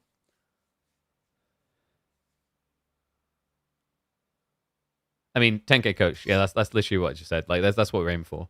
But like, if I don't have $10,000 for a prize pool alone, that's not gonna happen. You're just not gonna get the people. Not getting the people that matter, right? Like going and getting people like, you know, let's say, I'm trying to think off the top of my head. Let's say like a Bo Cohen size creator is a great example. You know, get Turin to come play. Who else would we go for? I'm trying to think off the top of my head. Like usually I have a list ready to go in my mind. Like getting a bunch of the EU4 guys in could be really cool. Although like wouldn't be able to do it right now with EU5 coming out in a month. But like with those guys like Flurry Worry, getting him on board. Like who else would we have that would hit the metric something of? Maybe like Kaneko. And then you just go around. Loco, Sing Sing. Yeah, Sing Sing is like a good shot as well. I could probably get Viper to come play, but I don't think we could allow it because he's got experience playing it as a pro. Same problem probably with Grubby, I think. But there's like other people that maybe like back to Warcraft, bringing those guys in would be pretty cool. Who else is there? I'm trying to think other niche RTSs that make sense. Like there's a bunch there. Like if I had a half a day, I could collate an entire list of like 20 creators, and it would make sense. Maybe have an occasional monthly FFA or team tournament instead of KPMM for 1 week. I don't understand what that does though. What are we looking to do? Oh, you want FFA tournaments? I don't think FFA tournaments is it. Like this idea that FFA tournaments is going to fix the issue of bringing casual in the scene doesn't make sense because like it's still a tournament, and like actually FFA tournaments can be more boring to watch unless you are able to financially incentivize really good players. And even then, you're going to have off times where, like, if there's a big tournament 1v1 going on, you're not going to get the good players. So then you have a situation like bringing in players that just sit in the corner and boom, or whatever. And then, like also the thing with that is, like, that's going to have admin costs that's going to make additional over KPMM easily. Also, like, the point of KPMM is open scheduling formatting. You can't do that with a free-for-all. That doesn't work with a free-for-all. Free-for-alls, you guys are playing at this time, this point.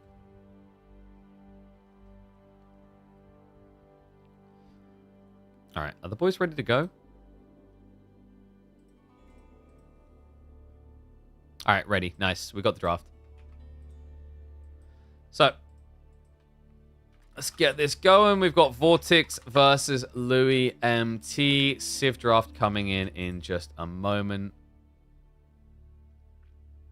A reminder, no map draft. Every map can end up being played here in a best of 7 if we go the full distance. We will be opening on 6-fold crossing as always, though.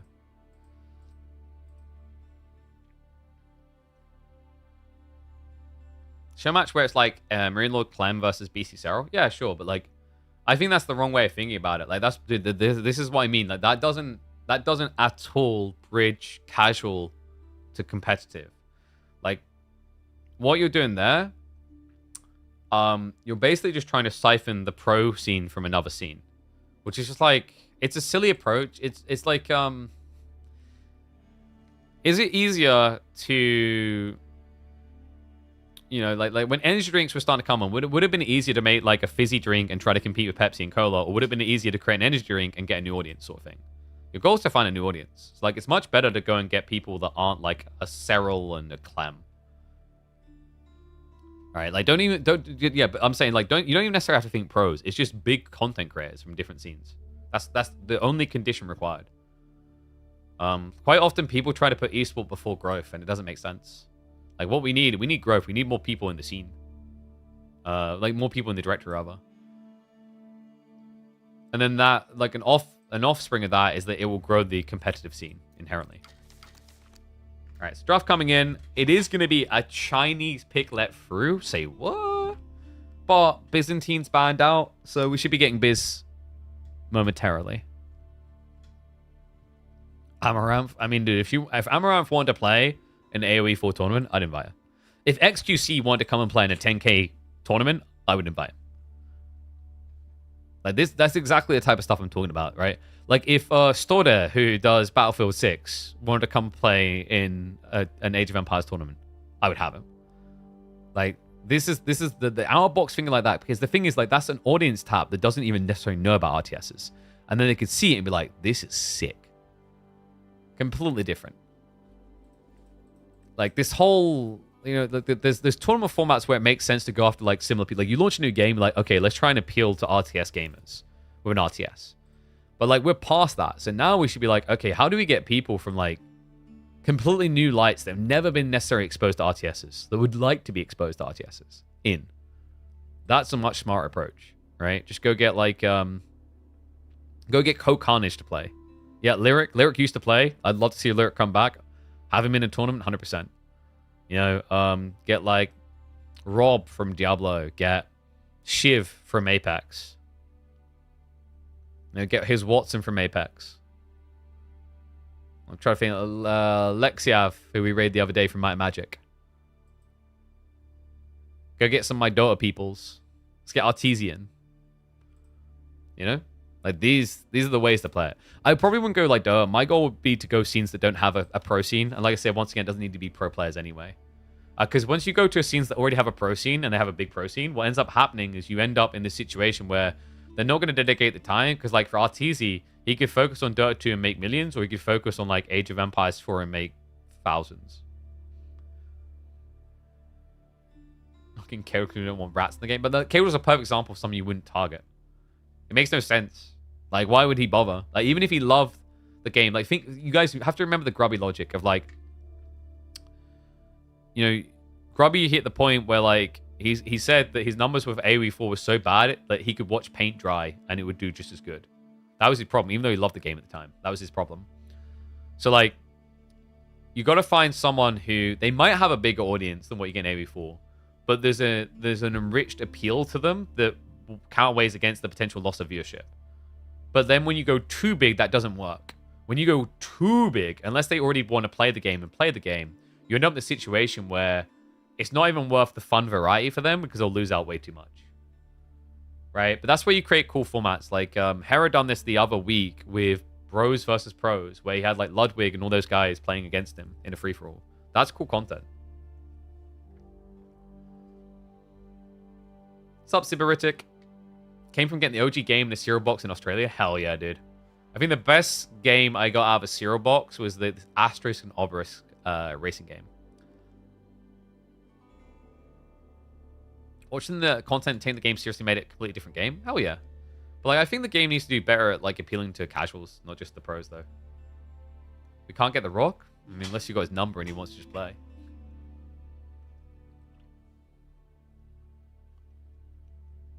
And yes, the three on the bottom are banned civs. They can't be played. Have I noticed less Biz play? Not really. If Biz is available, it gets snatched. Like, Louis just didn't pick it straight away because he already banned it. So he forces like, hey, you going to ban me or allow it? So Louis MT really loves Byzantines on this opening map, the new map Sixfold. So expect that to come out there. Maybe Henry Cavill because he already plays Warhammer? Well, that's a bit of a jump, though. Like, he doesn't necessarily play Dawn of War or whatever. What would, like, dude, like, what would work is Dawn of War 4, get Henry Cavill.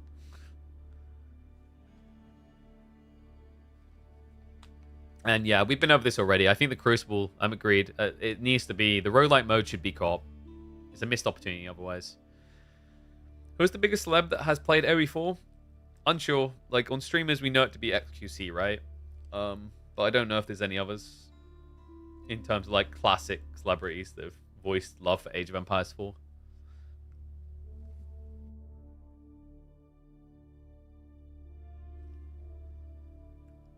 Grubby give an AoE4 run? Apparently he went to play it the other day and then just ducked out after like 30 minutes or whatever. I don't know. I didn't catch the stream, but I remember I noticed he said he was going to do it. I think he said something about the game has changed too much. And that was all that was said on the matter. But maybe someone watched the full stream and has more context. Shame. I was really looking forward to having him back in. I think Grubby was a really good positive force for Age of Empires 4. And like there was a hole when he left, that positive ambassador role that like no one filled really. Like we've got players arguing about like remakes or like getting up on stage and saying everyone else sucks. So you don't have that like if you're being fair, like we don't really have that huge content creator that's like just like the let's go bro type person, if you know what I mean, in AoE4 right now, which is unfortunate. Because I think it is very important. You know, if you're not from a scene and you're looking at scene, you want to have that type of person as like your entry experience. I think it's huge. It has a very, very positive effect on like your perception of a new game. All right. We have got 4 minutes to go. They're in lobby now. So we're ready to go shortly. Opening picks. Louis, he's not doing Byzantines for once. No. Shushi versus Ayu.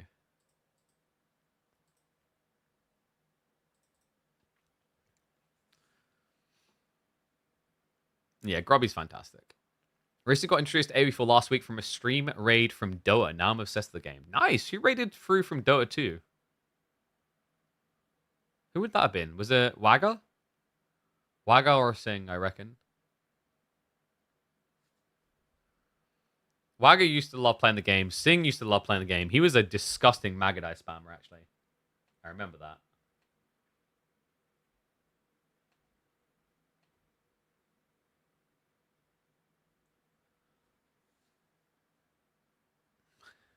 Which civs are the best for Louis MT style, raiding while booming behind?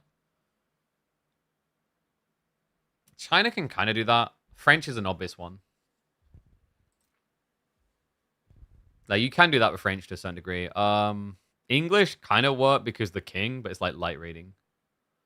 There was a Moo Dota 2 streamer that played AoE 4th bit. Yeah, I know. I raided him a few times.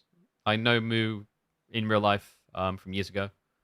Because remember, guys, like I started in Dota 2. So like pretty much anyone you mention from Dota 2, I'll know of or I would have met. But like Moo, I don't know, like he was on a downslide on Dota 2 at that point. I don't know what he's doing now. I think he might have just retired entirely from Dota. Yeah, he's inactive. He last played in 2024, so like he's gone.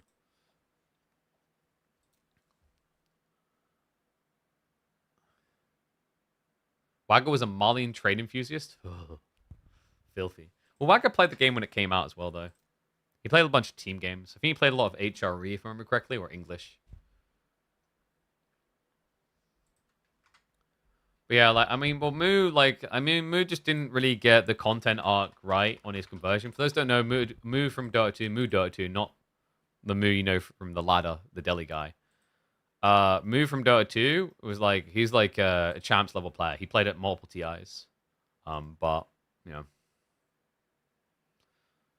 this has been a downhill journey for a while. I think last time he competed at TI is 2023. Just checking now. Yeah, he got 7th, 8th finish. Yo, what's up, Free Lick? Thank you very much for the Prime sub, mate. Appreciate you, and welcome back to the Swarm. Remember, guys, get those subs in. We've got grand finals ahead of us. It's the perfect time to sub, because you don't want to miss what's coming up next. Did I mention we also are one of very few creators with an exclusive look at a certain particular incredible upcoming strategy game. I think a lot of you may be familiar with a certain game called Anno. You guys may have seen the demo that we said was underwhelming because like it ended after an hour. We'll actually be able to play as long as we want. So we've got exclusive access to it. Me and a handful of other creators. So we'll be checking in on that after the finals and seeing how it is.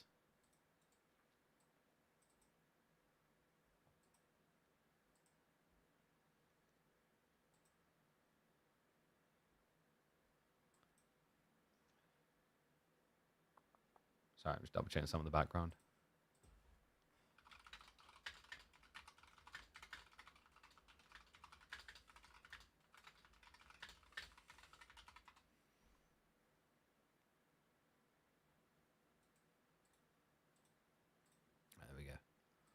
some important contracts in the background.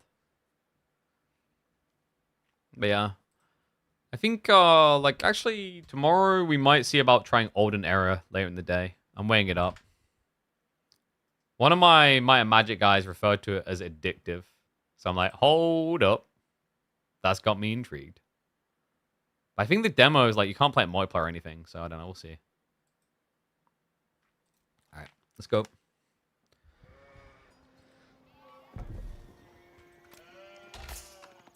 China is so back, and I don't mean the Civ, I mean the player. Louis MT back into Grand Finals. It's what you all wanted, it's what you're all going to get. But can he handle the Bulls' haunts? Vortex versus Louis in a best of 7. And we kick off here on a brand new map. Welcome one and all back to the Midweek Muster. It is that time of the week. Sixfold Crossing on your screen to open this series between these two.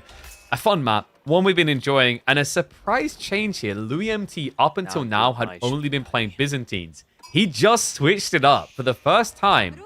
Instead, it's going to be an Ibid pick. And what's crazier is that Louis, he has the Byzantines. So he's saving it for somewhere else.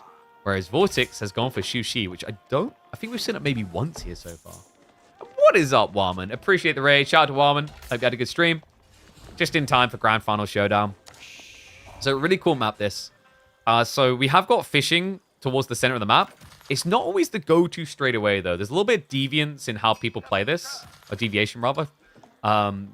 Sometimes they just boom up to feudal and ignore the fish entirely. Other civs do direct themselves towards this. Abbasids and Shushi are two civs that historically love fishing. But both are resisting. I wonder if it's because they're worried the other's going to do it. It is a bit of a gamble, because if your opponent brings an extra worker, then you're just disadvantaged. What is interesting about the Shushi pick, though, is like Pro Scouts isn't inherently powerful here. There's 6 deer per player in the center of the map, and the other 5 deer stack is really close to the enemy base, so it's very hard to just take that away. A lot of players might just grab it early.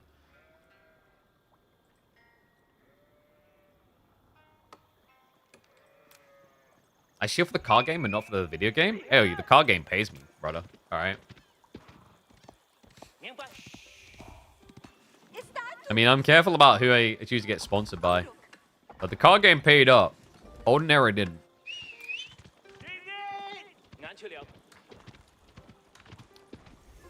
This is a pretty cool card game, though. The only thing I'm bummed out about with Heroes 3's card game is that, like, they didn't make it, like, classic card game where you can get the RNG. But I don't know. I kind of get why they didn't. I think they wanted to have just, like, a competitive scene. In fact, by the way, like, if you guys do like card games, I was talking to the Heroes of Might and Magic card game guys, and apparently they've already started to plan out a tournament structuring. So there will be a little scene for it. Eco Wing Growth Wing coming in. Other side of it, Meditation Garden. Ooh, yeah. Ooh, ah. That is not a very good one. That is very small. And sorry, let's get predictions in for game number 1. There you go, guys. I'll give you 2 minutes. I'm feeling generous. Yeah, so only getting 36 food and 25 gold. That's an underwhelming Medi Garden. Vortex with the follow-up. It is going to be a dog drop coming in hot. Good timing for it as well. Louis, he's a minute away from Growth Wing. He has no Dark Age pressure. So Vortex, he's going to have edge here.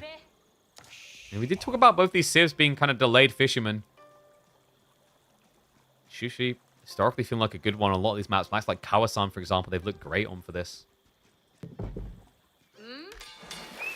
The drop coming in. I think we prefer Papa KP. It has less weird implications.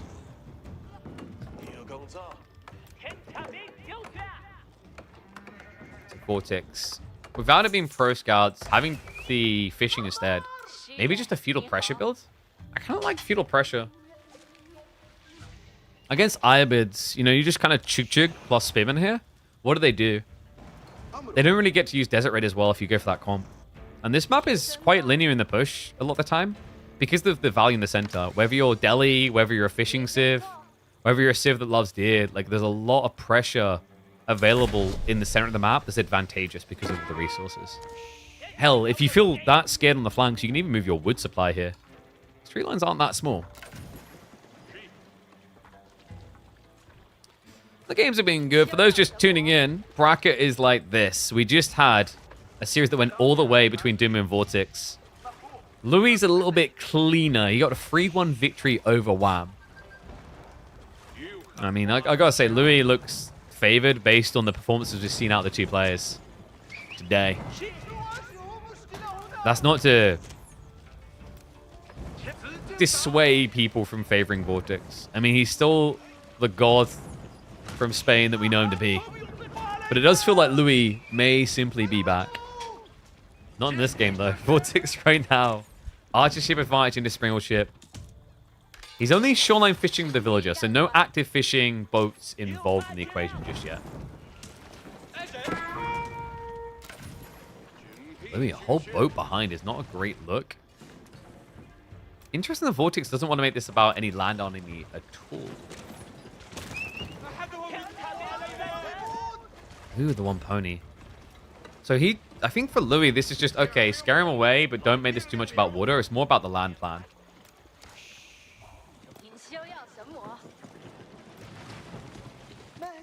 Louis now following up the Springle. So he's still one boat behind. And reminder, folks, this was a play into Growth Wing from Louis.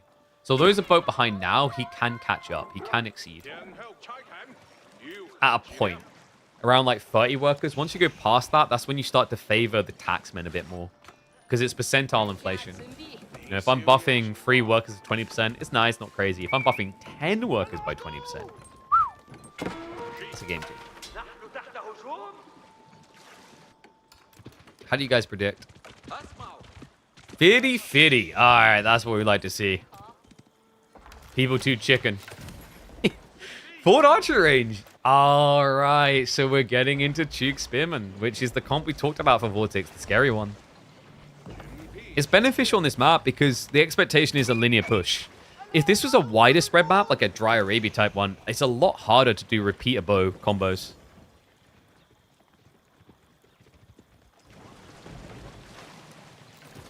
And the deciding map between Doom and Vortex was actually Dry Arabia. Yeah. Ironically, it was a Shushi pick that sealed Dumu's fate to lose.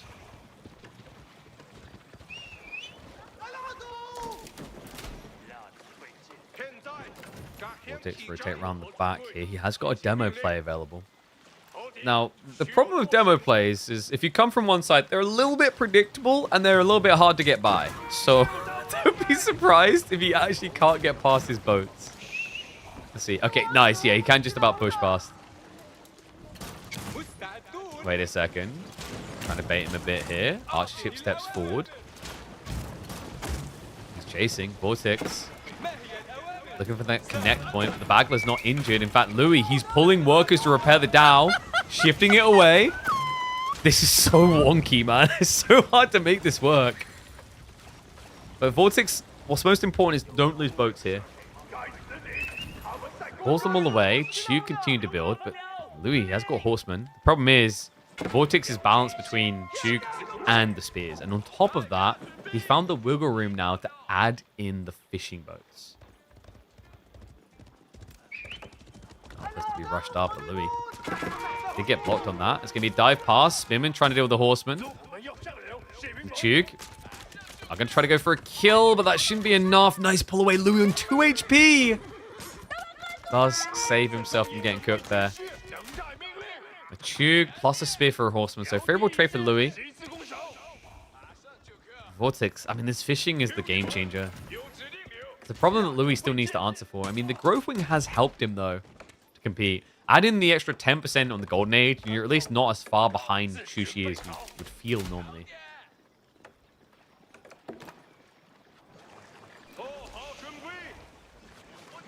Sprung count, like, is Vortex going too hard underwater? Like, this is very difficult, guys. Like, oh my god, someone just grease these boats up so they can squeeze through. This is so thin. This is ridiculous.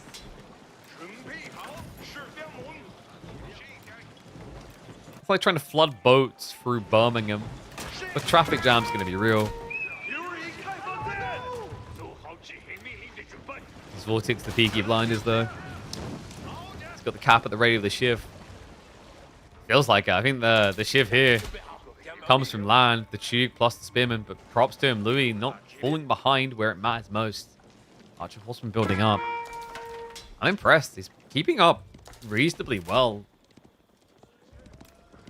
Like, actually, you see it in the numbers. You'd expect there to be a bigger advantage for Vortex. Growth Wing definitely has been making the difference.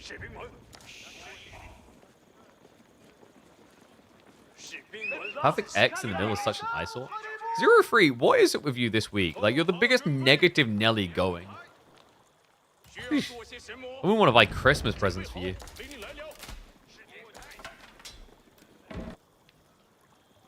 Like, socks? Really? You know what you do with someone who's ungrateful, they get socks?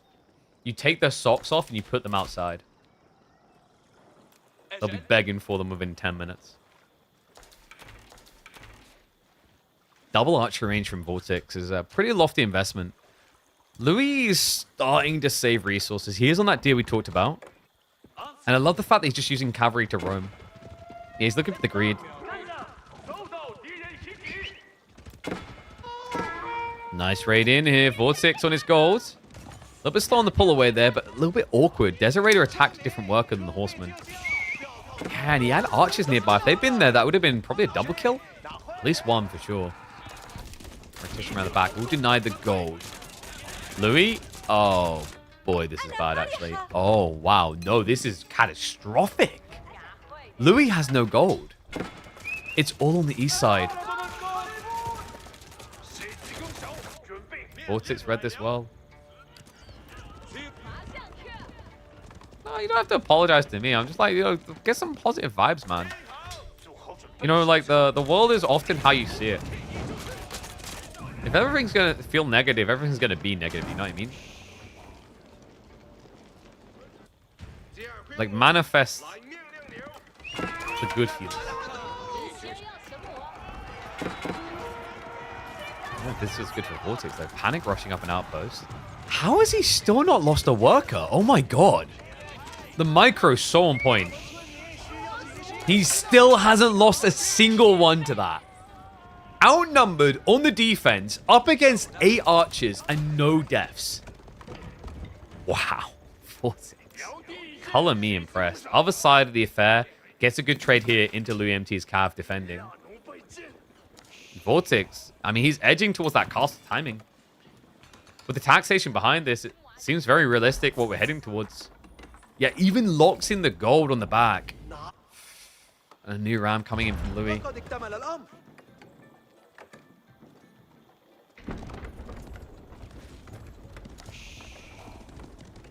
Never say no to socks? Exactly. Dude, I got so many...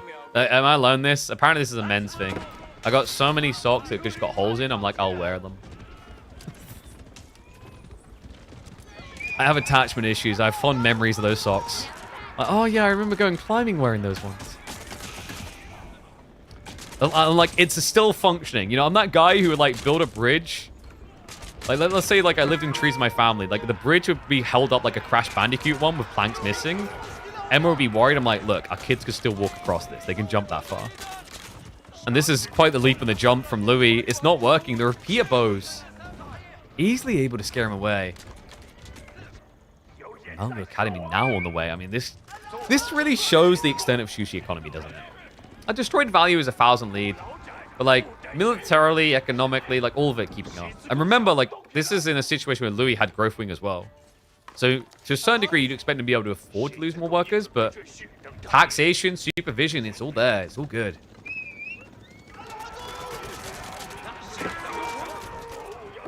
Vortex maybe a bit overly ambitious here. Yeah, I think this is the first time we've seen this. A claim on the 8k gold. This game, this map has always been decided by your side of the map and a straight run. But Louis plays it wider. Getting a good trade here on the chase down. A lot of tube dying as Vortex overestimates his position. He's got Lancers queued up behind this. Vortex even stacking his spearmen as they step up. Okay, what's Louis got? Can he keep this going? Because Vortex's food income, bad. He's only got 2 sheep left. This is pretty rough. He is on the deer. He's playing 4 deer as well. If Louis scouts this out, he can begin to starve him. Okay. kind of a game changer, actually. Vortex does see the rotation coming, so he should have the info to pull away. But also keep in mind the shoreline fish. There's not much left. It's what, 2.5? He's gone through half of it already. Lancers arriving is a big problem for Louis, though. He's been trying to save up, so he hasn't added in any Desert Raiders because, guys, you don't want to build Desert Raiders against repeater bows. So retreat away. Only upside for him right now is that Vortex cannot spam out a lot of knights due to the lack of food. The rest of this, however, is looking pretty grim. Yeah, and there's the desperation play. He needs advancement wing to get up fast, as expected. And, well, Vortex, in the meantime, they have the breeding room now to just vacuum relics. It's got decent-ish map control, especially around the center, which means he can play for the wider relics first. And keep in mind for Abbasids, they're a tempo civ, so if you lose the relic game, I mean, you kind of feel like you're one step away from a GG. It's really a big up point for them, and often, like by now, we would have expected them already to be Castle Age. Normally, we're talking about Castle Age 440 workers for IU.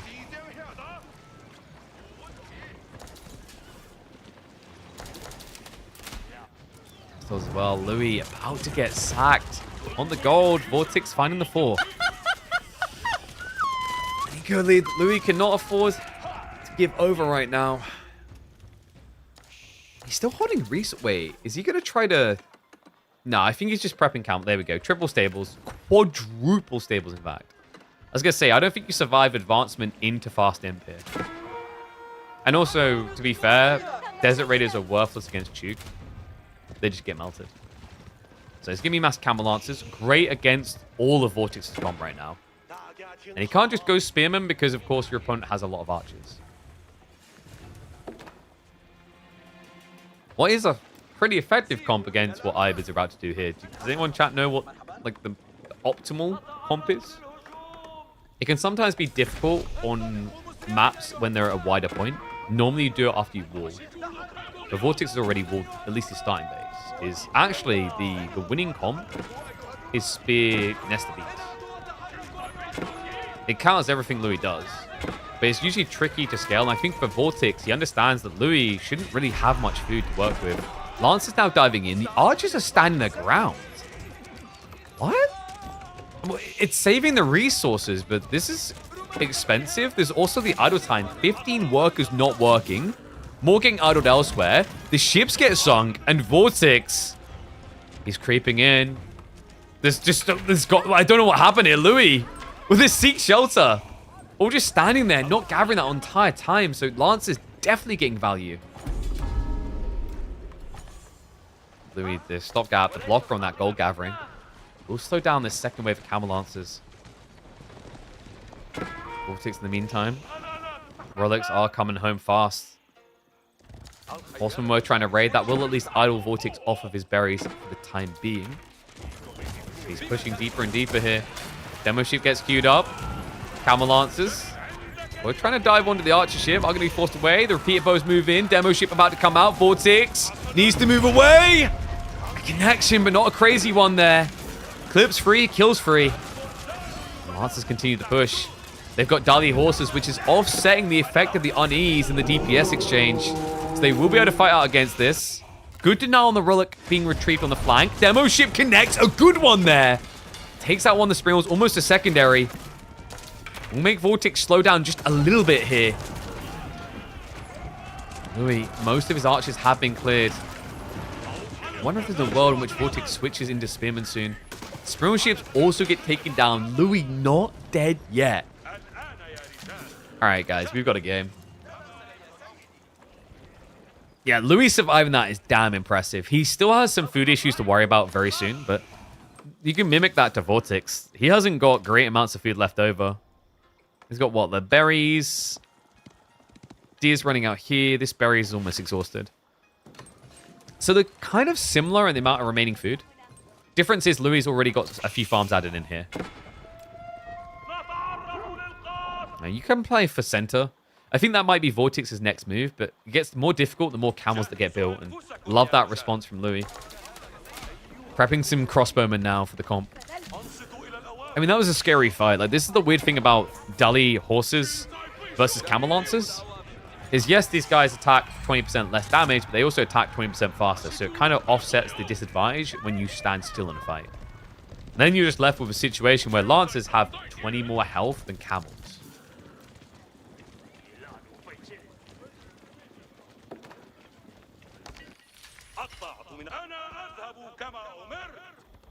Oh, and what's up, Monsanto Soybean? Thank you very much for the Prime sub, mate. And Smoothie as well. Thank you, guys.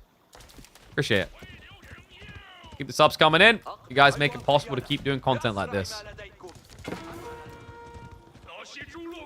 Keep getting premium players like this in our little old weekly tournament. And Louis is doing everything he can to resist more farms currently. I think he's trying to outlast Shushi to the farm transition. Because for Shushi, that's like their weakest point. Farm transitions are big and bold for them. Whereas Abbasids could do it gradually. But if he chooses to do it gradually, it's like over time you maybe open the door for Vortex to do it freely. How often are these the tournaments in this game? There's like usually 3 or 4 S-tier tournaments a year. We do 40 tournaments a year easily. So these are weekly. Every Monday, Tuesday, Thursday, and Friday on this channel. YouTube, Twitch, etc. You'll be able to find these. We'll come in here. Vortex still trying to retrieve that 4th. Yeah, he didn't scout the 5th. He doesn't know about that. It's so much easier, but he doesn't realize. Thermo will not connect. Outpost now being harassed. Villagers will look to vacate the area, but the Chug will take a few lives. And this is a big repeater bow mass. 30 bows now. Vortex. Has he got Louis' number here? It's a mirrored counter cavalry. I don't see Louis' answer to repeater bows. Mirrored dive, though. I love how often this has become the meta. People don't just defend anymore. They look to out-aggro. Those are getting in there in the Lancer count. Cam Lancers on the defensive. Thin in numbers. Yeah, Vortex, he staked everything on it. He left nothing at home to defend. So he's looking for that killing blow. Can he move through the base? Demo. A good idea by Vortex, but wrong position. Camels will sneak by before the connect can be made. This fight, though, and Vortex just looking much better for it. The crossbow count insanely low. Repeater bows to take up last of that. Louis had to vacate the base entirely to the flanks. That should now be dead obvious. Double Sacred Site locked in. No new demo ship. The camels will be able to sneak by. Lancer count is low, though. Vortex, he may have military numbers, but the actual quality of the army favors Louis now. What? That is wild. And not just that, the Camel Lancers on the flanks. Louis, he's out-aggroing Vortex. We've reached that point in the game. This is where Louis shines. He's one of the best players at optimizing flank raids with minimum numbers to get maximum impact. And he's doing exactly that. The Cam Lancer on the flank hasn't been seen. Louis is now going to be up by 10. Make it 12. And he's not done there. He's finding additional kills. Vortex has no food. Louis, you insane beast. Vortex was his signature sender. And he wasn't able to match Louis' success. Sakura Bluey type moment here. He continues to block out all sources. Louis MT. He plays like beastie, good at messy games. I think I think Louis gets a bad rap for that. He was good at matching up against Beastie's late game, but I think Louis plays a bit different. I think what Beastie historically done very well, at least when it was meta, was massing a very big economy to just flood troops down the sides. And it wasn't as much like a game of optimization on economy. It's just, look, numbers. He played that really well, though. For Louis, the thing I've noticed is, like, yeah, he can play that style. He's also very good at just getting these finite raid opportunities. Like, this is pre-farms, remember. He has limited food. And yet he's getting so much out of so little. Just attacking in here. One Cam Lancer here. One Cam Lancer there. And that Cam Lancer is back again with a vengeance. Which is odd, considering everyone should want vengeance against him. Dive into the base. Now a move on to the berries. Which is the distraction now, as Vortex is losing eco in the main base. He responds on the flank at least. But this is a disaster. Now down by almost 25 economy. A keep drop. Vortex is sending it. Okay, this is the cool thing. When you play up against Abbasids, Abbasids, they only have 2 landmarks. They're typically on the same location.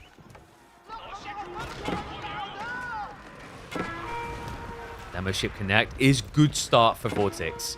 He needs to fin the Lancers. But farms are coming in. Louis MT now trying to sneak past the hardest point in his game. He just dried out on food. I think he's got like what? Yeah, 700 food left here.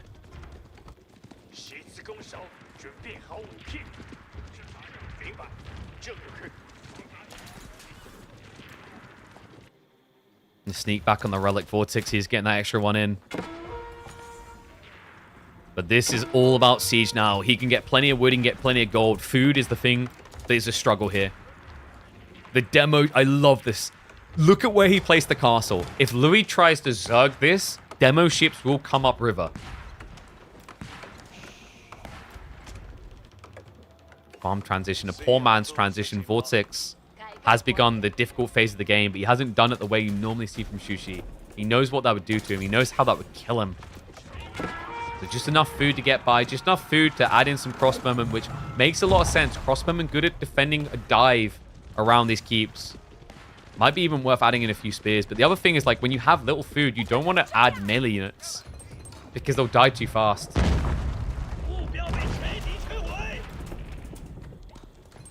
Louis, uh-oh, Vortex. Oh, that's a big one!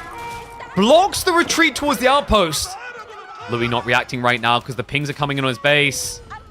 Louis? Louis? Oh my god, he doesn't realize at all! He's looking for his own raid. He's looking for a dive. The demo coming through, but it doesn't connect! The Chug, not a great answer against the Cam Lancers. Trebs are going to be lost, but Vortex got what he needed. He fished for the kills. He reduces the deficit down to just 12, halves the lead that Louis built up. Raids still occurring from Louis as well, though. The few remaining Camel Lancers on the aggression. Most of them have taken a defensive role.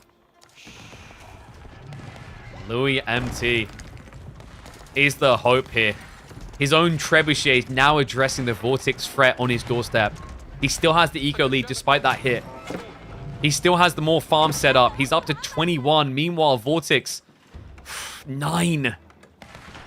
And remember, because Vortex is kind of gunning it for this siege timing, his wood is going into siege, not into economy.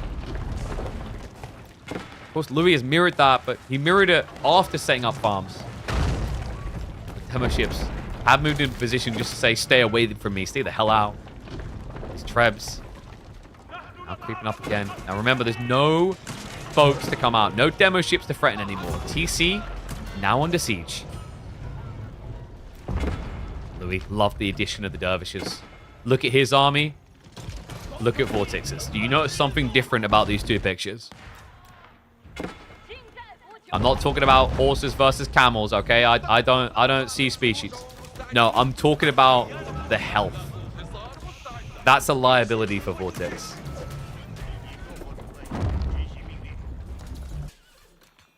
And yes, we are the only observer. I'm the observer, the caster, the producer. We do it all. You think I can afford people?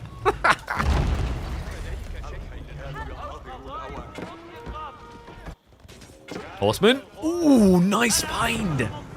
Well, so much for that eco deficit shrinking. We're up to 20 again. Camel Lancers charge on in. They see the Chug. And it's majority Chug new. Push through. And Vortex, he's running out of stone. He's struggling to keep this up. And the Horseman, the backstab, the surround! The kick to the face he needed. Louis gets in for the siege. He finds it. Master of defense, able to come through. Buffers away Vortex's aggression. Outraids him. And opens up this grand finals with a win. Man, I gotta give it to him. The more we're seeing him this week. Louis, we question it in the last major tournament. Has he lost his step? Can he find it again? This is a good way of starting with a yes answer. That was a crazy game. So well played by both of them. I don't even know where to begin with that one. That was sick.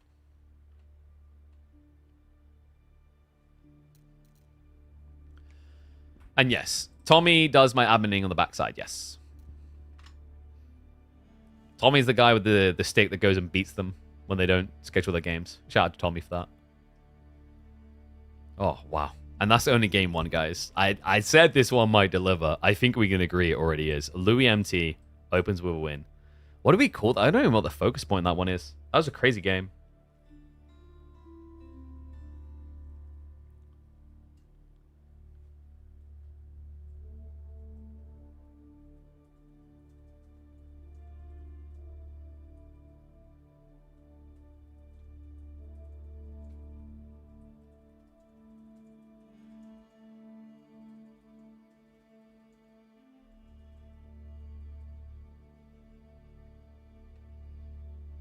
It's just called, I don't know. I put this map should be in wall law. Is that appropriate, chat, do you think?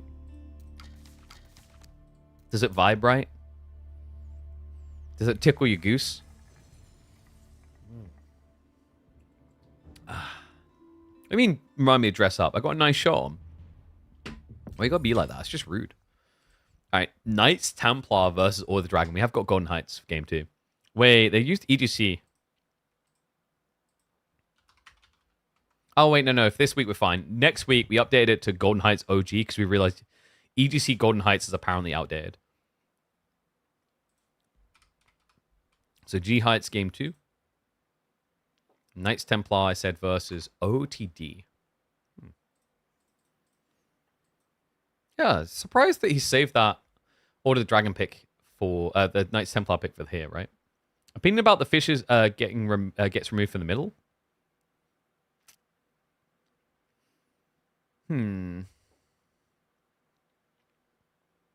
What if you just made it free fish instead?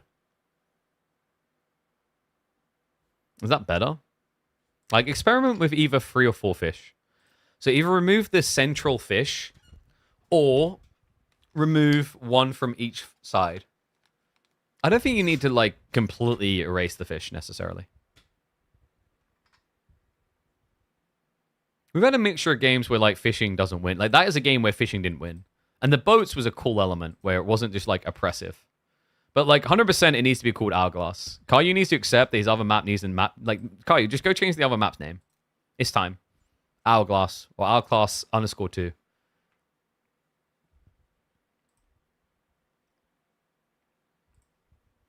Like, we won't stop until it's called Hourglass. Oh, Ty?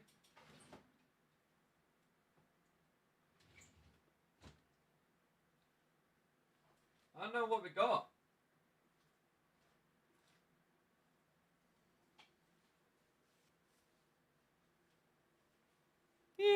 That don't work. Elephants, mate. Yeah, that works.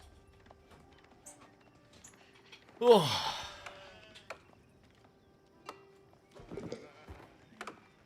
Oh no, I have to undo buttons. Alright, remind me to put it on after this. So we're too busy.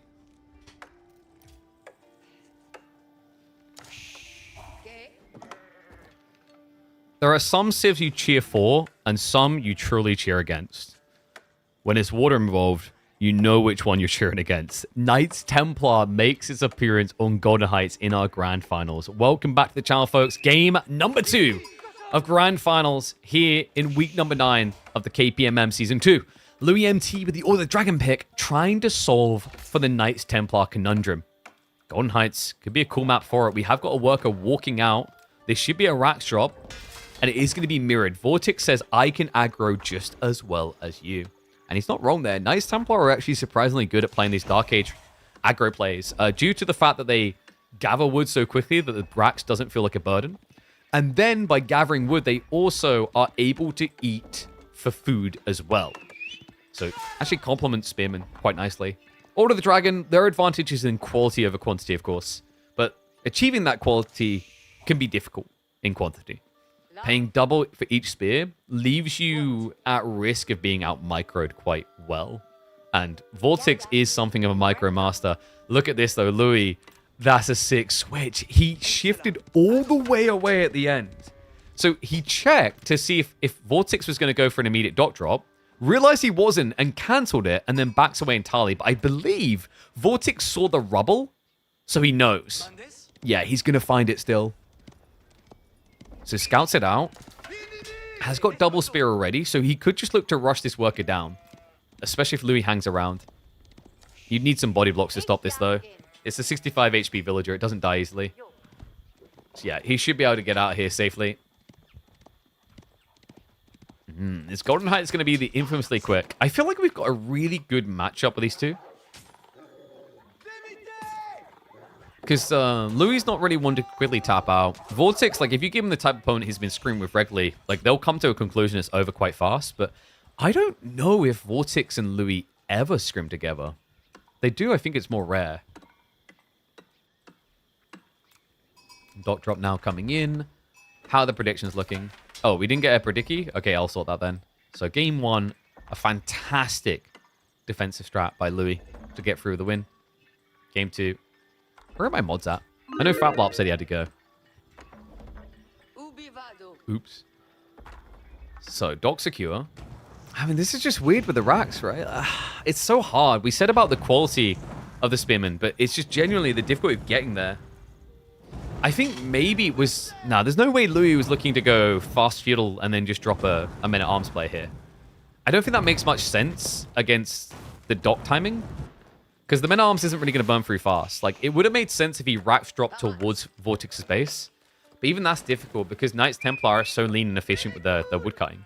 They can start on a tiny tree line and, oh no, I've been harassed, move across. Yeah, the walk is annoying, but you don't sacrifice having to build an extra lumber cap early like other civs would. When we talk about Demon Civ on land, we know which one I'm referring to, but Demon Civ on water often feels like this one. Interesting spread. I like that. So Vortex can just autopilot. In case a villager comes in, he'll be in position to stab.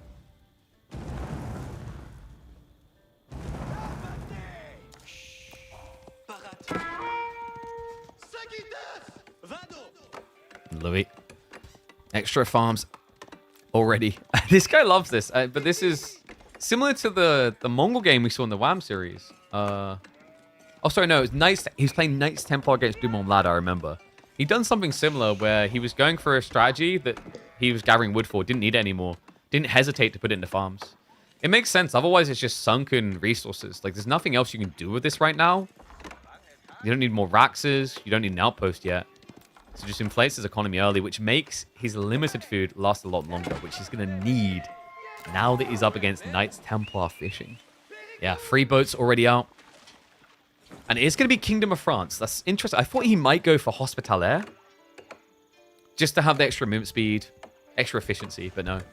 Kingdom of France, so just in case... I think this is just in case there's Gilded Men-at-Arms coming out. It gives you a better answer to them. Because that's always the risk. On a map this short, you can get kind of cheesed. Because remember, it only takes that long to reach your opponent's base. So pretty easy, actually.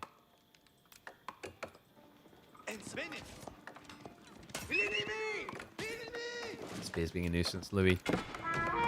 Archery? Yeah, archery reaction. Okay, so like this is interesting because you think, oh no, this is a disaster for Louis because Vortex is going to build Chevalier. True, yes, but actually, Gilded Archers aren't that terrible against Chevalier. For a start, they don't die very fast. But the other really important thing is the extra base damage. These guys have the same base damage as a longbow. Which means 2 ranged armor is not super scary to them. In the meantime, it just gives them a pristine counter to spears. Vortex being sensible about this, he already has an archer ship on the way. Just to guarantee that Louis cannot get on water. I love this. This is a pretty cool map for pilgrims. Because of the divide with the cliffside, it's very hard to block both sacred sites reliably. Gold gathering not going to be that good from it. Actually, I say that. He gets 110 from that. So not that far off the maximum, actually.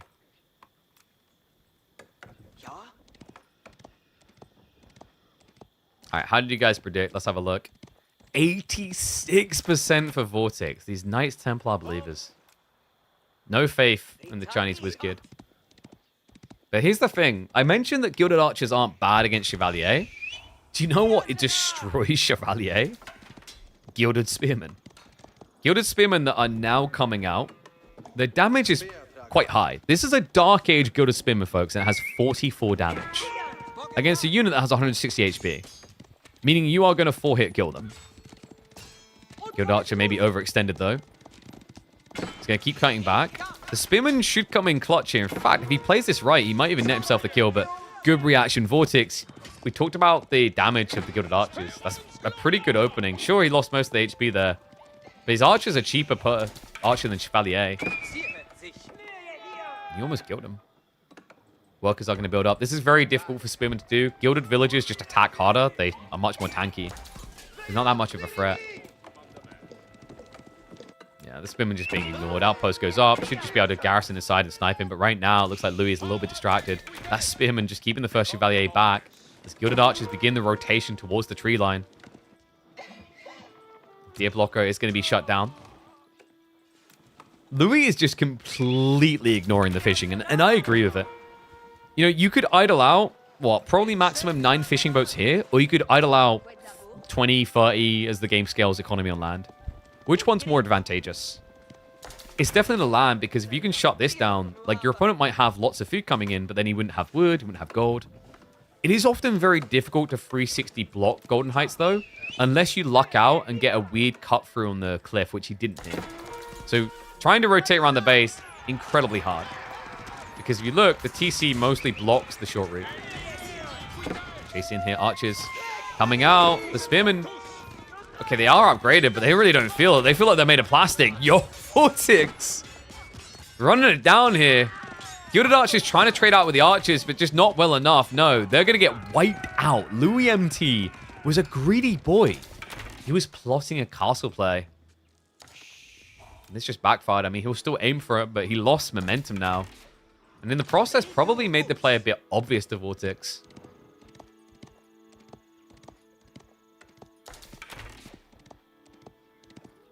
Yeah, how dare you prioritize your regular job over your volunteer work here? That's outrageous. We're changing the world here. One Knights Templar pick at a time. Like, we're on a mission to get Antioch into... God, it's never going to happen.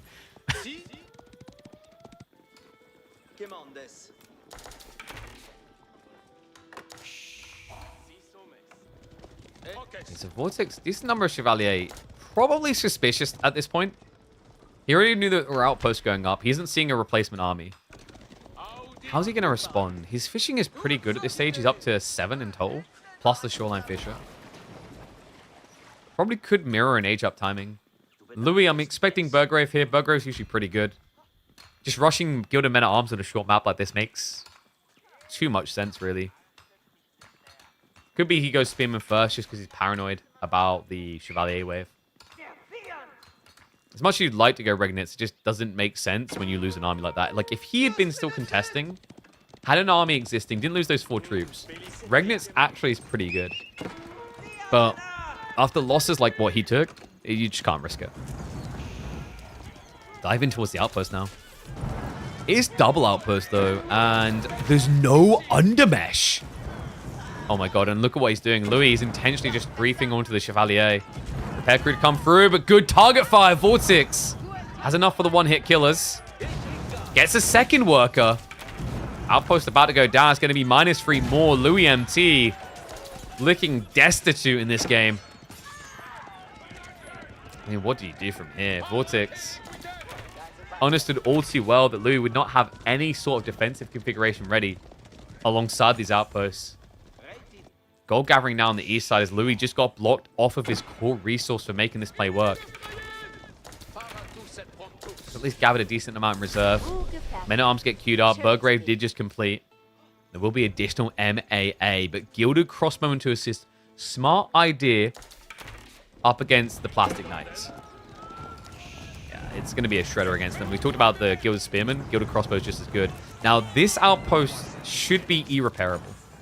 So Louis just needs to press one button to not care. Just, there we go. Just getting worried for a second there.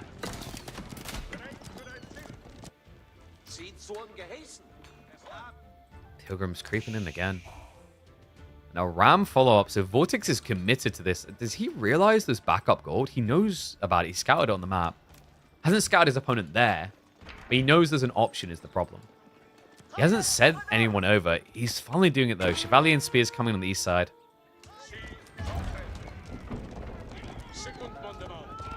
KT need a huge nerf on water. Yeah, but they need a buff on land, though. They need more options on land is the problem.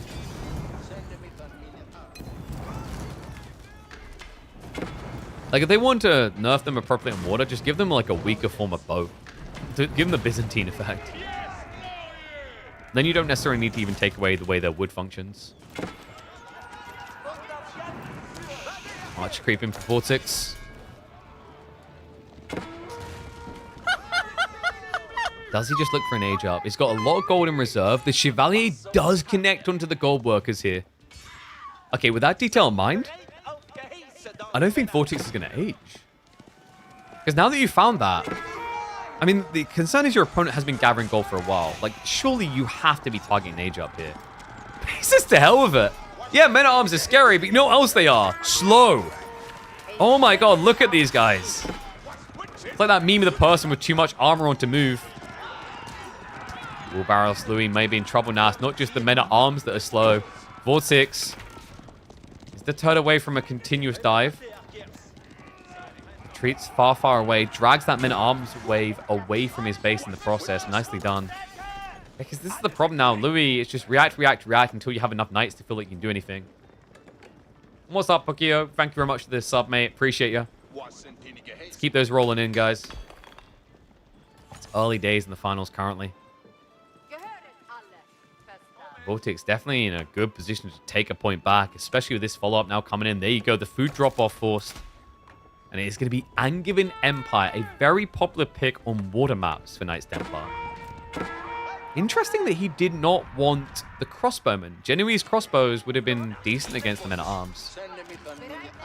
I guess he just doesn't fear the one crossbowman he saw. For good reason. Louis can't afford anything. Angevin just 20 seconds away. Vortex just circling like a shark. I mean, more appropriately, a pack of wolves here. Looking for anything to sink their teeth into. Louis. Well, how about you sink your mind into this? The man under pressure ignores it. He sees they won't dive his base, but he's willing to dive Vortexes. Pilgrim does snitch. Vortex gets an early warning. Ram can also buy a little bit of time here. Louis, he's on the clock, and this is a complete waste of his effort. Oh my god, that one Ram. That just bought him about, what, 7, 8 seconds? Which is important considering he's just queued up a bunch of crossbows. First one's hitting the field. Archers to retreat. Chevalier to be upgraded. Villagers. What? Wait, what? He's taking the enemy... Why? Why are we doing this right now? Oh my god, he's blocked on his home ones, but this means he's on the path of them. What? Men-at-arms. See him coming a mile off. I can't believe I just watched that. I mean, in fairness to Vortex, his golds got idled out. He saw the gold being blocked ahead of time with the men-at-arms on the way. And that was his only backup option, but that is a horrific backup option. The army in position may be better.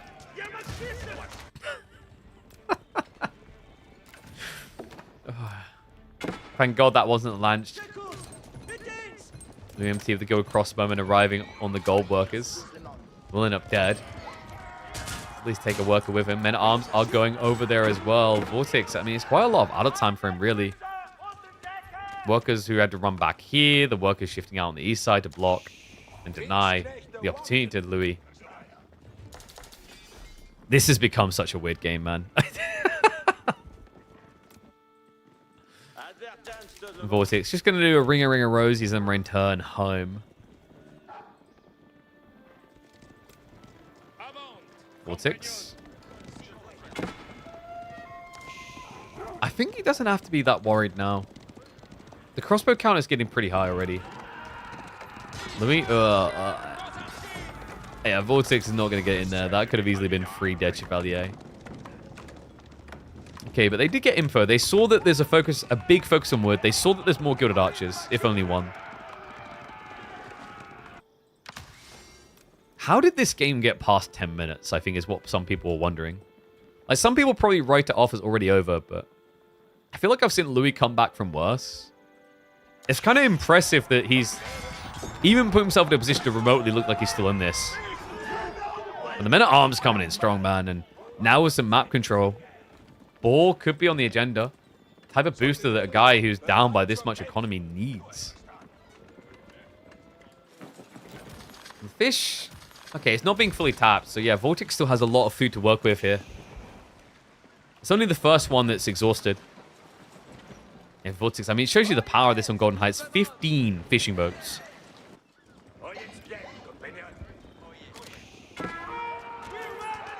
Crossbows. Ready for the clash? Ready or not. Here comes Louis. I would say that, I would classify that as ready. That's enough to insta-kill. I wasn't sure he's going to have enough yet.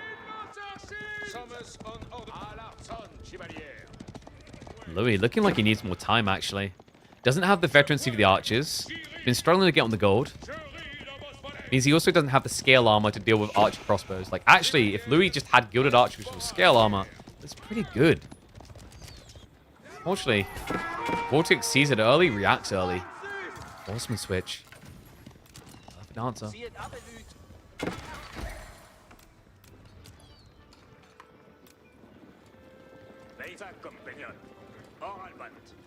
So what's Vortex missing?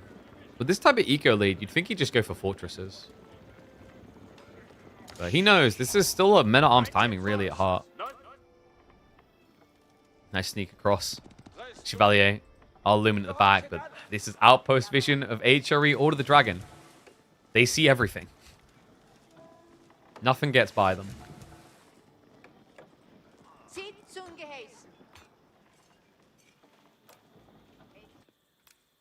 Pilgrims are safe though. So gold injections coming in. Remember, Vortex's big issue a few minutes ago was how do I touch gold? To the point that he even tried to take his opponent's gold. But that issue seems to have subsided. Double fishing. Drop off location now. So just trying to be as efficient as possible. And that's kind of interesting actually, because like sometimes they're going to path and block each other when they come back, which makes them take longer. Small details, but can make the difference.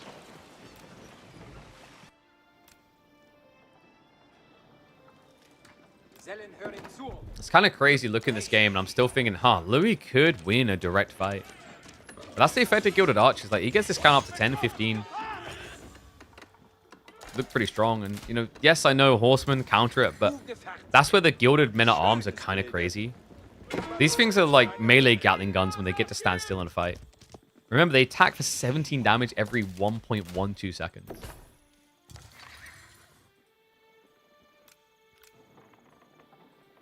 I would like to see Louis picking up a relic, though. It's kind of crazy that he hasn't touched them. Like, there's literally one right in his precinct.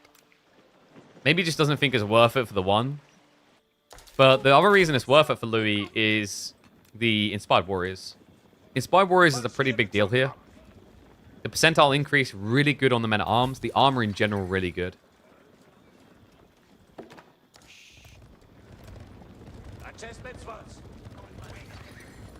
Why is Vortex stalling? Because Men-at-Arms requires you to have a clean counter. If you get stuck in a big A click on them, it's kind of ridiculous what they can actually do. So 25 crossbowmen is good. It's a healthy count. And on top of that, there's no rush for him, really, right now. Like, he's scaling a lead. I think sometimes the biggest mistake people can make against Order the Dragon Men-at-Arms spams is going too fast. Like, this is a comp that, although they can remain strong, it loses some of its value the longer castle goes. It's kind of like rushing into a fight with a war elephant if we have enough crossbows. I think this crossbows should be good enough now. Almost gets the insta-kill on them. Horsemen, the flood in. Nah, that's it. There's no getting away. Louis MT, the back line, the archers, they try to crawl in to hide. There's too many crossbowmen. Vortex patiently waits it out, scales to his kill point, and then gets a clean execution on Louis to equalize the series.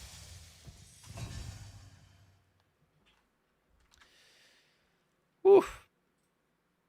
Turns out Knights Templar still pretty good on water maps. Who would have thunk? One sec, I need to open the door a bit.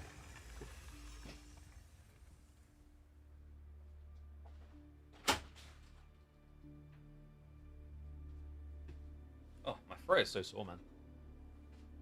All right. So. 1-1. Where does Louis take us next? Bold land time. Whoa. You challenge the Bold Master on his home turf? What a scary legend. HRE versus China as well. It's kind of interesting, actually. Like, Vortex, I think him and Lucifer have been highly valuing HRE. So, interesting snatch away in the draft by Louis. Anyway, let's tie shuffle. Yo, sub Camian. Thank you very much for the gifted sub, mate. Appreciate you. Thank you, thank you. Louis won game 2? No. What? Louis just got his ass cheeks clapped. Knights Templar won game 2. We're 1-1.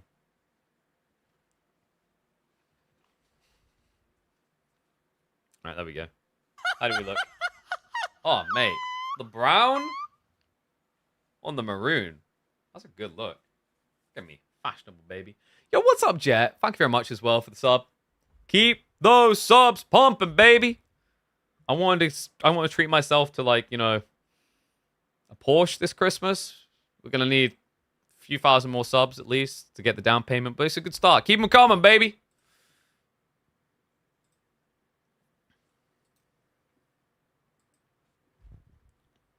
Mods on crack. Some people are employed. Yeah, that's how you can afford the crack. You didn't say you aren't in response to him. Okay? Like,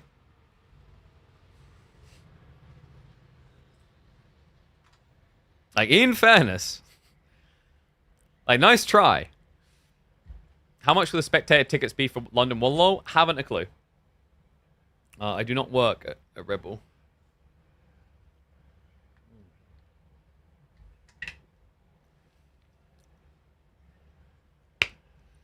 Oh, that's true. I need loads of subs because I've got to fix my tooth. Who's my sugar daddy who's going to give me £1,000 to get a root canal?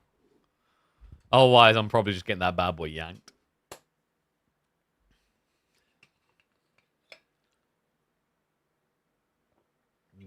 I'm sure it wouldn't cause any problems to get it yanked. How many Red Bulls I drink? Want to think I'm CEO? Like, usually drink. Dude, my Red Bull guy in the UK office, I'm calling him out on this. I've been waiting a while. I still don't have new Red Bull. Meant to be on a monthly package format here, and I'm still not getting it. Yeah. I have to bump him again. Might just start a new chain. Send me one pack. I feel like sending people a bunch of packs is the quickest way to stop getting sent Red Bull. That kind of defeats the point for them, you know? It's like when someone's like, hey, do you want a free sample? You go, I'll take 500. Huh? Oh, my throat, though. I might need some tea.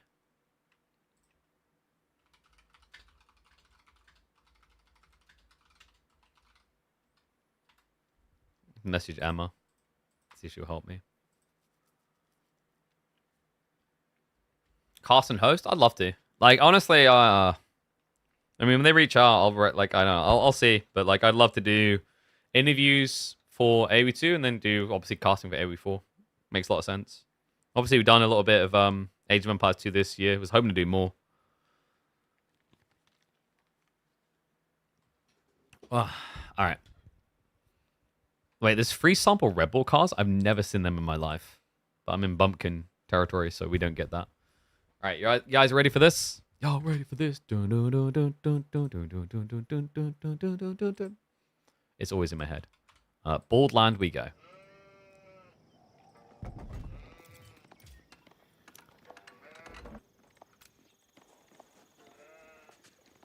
These cocky youths think they can do anything. I mean, can you imagine the goal of this man, Louis MT, challenging the Bald Master on the Bald map when he has Chinese?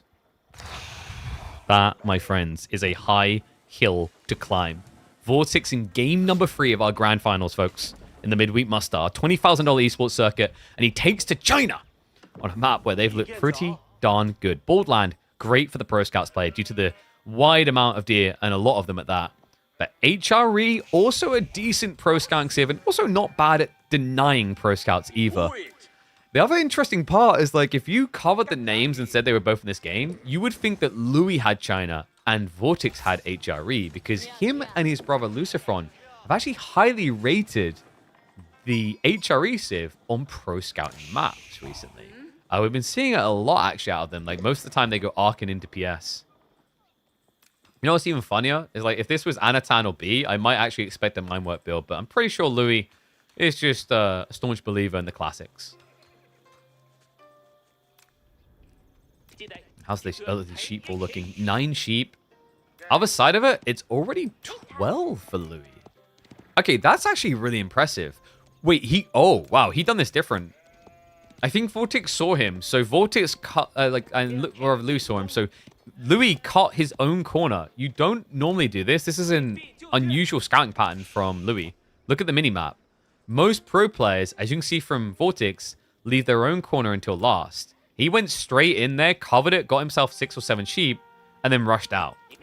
That's impressive, guys. It means he's ahead on sheep, which is a rarity for HRE on the count this early on. One, because China has better vision on the scout. The other thing is, though, HRE, I mean, I don't know if you know this about the Germans, but they do like their kebabs. In fact, they tend to gobble them very quickly, courtesy of the increased gathering speed. Damn. Great start for Louis. Imperial Academy now on the way. And usually the corners are one of the biggest jackpots, actually. There's usually like 5, 6, 7 sheep on this back end. He's going to beat Vortex to that punchline, too. Great rotation. Vortex will at least cut him off. He knew where he was going. But the damage really looks already done. I think there's maybe 4 sheep up here maximum. So Louis will maintain the lead. 17, make it 18 sheep to 10. And no, like ships in the night. Okay, he sees him. He sees him just in time there. Wait, what?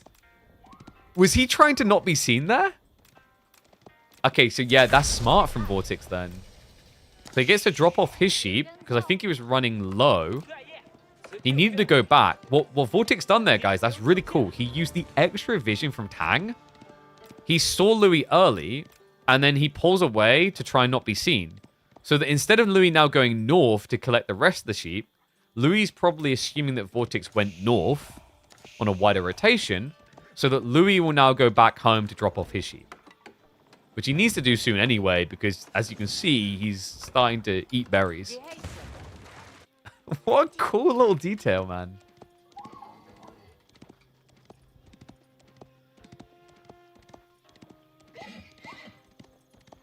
Difference these things can make. I mean, it's a big part of why China is such a technical civ, and at the absolute highest level is coveted for many different details. Like, one of the classic ones always was their ability to get more sheep.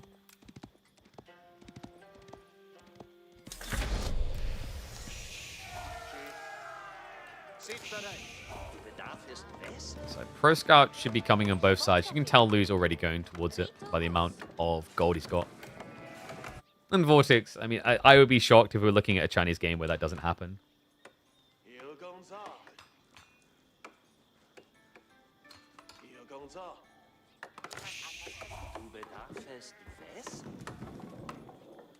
A lot of wood being gathered on top. Obviously, needs to get stable set up. Double tree line and range isn't too bad. Like, this is kind of as good as it gets for Arkans. It's why this is the type of map where Mindwork is viable. Is because there's just not a big fat tree line for you to embed in. Unless you want to build your Arkan here. In which case, I want to be in your lobbies. Because if you're getting away with that, I'm pretty sure you could just get away with murder. Like, literal, real-life murder.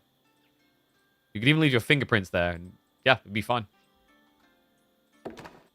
Why China never goes for Song anymore? They do in certain matchups. So, for example, against French, Song is really good because your opponent gets ahead on economy. In this matchup, like, it is useful because H3's buffed eco, but I'd argue, you know, it's more important to get the extra deer home because you know it's a Pro Scouts race. So what's more important than just getting a few more workers is making sure that you aren't left holding the short end of the stick when it comes to Pro Scouts.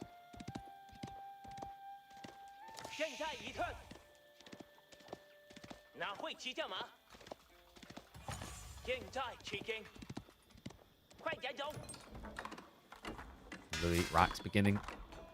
As is the usual here. It's a bit weird, though, because he did get pro scouts in already. Okay, there we go. Yeah, I was about to say, he should have a stables as well. The 5-worker difference, actually 4-1, it's the Imperial Academy.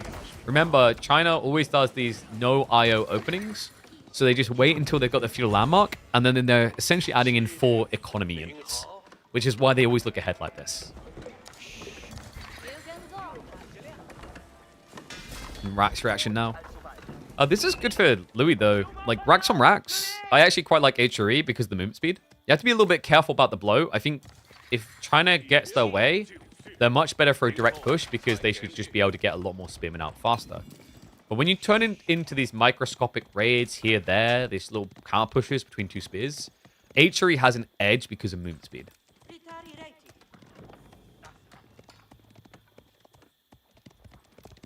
Central Deer just being split between them. Neither player going wide yet because neither player feels threatened. Normally the threatened party will go for the wider deer because it's harder to block. Like right now, you know, it's kind of like you show me yours, I'll show you mine type moment.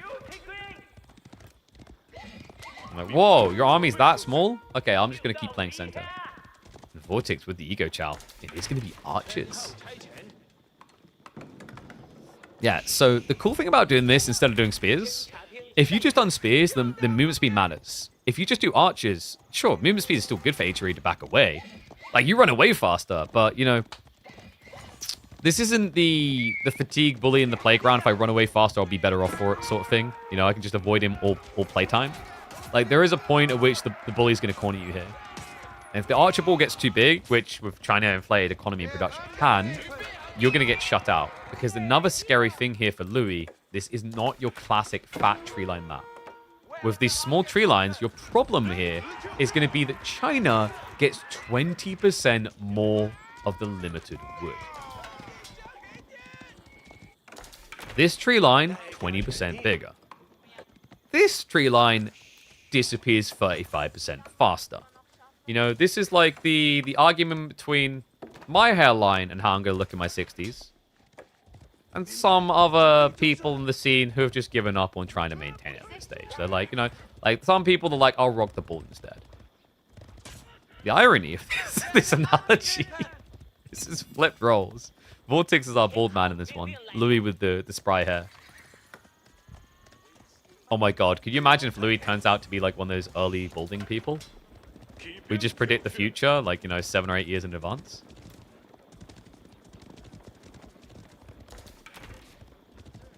Vortex, big army. Louis, though, for good reason. He's rushing castle. Is he Burgrave here? Nah, I think this is Regnitz. Louis not much of a Burgrave gamer from what I've seen. And I don't know about it in this position, just because China's so quick at catching up. Like, you wouldn't have much breathing room for a Burgrave. Burgrave's better against civs that tech slow and produce slow. So, for example, maybe, like, certain Abbassid timings are there. But against China, the problem is China could actually mirror your tech up, even if you start 30 seconds earlier. And then they can supervise to get lancers out to block men-at-arms. So it's not very good. The only way you maybe do this is by spamming spears, but because Vortex already went archers, you don't want to build spearmen.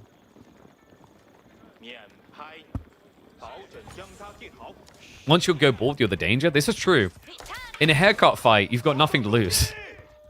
Like, when you're going at each other with, like, razors, like, I'm going to have to duck and weave. I'm in danger. You know, like, Vortex, similar to his playstyle, is aggro all in. He'll just send it. Actually, that's not true. I could always take his beard.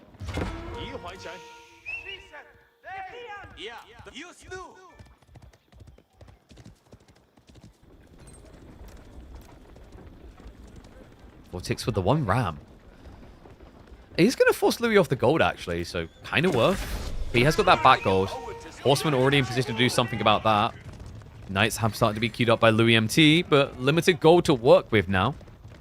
Especially considering he just went Regnitz. He's going to want additional prelates. Man, someone just said this is going to be like an hour-long game. Nah. You clearly haven't watched enough Vortex games. You can see he's not going to allow that. Aggressive timing from the aggressive lad. But just look at the mirrored play. Imperial Palace now on the way. Remember what we said about the advantage. Louis MT is going to have about a minute of castle maximum to manipulate.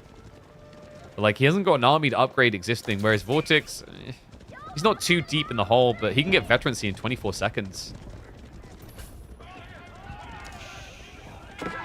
Where are we getting gold as Louis? How are we ever getting gold? He's got 1 relic home. That's 160 gold a minute. That's not a lot of knights.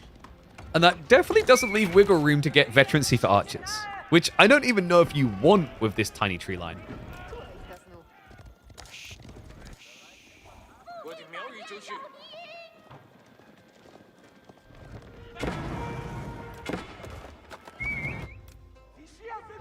Petition for KP to go bald. I don't think anyone would commit enough subs for that to be made a reality.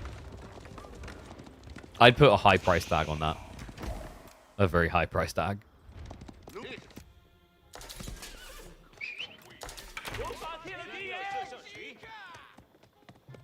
Pro Scouts are still paying off as well for Vortex, whereas for Louis, it's just not happening.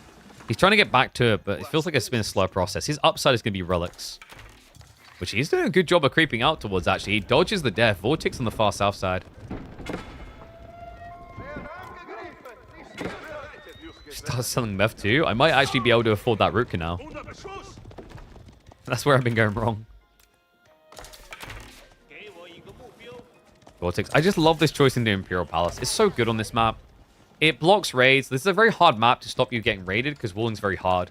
But the other thing is, because of the way people tend to expand their economy in the mid-game, it gives you a heads up on where they're trajecting the villager path. Like, are they moving to the northern tree line, southern one, where they're gathering gold? This is all info that's now much easier for Vortex to gather than Louis. A few knights that Louis can muster already being blocked out. Vortex. He was over a minute, like about a minute behind on his tech timing. Yeah, he's already going to have more knights than Louis. I think Louis is rushing Imperial. What? I don't know if this is kind of obvious, though. Yeah, oh, that's dead obvious. Are you kidding me? You've seen barely any knights and your opponent has 16 on gold. Alarm bell's going off for Vortex. He's going to back up slightly. He's waiting for veteran season. There we go. Louis is a recommitment. Thank goodness. Feels like a quick way of losing. Why did Vortex put the Imperial Pass in the back of his base? Safety. Part of it was safety. Like, the only other place you put it is, like, maybe here to get maximum vision in the corner. You could put it, like, as far forward here, but, like, I think for the Vortex, there's multiple issues, right? So he's second to tech up, and his villages are all here and here. So it's just more optimal to bring over here, unless you want to stop the gold gathering, which you're going to need a lot of gold in castle. So it's a mixture of efficiency and just protection. The more important thing is just how advantageous this is going to be in about 2 minutes when he uses the scan button.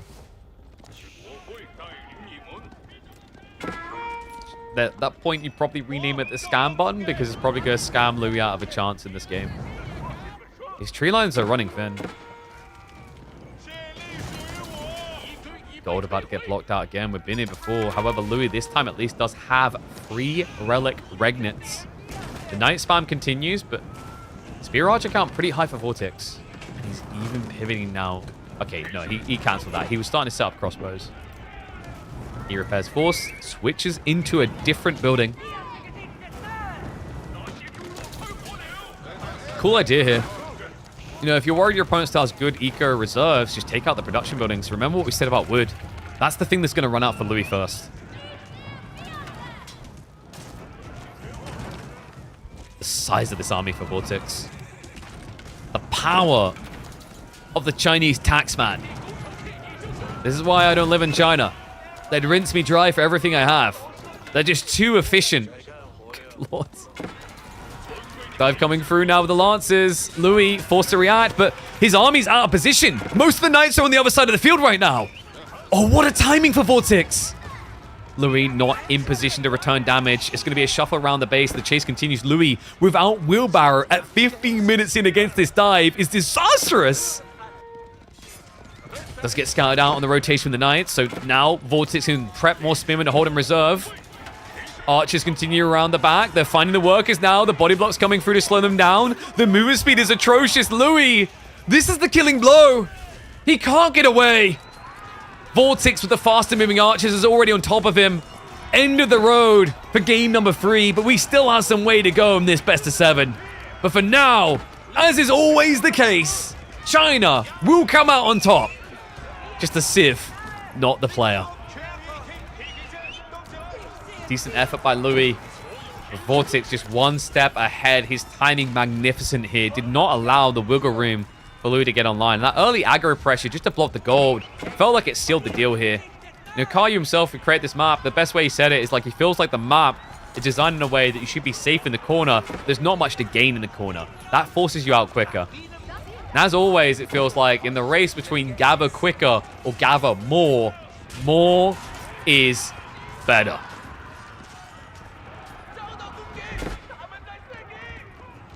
It really is, actually. The lean efficiency of this civ is hard to beat.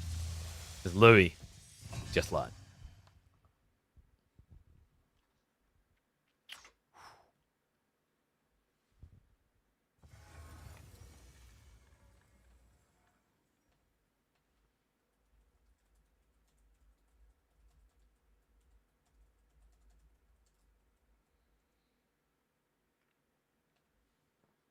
Archers need to get nerfed?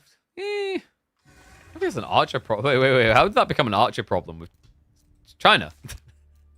Like, hello? Are you familiar with China? So, win for Vortex. He takes the lead. Next up, though, Delhi versus Japan on Dry Arabia. Japan has actually been doing better in this matchup than previously. There was a time where like they were just a doorstep for Delhi. Not so much these days.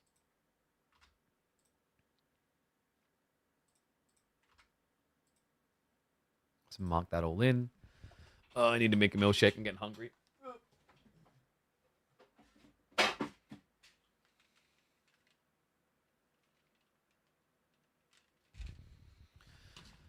Oof. Cookies and cream time, baby.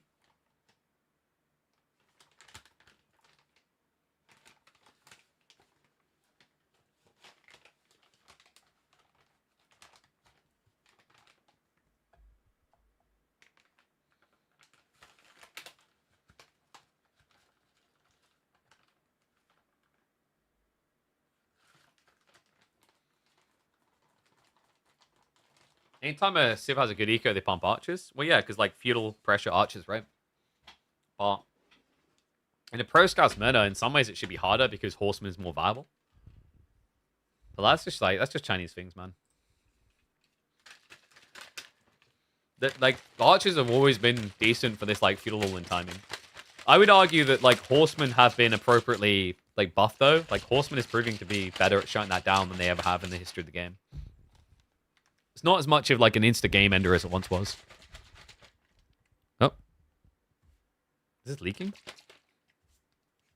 Hope not.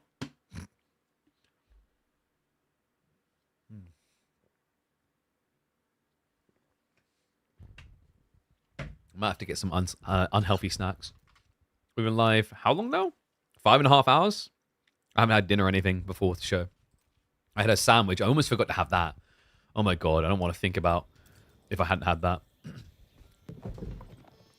Alright. Yeah, we're the right way around.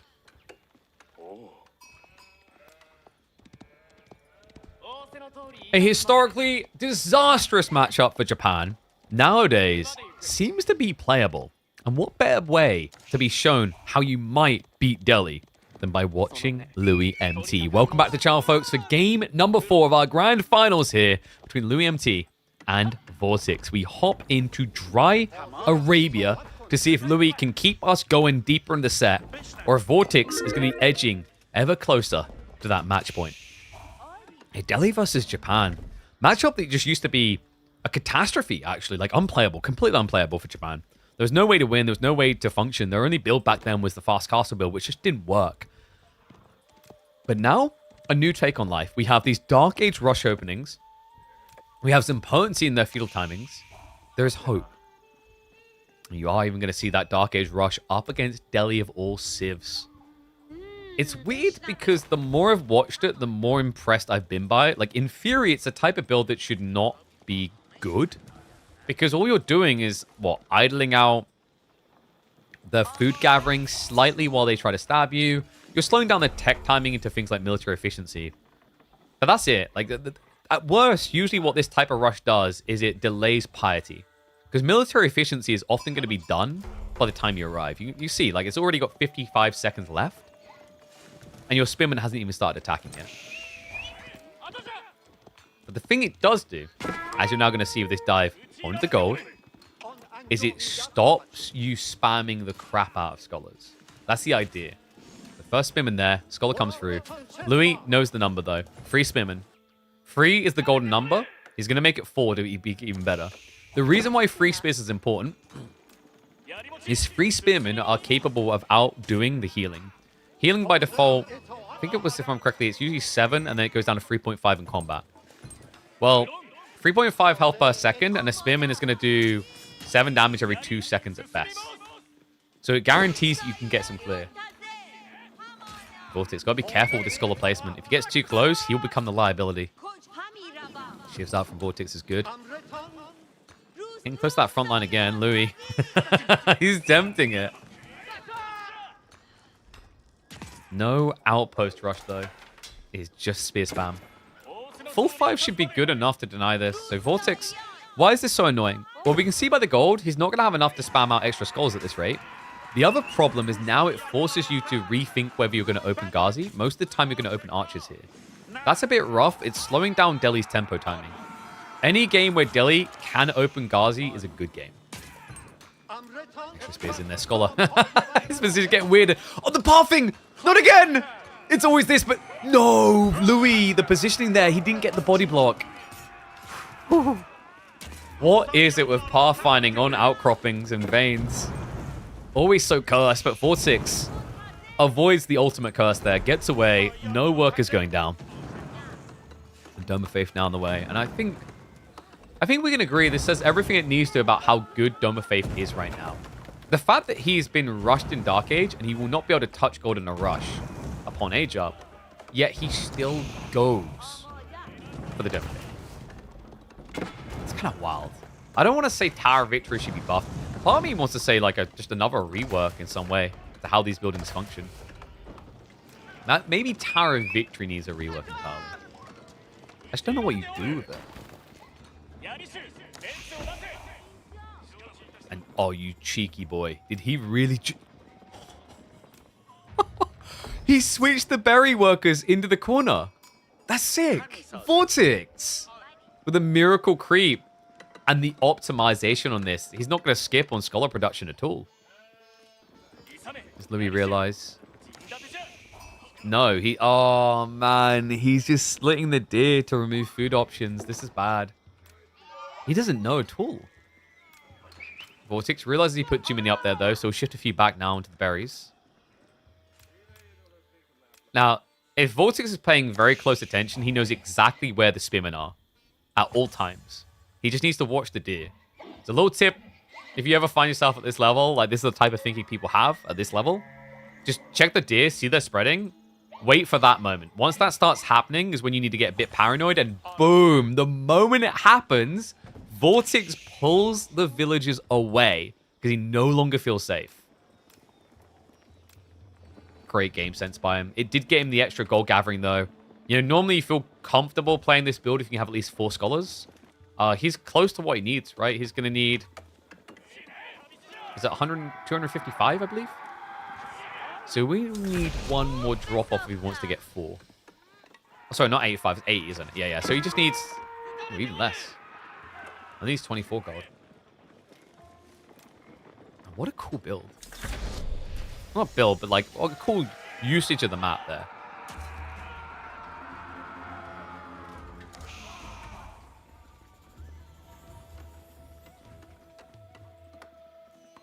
Move back now, Vortex. Safely on the sheep. Pro Scouts has been queued up. Louis This is not the build we've been seeing earlier in the tournament from. It's not going to be a fast castle rush. Not against Delhi. We've seen Louis against Malians. I believe it was against Wham. He done a very interesting one villager Kura into fast castle build. Not going to be the case here. No, in this situation, he's going to need to party hard on the edge. Do love the priority of wheelbarrow level 2. This is going to give him the optimization to gather berries incredibly quick. Quicker than Delhi, actually.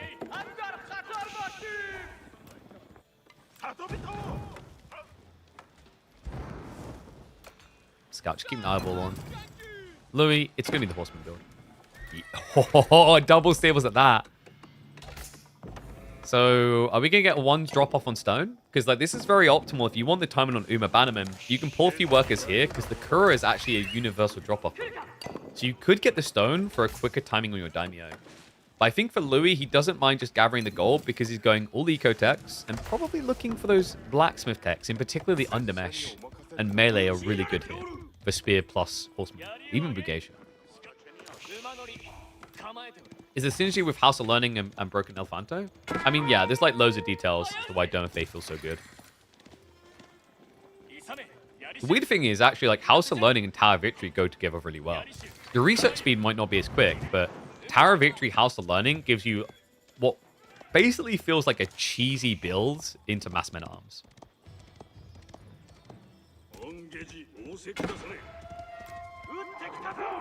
Whoops, Spearman.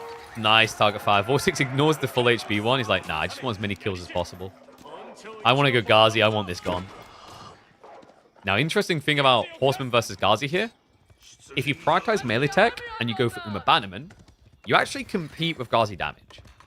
You actually exceed it slightly. Because you get 15% from the Uma Bannerman, which is an extra 1.5. So you go up to 12.5 versus 12. Now, obviously, that's not going to last forever. Because Delhi will go into their ranged, the melee armor as well as the melee damage eventually. But this isn't a double blacksmith build. In fact, Vortex doesn't even have a blacksmith yet. Really? Is it a switch up? Outpost on the gold. He did queue the hardened for samurai there, but just cancelled. Osmar get a poke at Vortex. He's so suffocating. He won't give any sort of information switch or information subtlety here. Make sure that Louis is seen doing this very obviously. Dive. Oh, he gets the kill. Does cost him one Ghazi, maybe a second actually. So pretty pricey dive there. The idle time is pretty nice, but like think of it similar to the idea of like a knight dying for a worker kill is usually seen as not worth. It's a bit different with Ghazi just because of the way they flood. I am surprised by the men-at-arms from Louis, the samurai. Because first samurai technically shouldn't like fighting Ghazi due to the bonus versus heavy that Ghazi have. But I think for Louis, maybe it's kind of designed to be a mixture of spearmen, samurai as an option, but if you don't need them for the fight, instead you just bulk into a castle play. Yeah, so maybe like castle age by 12 minutes with say 15 samurai. It's pretty sick.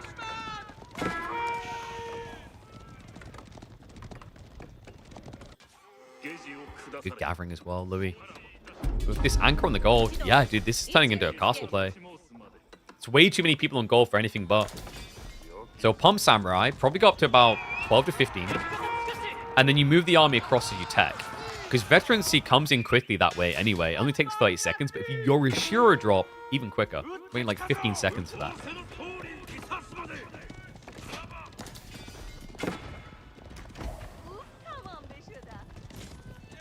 I love the horseman play. Louis, he's just buying so much time. I don't think he's revealed a single samurai so far, no? So Vortex is clueless about it because he's building archers, which makes no sense against these samurai. And if you knew about the samurai, you're probably just building only Ghazi. Louis, more and more time being bought. Ranged armor's being prepped. He's not stopping.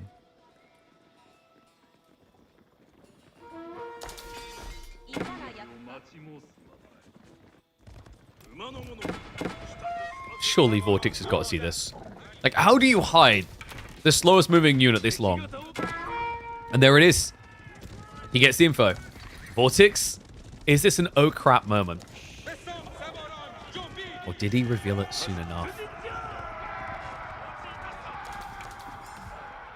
15-foot samurai.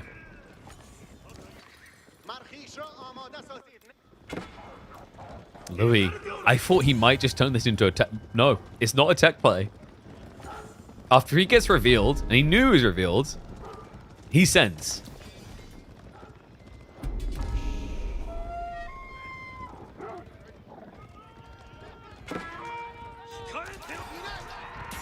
Is Vortex ready? He's scaling more archers. Maybe hoping to kind of like whittle away at him as he dives. But now the Katana Bannerman also to follow up for that buff damage. Dive into the base, however. Vortex first to draw more blood on the workers. Finds them out on the deer. Samurai may be able to hold their own against Ghazi, but not when it comes to a runaway. But a dive in nonetheless. As Louis tries to fish for kills, he doesn't find any yet. Samurai are at least able to club down the archers. Pro Scouts is bringing food home, but I don't think that's a good thing in this situation. Horsemen trying to trade, but it is going to be textiles plus shivs out. The Samurai, I don't know if this is working for Louis. No. The gathering block was huge here, actually. He hasn't increased his Samurai count. Ghazi just shrinking the possibility of this for Louis. Louis' dive, not doing enough. Katana Bannerman gets sniped. That's huge. Blocking the buff from the main army. Now just clubbing him down and showing exactly why Ghazi are great against this. This is no different than why HRE stopped doing this strategy against Delhi. Ghazi destroys Samurai. Maybe not in a direct engagement, 20 against 20, but it's not ever meant to be a 20 on 20. You know, you came to this street fight thinking we were going to play fair. You brought your five friends, great. I've got 30. Now, they're not my friends, I actually bribed them, but still, we're going to beat you up now. That's Ghazi, in a nutshell. This Vortex is going to get absolutely nutted in the face. Full headbutt from the Ghazi. Just realized how wrong that sounds. Does the rest of the world know what, like, nut means as, like, headbutt? I don't know if that's a British thing or not. It's probably a British thing.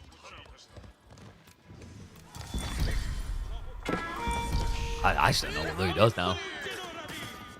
The Ghazi have failed him. It's like the Samurai failed him. Like the Ghazi made him fail. Wow. The Vortex now just rejuvenation mode. Like he's already topped them off. The boys are ready to go again. Louis now going to look for castle, but there's a big question mark looming on whether it's too late. He's spreading wider. He's going to the berries at both ends of the map. Perfect for the Ghazi. Unification destroys Ghazi? Sure, but like, where's he getting the food economy for that now? He's draining the deer here. He's playing wider. And also, your opponent's still building archers. He didn't stop. If this was just Ghazi, I'd agree. But it's Ghazi and archers, and you already lost a big fight.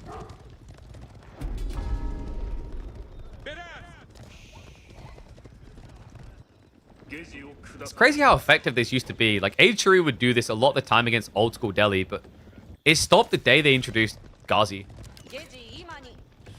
It's crazy how this has just been the bread and butter unit. You know, we talked about Tower of Victory not being meta, and this is a big part of why. You don't need Tower of Victory when you have Ghazi. Just download moreponies.com. Louis. One big oorah here. If he can rush castle, get the veterancy for Samurai, he can still attack the economy. Otherwise, he looks cooked. Louis. Outpost gets his arrow slits instead of fortification. So we'll need to repair. Samurai in again. Louis. Can he bail out of this? He has the right idea. There's no point extending feudal anymore. This is all about the now. Ghazi are going to chase one of the workers, but textiles makes it harder. Floating Gate with 12. I wonder if he needs more here. Ghazi. Ooh, Vortex. He doesn't have a scout. He doesn't see it.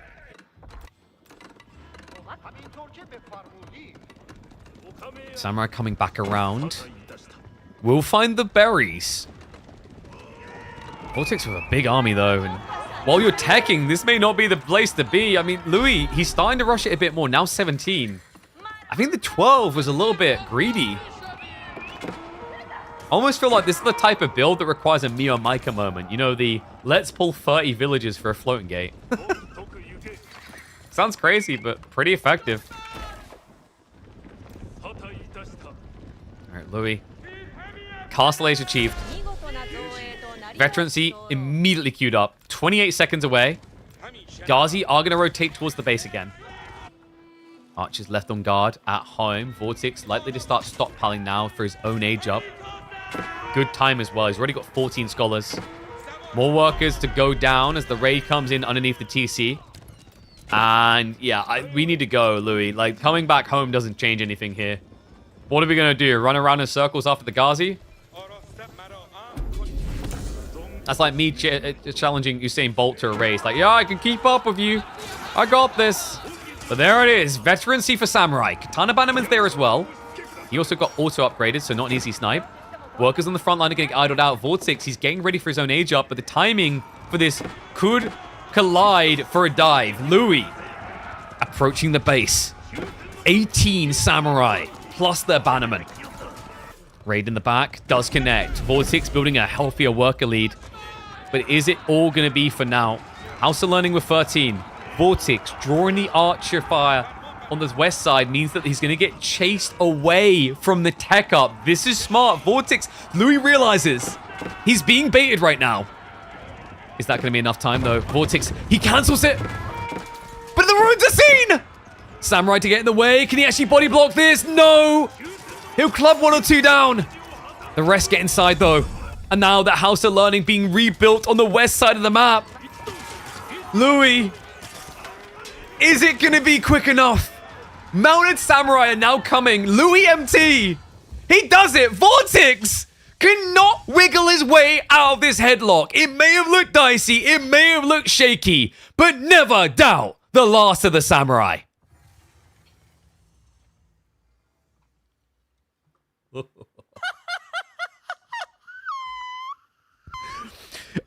What was that doubt? Nah, the Samurai are gonna work here. I mean, it looked dicey for a moment, but that timing by Louis, what a sick tempo switch. And what is up, Watermelon? Thank you very much for the sub, mate. New faces come in the subs. Appreciate that. Remember, guys, get those subs in. Are these replays? No, this is live. That was sick.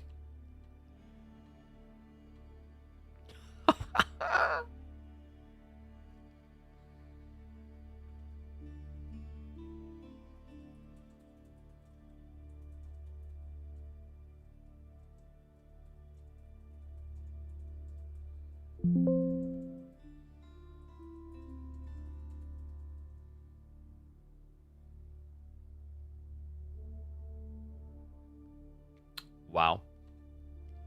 Props to him, guys. These beasts are bouncing back and forth. Louis MT. Able to take the third game. And what's up, Danger Zone? Thank you very much, mate. Appreciate the gifted sub. Thank you, thank you. Oh, more SE2 people turning up. That's cool. Are we enjoying the games? Is this delivering or what? Dude, I feel like they always deliver. It's very rare that our grand finals aren't smashing it.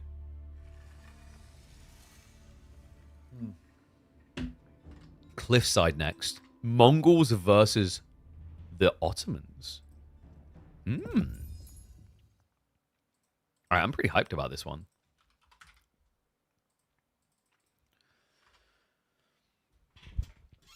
How do you keep the woman away with that fashion sense? I already have one.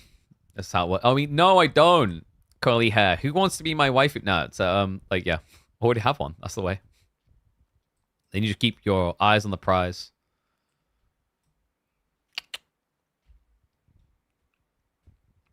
Any day Japan wins is a good day. I mean, like, most days must be good for you these days. Considering the last S-tier tournament, they had the best win rate of, like, every civ in the game. Did you know that? Actually, I didn't check the final after the final day. Let's double check. I'm pretty sure they finished with the best win rate overall. Yep. Japan had a higher win rate than Knights Templar and Lancaster. 71.4%. They were banned more times than Lancaster. They were picked more times than Lancaster. Why wasn't being KPMM? I think he's just taking a week or whatever off. Like, totally within his right to do so. Yeah.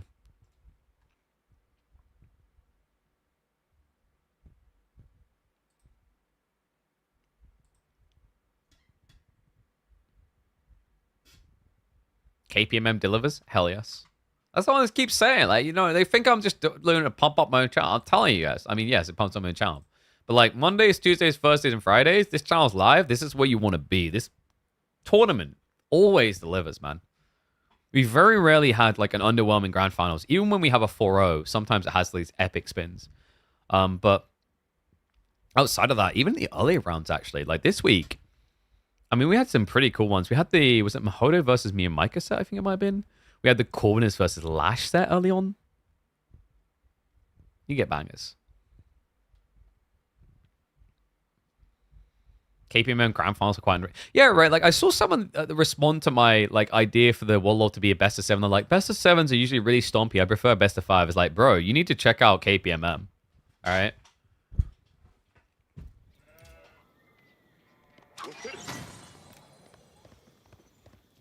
Yeah, so someone responded to my Red Bull Warlord announcement video where I recommended a best of 7 grand final with, there's no point, all the S-tier tournaments are stompy. Well, clearly, you need to be checking in on the Midweek Masters. We are here in game number 5 of a best of 7, and it is even Stevens. That's right, time to break the tie between these two to see who's going to reach up for match point first. Vortex with a signature classic pick on the Mongols, but Louis MT, another signature signed. Infamous for his Ottomans. On Cliffside, an aggressive map, 2 aggressive civs. So glad we get to say that about Ottomans these days. No longer is it a civ that's bound to the idea of Imperial Age to win a game. Now it's all about those feudal timings. Mongols, when has it not been about aggression? Well, maybe in this game. I don't know if you want to go for a Dark Age rush against Ossos. It can be a little bit dicey. The risk of doing Dark Age rushes against Ottomans is if they went racks as well. Over time, they'll build up Vizier points. And if they get to their Vizier point, they just smack you across the map. But the idea is usually like Mongols play tempo. They're not interested in a very long Dark Age. They're just interested in an impactful beginning Dark Age. And that's why we are going to see Vortex going in now. We've got predictions up. We should get predicties up. Oh, they are already up. Nice. Good job, mods. 50-50. How's the sheep hole looking? Love this. Little tip for people playing Mongols. Just use your Gur. Move around with your Gur, deploy, and see if you can find some sheep. You never know. It's going to make you a little bit more lean, a little bit more optimal. Because if you have this type of spawn and you're playing for a rush, you don't need gold yet. You only need the wood line, which the TC is going to be on. So nicely done there. Vortex. 15 sheep. Mirrored perfectly by Louis. Yeah, now playing into similar areas. I think he got a glimpse of the sheep trail, so he knows where he's cut off. Means that Vortex should be returning for his top corner soon.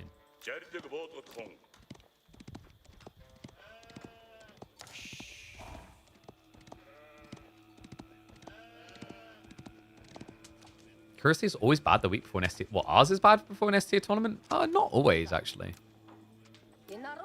I'd say like the rougher one was maybe like last week for the final weekend. Like this week, actually, this is a crazy thing. We didn't have that many signups to week number 9 of Season 2. I think it's 22. But the later games have delivered for sure. And yeah, dude, like Marine Law, look at this car just sitting there watching, not playing it. Shakes fist, nah. Shout out to good old M-Lord. He's always watching these. Look, what was that Anatan interview? He's like, he doesn't have that many ideas. So he's here to steal the others. Not a bad player to watch. I mean, Louis MT, very creative. Vortex, part of that little Spanish hive mind of 2. But they always rapidly iterate.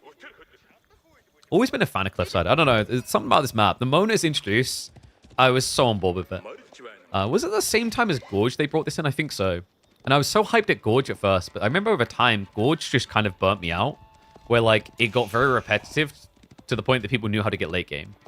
Cliffside has been a constant meta development, it feels like. We've had the meta where you had the feudal all-in, then you had the late game grind that would always occur, then we went back to aggro, now we have a balance. Gorge is good, but used a lot. That's fair. Well, no, I think the difference was, like, this was also back before they nerfed walling. I think back then, Gorge got really bad because people got way too good at walling the map. But nowadays, like, Gorge got refreshing because people don't just freely wall off the map anymore, and you get more interesting games to watch. It feels like late game doesn't just happen every third game. And what's up, Polar Opposite? Thank you very much for the sub, mate. Appreciate you. Thank you, thank you. Whatever happened to Enlightened Horizon? Enlightened Horizon is cool, but they legit need to change points of interest. Points of interest need a different dynamic. Like, for example, the Wolf Dens should activate, say, in Age 2, and it should be every time you clear the Wolf Den, it goes on cooldown, then spawns again for more, right? Think of, like, Roshan mechanics from Dota 2, for example. There needs to be more timing and age-impacted points of interest to give a bit more dynamism to them. They do that change, and I think Enlightened Horizon becomes an interesting map again that has more viable civs than it currently does. Louis. I've got Sipahi opening on the way with the military school. Archer range as well. We'll be adding in the additional military schools. I feel like that really changed up.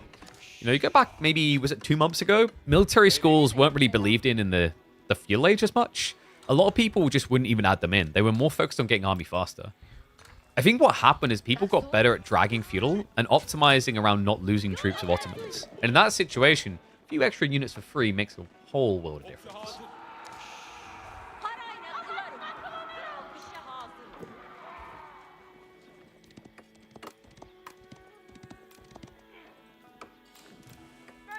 A little fun thing, the walling nerfs we talked about, where they double the speed the time it takes to build a wall. Fun little thing about Delhi in that one, by the way. Any Delhi mains that didn't realize it, you actually now build walls as quickly as villagers do. Will wolf dens be redone? They're kind of clunky. I don't know. I know. My dad owns Microsoft, but I just don't have all the info.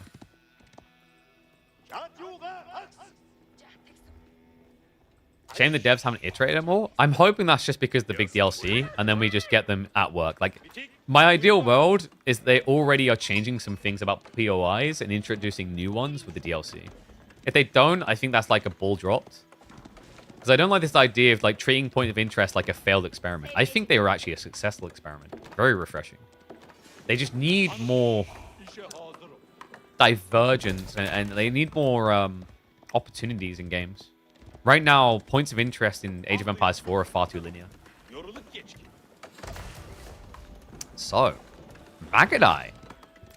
I'm a little bit surprised by this from Vortex. When you're playing against a Civ that historically loves light cav, can be a bit dicey. And, oh, Louis, that's a dirty idea, but difficult against the Khan. Yeah, luckily, it looks like Louis timed that perfectly. That was him waiting for the Falcon to run out so that he could basically hide in the tree line. Oh, didn't actually time it perfect. Sorry, he was a few seconds off. If he waited then, that would have been perfect. But at least it keeps the workers safe. Reminder, Louis, he's already gone for the sheep point, actually. 21 sheep to 7. So, this is now turning into a you will have to move out and I will raid you type game. Unless Vortex wants to add in pastures, which is now happening. So good read there. This is a game where whoever moves out for food first is critically at risk. Vortex. This is the tilt that I get. Khan Hunters are just so good for this. Before the Khan Hunter arrives, you know, you have downtime where you can use the lack of vision against Vortex. Now with the Khan Hunter, his Magadai can attack from much further, and he has, just with one Khan Hunter, 100% uptime on vision on the tree line. Make no mistake about it, the Falcon introduction was a game changer for the Mongols. Especially with the Khan Hunters to maintain 100% up. You can't shoot him either. Fun little fact, you can charge into him though. Did they fix it? They said they fixed it, and then it wasn't fixed last time I checked. I think they did fix it finally. But it used to be that like you could actually block knight charges. You could pretty much, if you were being charged by a knight, you could scream, Pidgeotto, I choose you. Or actually, no, Sparrow, I choose you. Or Sparrow, I choose you. And just throw it at them. It would stop a charge.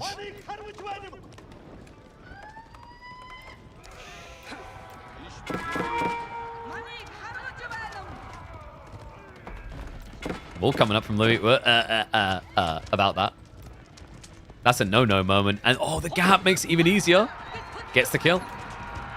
First blood on the eco drawn. Vortex Building a nice little lead now.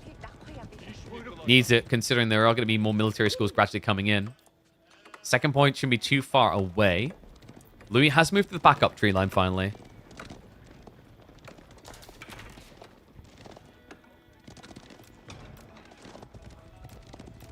I like Vortex's comp here. You know, the Magadai almost seemed like a bait to try and get him to go only Sipahi. But Louis did read through it. We've got Spears, we've got Sipahi. It's a nice balance. No Drummer Boy yet. Now that is a bit surprising. I imagine he's going to get queued up soon. Yeah, I mean, your army's big enough to definitely justify. Low elo still in the no rush 20 meta. That's what I'm waiting for. When they develop their meta more, we'll start doing low elo games all the time. Boom. Backstab right here. Vortex getting him the spears. Still, it's not enough. They're Dark Age. He never upgraded them. Louis just able to scare away with shivs. Army on approach, but Louis is still missing the meta. No meta, no Imam. Imam makes sense not to be this far upfield though, because your opponent has got move speed and archers. Zip point is about to pop. Louis MT. This is a bad fight. He hasn't respected the tech. He didn't notice it. Steeled arrow in for Vortex, plus the Yam to chase down. Movement speed arrow as well to keep gap closing. Terrible fight for Louis. Vortex able to shove him all the way back. Yeesh, and the destroyed value really is starting to tell the full tale here. Just shy of the Vizier point. Rough timing there. Could be going for the Imam. Maybe the extra military score makes more sense, but as you scale more army, you're going to feel like that healer is useful. It's just a bit risky when your opponent's already got almost 20 archers in play. Louis. What are we looking at? Ranged armor. He does go for military campus. Yeah, so great choice here. I agree with it entirely from Louis. At this stage, like, you haven't taken that much damage on units that remain alive. Like, Vortex was doing a good job of just kind of target firing down individuals, maybe understanding the Imam timing. So military school just going to give you a little bit more pump.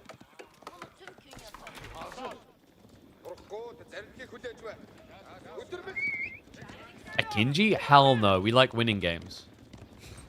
You want to build a Kinji against archers with extra range? You, sir, like living life risky. To put it another way, you like dying.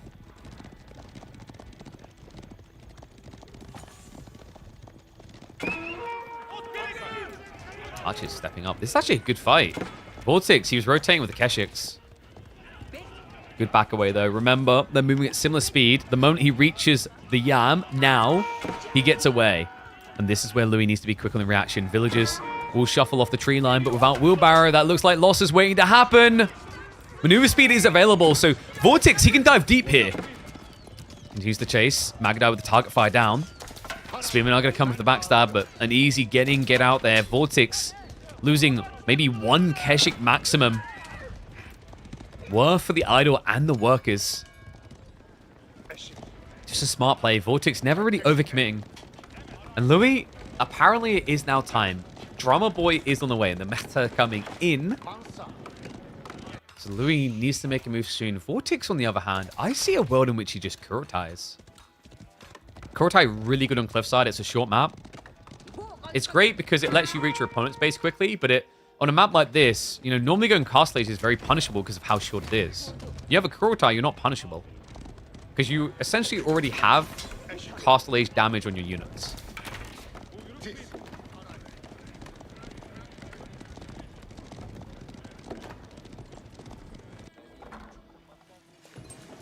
Louis. Now with the Drummer Boy. Attack speed activated. Vortex. Decent, healthy dose of Keshiks.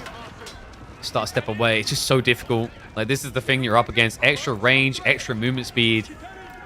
Battle of the Auras. I mean, it's a weird one. You'd think Ottomans would win with the meta, plus potentially Imams down the line, but the problem here, genuinely, is just these archers with the extra 0.5 tile range they could get from a Khan Hunter, and the movement. Leaves it very difficult for you to get on top of them. Wonder if there's a world in which Louis would have benefited from getting the movement speed meta. Remember, you can get an extra 15% in formation, but the formations always just feel weird. Because when you start attacking, you exit formation, so you lose the movement speed.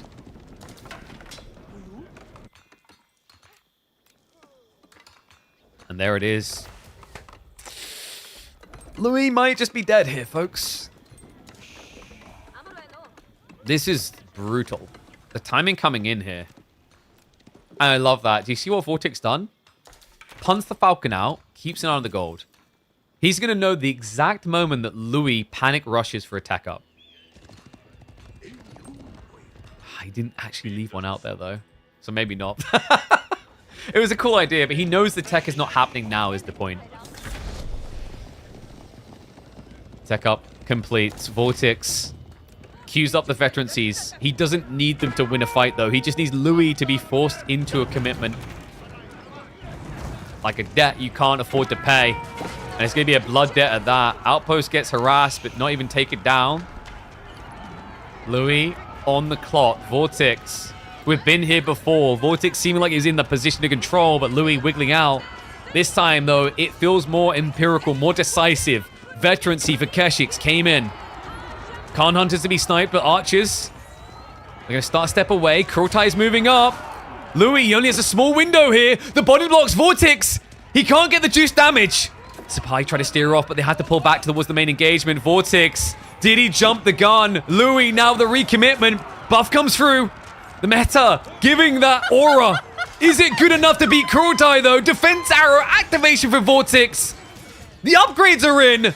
And the outcome, decisive. Sapahi melts. The archers have nowhere to go. Louis will have to come back from behind as Vortex is ready to go 3-2 up. And that is a decisive moment. Louis MT, he's forced into this type of moment. And this is the difference that happens. If this had been a step readout in this position, Louis has a kill point. Instead, Vortex with the Kurotai gets the safety ribbon to protect him against all threats. Janissary's now coming out, but Vortex still with 18 archers has the answer to that. Sapahi are going to square up. The Gunner boys aren't going to feel safe here. It's a dive in. Kurotai deploying. Keshik's pull back just a little bit. Buff damage in. Sapahi not able to mop up quick enough. Janissary count down to 2. And this series getting closer to an endpoint. Vortex, after a little bit of a break, returns on form to the KPMM. He is now 1 game away from reclaiming that title. Cool game. Elegant showing of like the value of like tempo and timing for Mongols. You know, never a civ that needs to necessarily hard commit. The slow roll is sometimes better. Puts him up now. Match point. Let's mark it up. Cliffside. Left side win. What's up, Teach? I see you with the sub, mate. Welcome back to Swarm. Thank you very much. Look at that. Smart Cookies getting those subs in. Keep them rolling, folks. Going a little bit light on subs this month.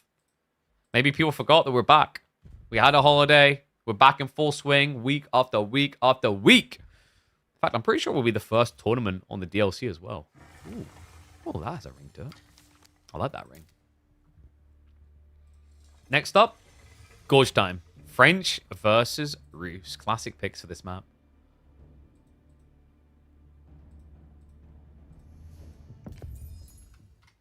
Okay, so let's mark that one up. Is that game uploadable? I don't know. These games have been quite short, actually. Feels like on average the meta's kind of short right now.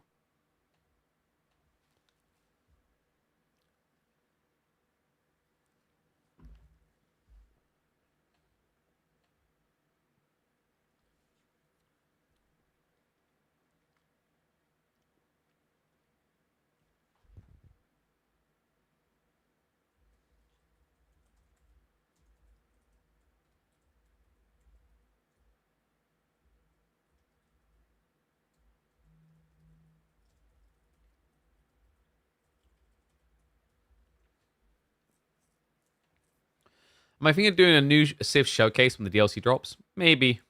It's kind of tricky. Like, I don't know. If I could find some sponsors, these type of things, but it's hard to find those sponsors sometimes. I don't know if I've mentioned this before. I mentioned it a lot. I don't make enough money to pay my bills out of streaming on its own. So, like, I don't know how much I'd have to pay boys to get in on it, but, like, it's always awkward with that type of thing. Like, KPMM is feasible because we have Microsoft funding. But that's for KPMM, not for other things. Is that a load screen mod? This is good old Caillou at work. He loves doing this with his maps. He's got actually the best loading screens in the game. What kind of viewership do you need to hit? I think we start regularly attracting sponsors at like 600-700 CCV on Twitch. Like, that's quite a leap from currently. Like, we're currently down at like 250-ish, I think. And there's YouTube as well, but that's challenging, right? Like, I had a game sponsor come to me, and they're aggregating based on just my Twitch following right now, Twitch viewership, which means they're missing out on like a third of my viewership, which is on YouTube streams, because they can't calculate it. It's not within their system on how they do these deals. What about crowdsourcing? We could. That's potentially an option. It's just like awkward. Like, what happens when you don't hit that goal? Like, the tournament just doesn't happen. It's the thing I always hate. So much nicer to have a baseline tournament and be like, hey, we can increase this. Do I have any side jobs for my bills? Sure. So I do casting and hosting. This year has been kind of rough in some ways. I run my own agency, but the thing is, when you run your own agency, like, you're paying everyone else's salaries before you pay yourself, right? So I'm not making crap loads of money from that. And yeah, that's like, those are the things, baby doll. That's why, like, also I'm trying to push the variety content, which, I mean, guys, please do go ahead and follow the second channel, Darren Elmy, because we're doing, like, different games there, and I'm trying to think about new content sources. But, like, basically, like, I don't think we'll do it tonight, but tomorrow we'll probably go on the secondary channel to check out, like, Olden Era or something like that. So do join us for that. But, like, we're doing Battlefield yesterday. We'll do other variety games. Today, we'll be using the main channel for some good old Anno. Is it still a repick, a Civ you lost with for G7? Yes. So they have variety there. We're all still the same, M-Lord. Alright. In we go. Oh, KPMM is truly back, baby. Is this about to happen? Are we going all the way to Game 7? Or is Louis going to get blocked out one shy? Let's find out. We head into Gorge, where it is, in fact, Vortex now on match point with the Francais to try and beat out Louis MT's Roos. Classic matchup for Gorge. A map that often feels very good for Roos, actually, due to the scout opening, giving them a clear edge when it comes to sheep gathering, which we should see develop. I like this from Vortex, though. Wait. He's checking for it. Oh, you cheeky son. I love this. He's going all the way. Okay, he doesn't quite hang around long enough, but this is important. His side of the map hasn't been touched by anyone but him. And Louis, yeah, I think he realized it. Because he didn't run into the enemy scout, he's going to cut his side. This is not great. However, Vortex left his corner unchecked. So if Louis realizes this, he's going to show you exactly why Roos can get an advantage on Gorge every time. The way it works is you gamble 50-50 on whether you run into the enemy scout. You choose a side. If you run into the scout, your second scout goes to the opposite side. If not, you have variants like what Louis is doing, where his scout already crossed. Now he's going to go and check the other corner while he pads his own corner as well. This is really cool. Louis should be able to get majority sheep because this is up to 18 already. Meanwhile, Vortex only at 13. And, oh, Louis is going to find it. Roos, folks, it's just a great Civ for Gorge. That's why it's still actually a pretty desirable pick. Like, most tournaments will use Gorge. And Roos, I still see as, like, top 4 there. Great play. Vortex, obviously going to be going pro scouts, as will Louis, but now this is just an inherent edge. In a game where you're both going to run out of food eventually, Louis should, in theory anyway, run out later.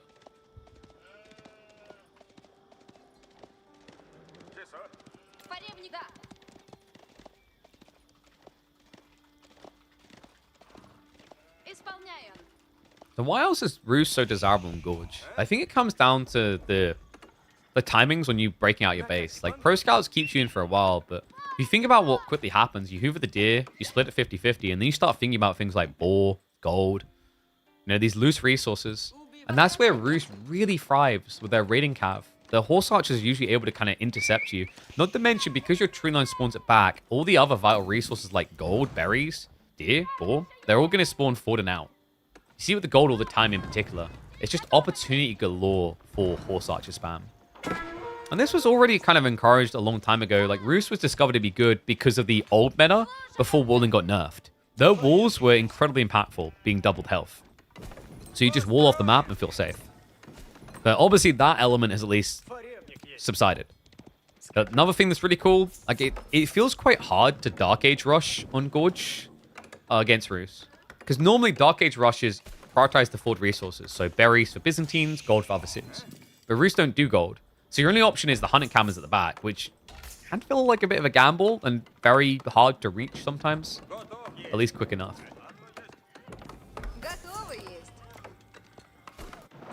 By the way, cool detail there. Did you guys notice that Louis, he dropped... Was this the first hunting cabin? He dropped it closer so that he had a quicker time on that scout. It shows you how much he valued the scout opener to block Vortex. Have we seen Marine Lord and KP in the same room? Yes. We literally have seen that on LAN multiple times.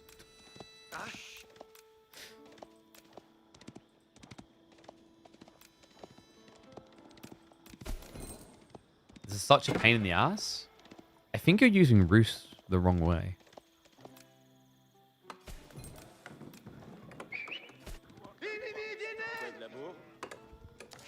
So Discord's very balanced, actually. A lot of this map is very, very balanced. I think the only clear upside I give French is this boar. This boar's a lot easier to grab than Louise. Louise is just out there in the middle of nowhere. But that actually at least balances it up in the matchup, because remember, Rus have a much easier time outpost dropping these areas because of the 8 seats inside the Winter Fortresses. Did we get predictions up, by the way? How did they come out? Oh, we didn't. Whoops. Let's do that now. Oh, we got second. So Vortex taking game 5.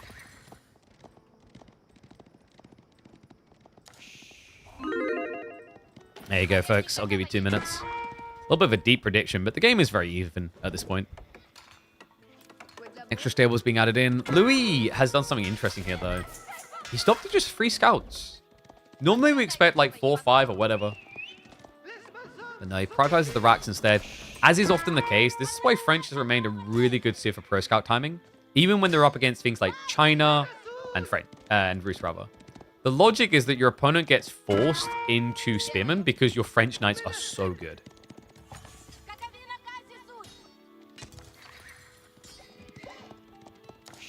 Vortex. Looks like you got caught trying to actually snatch from Louis' side. Nice intercept, and I love that. Like, Vortex, he actually backs away like, I'm clearly outnumbered. Even if he doesn't see it yet, you kind of suspect it with Rus. They normally have a lot of scouts. Which second channel? Oh, I can drop it in the chat. Give me a sec. Like, this is why everyone should join the Discord as well. We drop the details on the Discord all the time.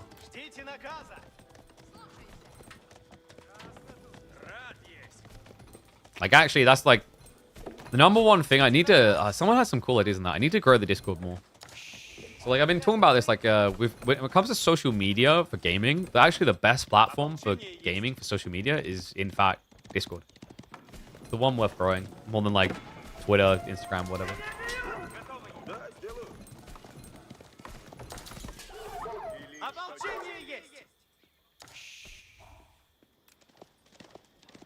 Vortex, he's been insanely greedy here, actually. This is not your usual French experience. Normally, French players, they cap out at 3 or 4 scouts. They just gradually get their advantage on pro scout play. Like, if you looked at the comps right now, you would... maybe not because of Spearman, but like the idea of just having so little scouts, you would assume it was the French player doing this. I would not have expected this many scouts. And it's crazy because Vortex is getting gains out of it. Look at the wide spread. Louis playing to Spearman, not looking optimal right now. Maybe he can make up for it, though. He's going to be snatching back from the other side of the map. Blacksmith early from Vortex also. So priority switching to archers likely coming. And Louis going to knights. I'm never the biggest fan of Rus going knights here. In a Rus versus French matchup. French knights should always feel favored. to make matters worse, Vortex, he switched onto it. Moves over, and that's a triple deer drop and run. Oh, what?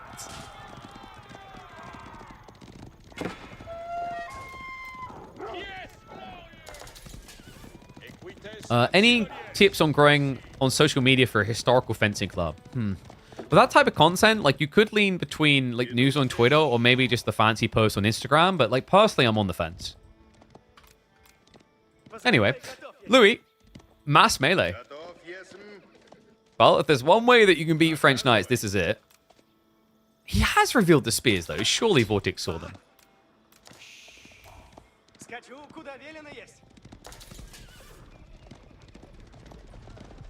If he did, Vortex doesn't care.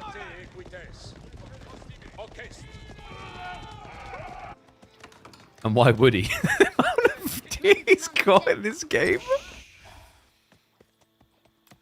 I don't know. I feel like Roos just got kind of pummeled on the deer in this.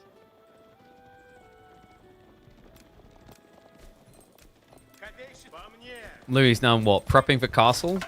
Still, French can mirror that pretty easily, I want to say, from this.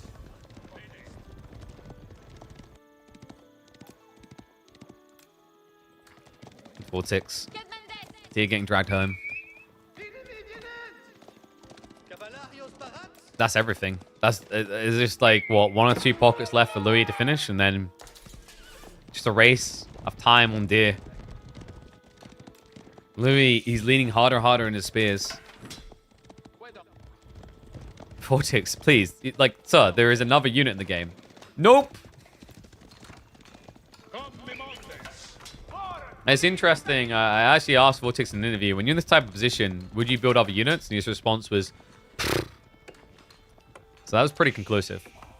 Always just build knights.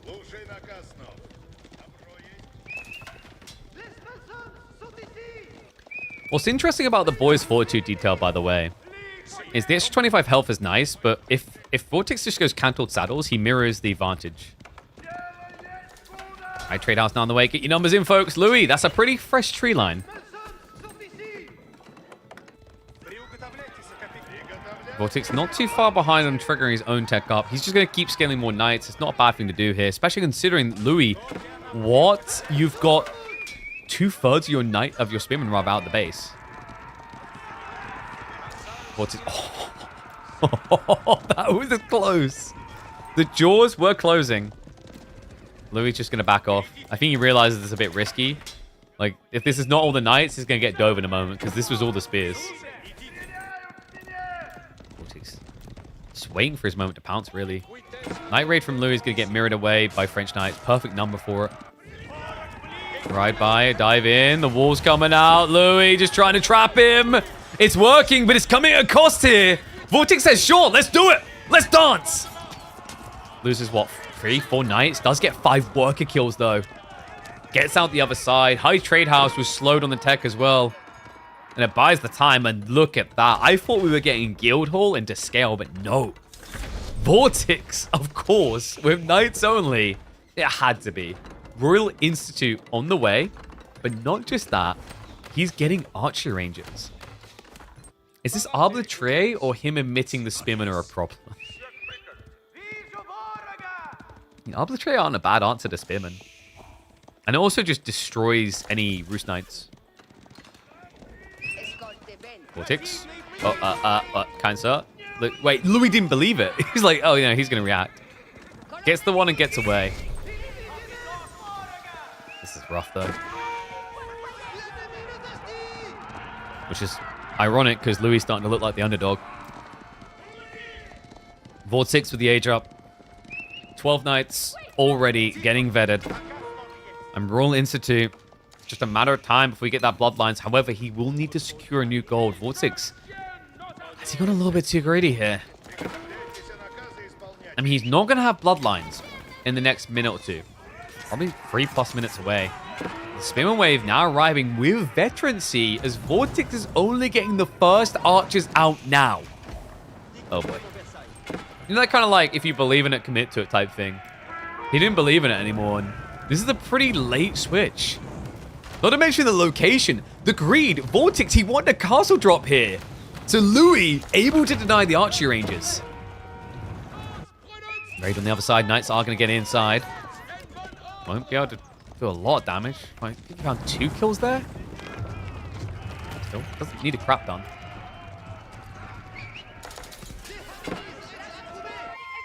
Villagers now will sneak out. Vortex, this is how he solves the gold problem. Louis, because he went full spear, he doesn't really have many raiders here.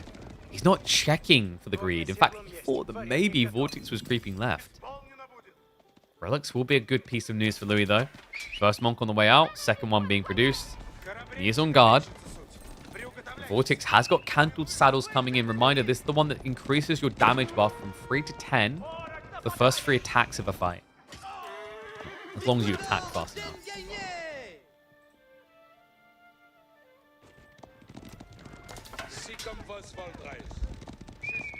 Vortex now prepping veterancy, so he knows he needs a lot of archers. It's kind of interesting, actually, because like Vortex could have spring ordered here. You just don't really think about it. It's not great on Gorge at this point in the game because it's so wide, but in theory, it stops the dive entirely.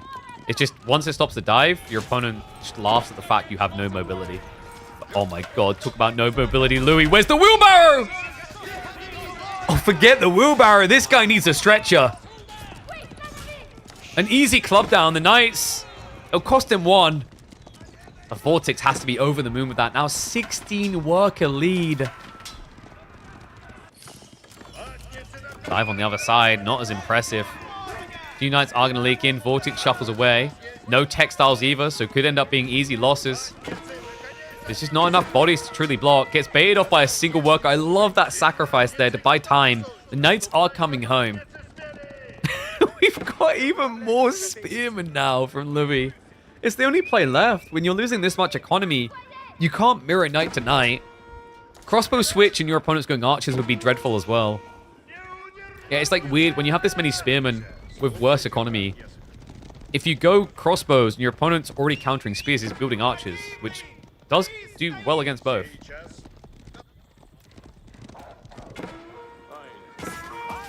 Vortex. Oh, what is going on? I think that was a misclick. They're meant to be on the berries. Louis. It's just, I can never get over Roost Spearmen. They just look weird. They look so odd. They're so unusual. Louis does now have wheelbarrow on the way. It took a while, but it's coming in. It's like, huh. This may be causing me some problems. So just to clarify, wheelbarrow and move faster, good against ponies. Crazy tax. Golden Horn Tower, 105 gold. That's with tier 2 bounty. Not terrible, not great. The relics are great, and it's exactly what Louis needs. He's starting to draw this back a little bit. You know, Vortex only ahead by 11 workers. And remember, he didn't go Guildhall. He hasn't queued Royal Bloodlines either. This is getting a bit weird, actually, for Vortex. Now, as Spearman, it's probably not desirable to go towards Royal Bloodlines quickly anymore. And, oh, no. Wait, what? Louis? No, you're a player? What? I can't believe he got away with that. And what's up, Frey? Mommy's making you a cup of tea. Oh, Mommy's making me a cup of tea. Thank you, darling. Cuddle, yeah. I'm getting cuddled in the... Oh, hurry up, then. Relic's going to be dropped off. Knights are coming around, though. So you should be able to deny that. Freya, is Louis or Vortex going to win? Louis gonna win. You heard it here first. We're getting a game 7. Woohoo! And I have got a coffee here. Not coffee, tea. Thank you, darling. Alright, that should save my throat. Shout out to Emma for that. Game 7. You heard it here. She never predicts wrong. When it came to Red Bull Wallow, she predicted the Marine Lord win. She knows. That girl is an oracle. Louis, still getting denied on those final relics, though. The problem sometimes with this is, like, when you keep trying for the relic play, it encourages your opponent to do it instead. And gold is important here for Vortex.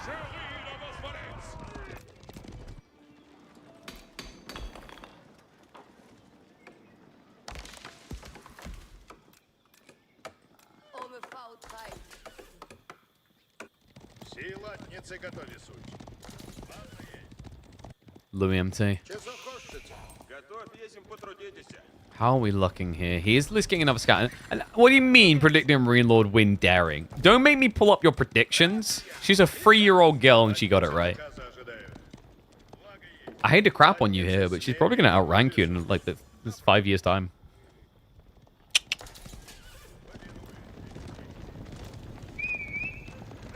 Royal Bloodlines. This is the hardest point for him. It's 30 archers.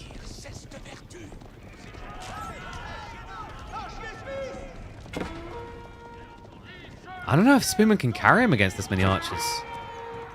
He's trying to get the knights up. And I swear to God, these walls are crazy. Vortex will steer away. It's going to cost him a knight or two, though. Burn on the wooden fortress attempted, but like remember, this is knights and archers. It means you don't actually have that much blast power to burn down buildings. It means he does have to back away. I love the way Louis is playing this. Like normally you're in a bit of a panicked rush against French because you know they're going to age eventually. But reminder, this is Royal Institute. This is the negative of this build. You're the one who should have agency, and you're the one who has to do something with it. It's coming again. But Louis looks like he was trying to raid. Might have to steer all the army back now. With Royal Bloodlines in, this gets a lot harder. 15 knights going to the base. Louis, the 6 workers, they're in trouble. Archers in position, and workers go down. Louis too slow on the pull away. All should be dead to that. A 20 worker lead now. Knights are creeping in towards the goal. That's idle time achieved. Vortex, he doesn't have active gold gathering. He doesn't have passive. This is a blocker towards the Royal Bloodline scaling.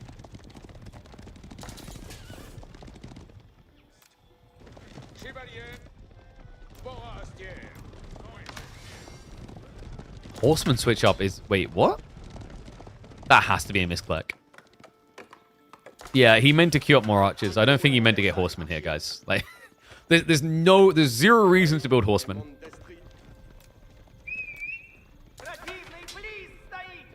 Like, if we see him queue up like 20 horsemen now, I'm convinced that Vortex has a pet and it's got control of his keyboard. It could be like if he does it, it's because he's suspecting crossbowmen, but you haven't seen them at all. These knights creeping in now. Louis, good reactions out of Vortex. It's only the archers though. He's not going to commit to that though. It's not enough knights. Yeah, he was going for the sandwich, but Vortex read straight through it. Great response. If that had connected, it would have been a full smush. Archers and villagers going down. Louis back in the military lead. Not exactly in the driving seat though. Ah, that's hot. That's a hot take. I mean, they're meant to be.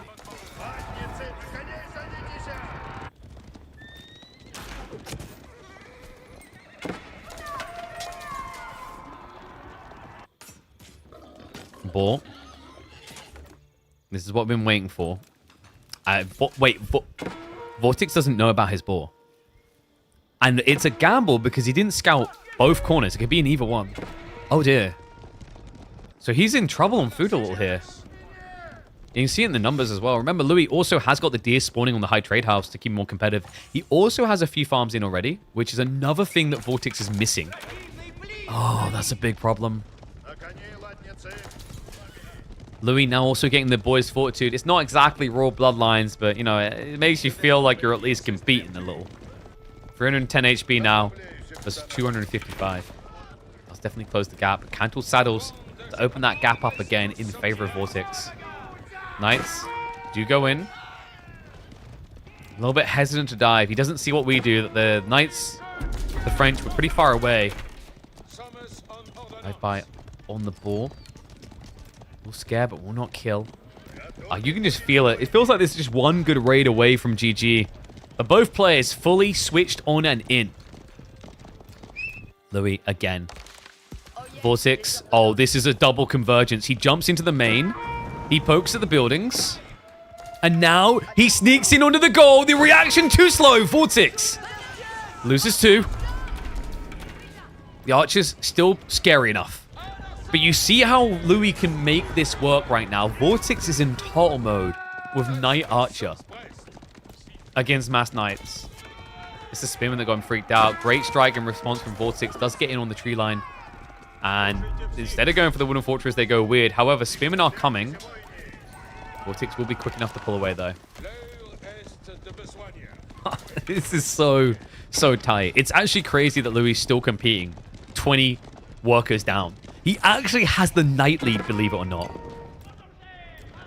You better believe it in this game. Vortex is about to get a second relic, so that's going to allow him to juice up a bit more in the gold. I wonder if he'll be forced into Arbitrary soon. Spearman. Ooh, good find.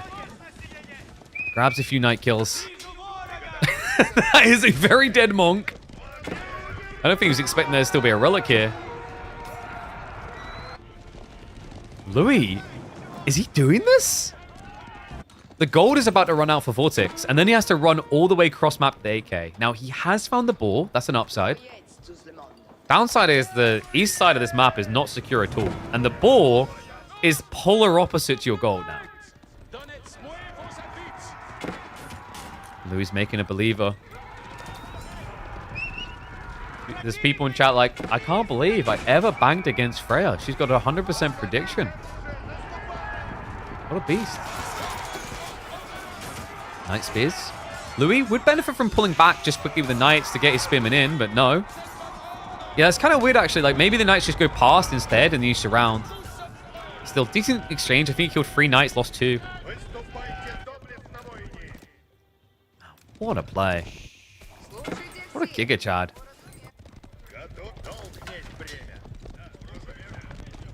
Louis. He's sneaking in just 1 or 2 Knights here or there, and he's in position. Yeah, he sees the mining camp. This was from ages ago, though. He might not know it. Vortex, he set this up early, didn't he?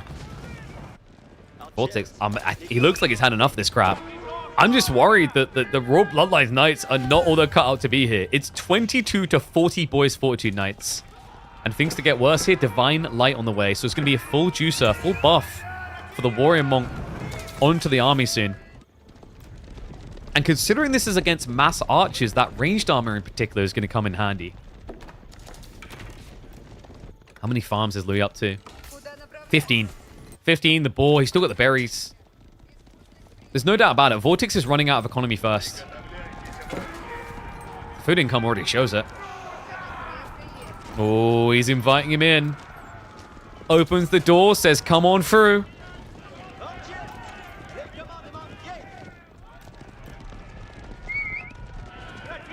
Louis.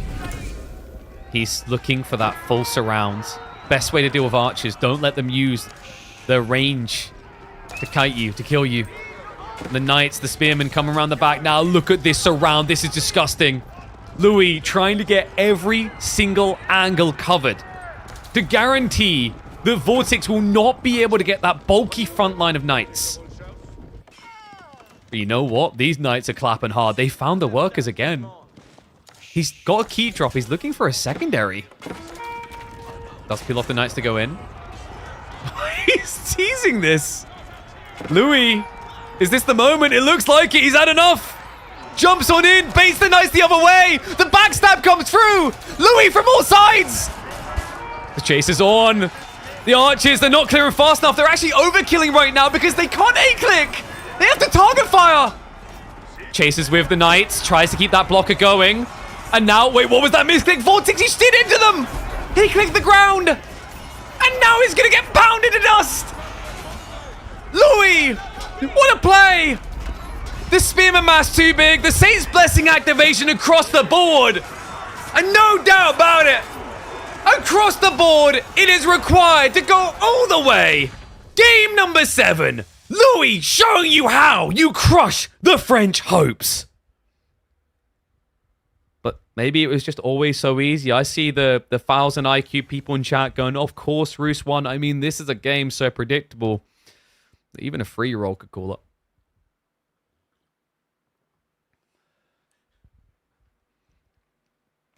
Damn. This boy's cooking.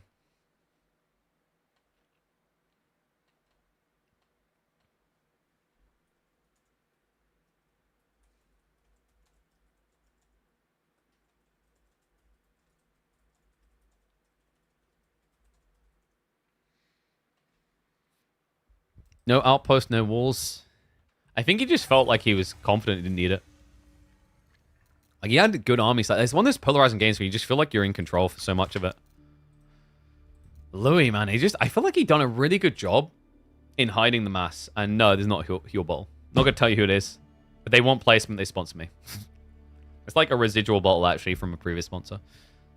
But they didn't believe you guys wanted their products, so they didn't come back. But, right side win, Rus. So, reminder, the way this works, you can repick a civ you lost with. It's going to be French Biz on front range. That's a bit wild. I wasn't expecting... Actually, I guess it kind of makes sense. Like, Ottomans was there as well. Hey, Frey, what's up? You going to bed? Not yet. Not, what do you mean not yet? Yes, you are. I'm in the bed now. You can say goodnight to stream. You got to go to bed, okay, Don? No, but I need can't read the one, don't read. You smell funny. What's mommy done with you? Mommy gave me a sweet tea. Of course she did, mommy. Sing round. Say night-night, stream. Night. Enjoy the finals. And so in the final beauty. Blow kisses. I love you. Say don't forget to subscribe. Go get try beauty. Give me a kiss. No, me a kiss. No. I love you. All right, you go back to mommy, yeah? Say bye-bye. I'll give you a kiss. Yeah, you give me a kiss. No, I did not. Okay, give me a kiss. Mwah. Okay, off you go. Love you. I want to go read my story, okay? Okay, mommy read you a story. Got it. That's her problem. Nice jammies. Yeah, she got a cat jammies.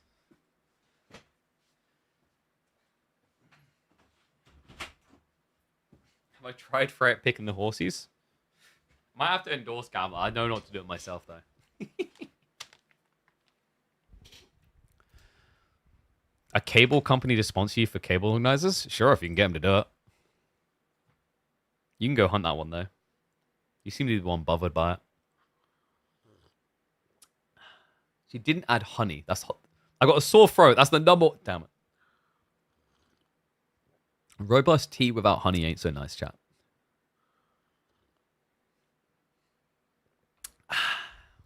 Refreshing. Ish.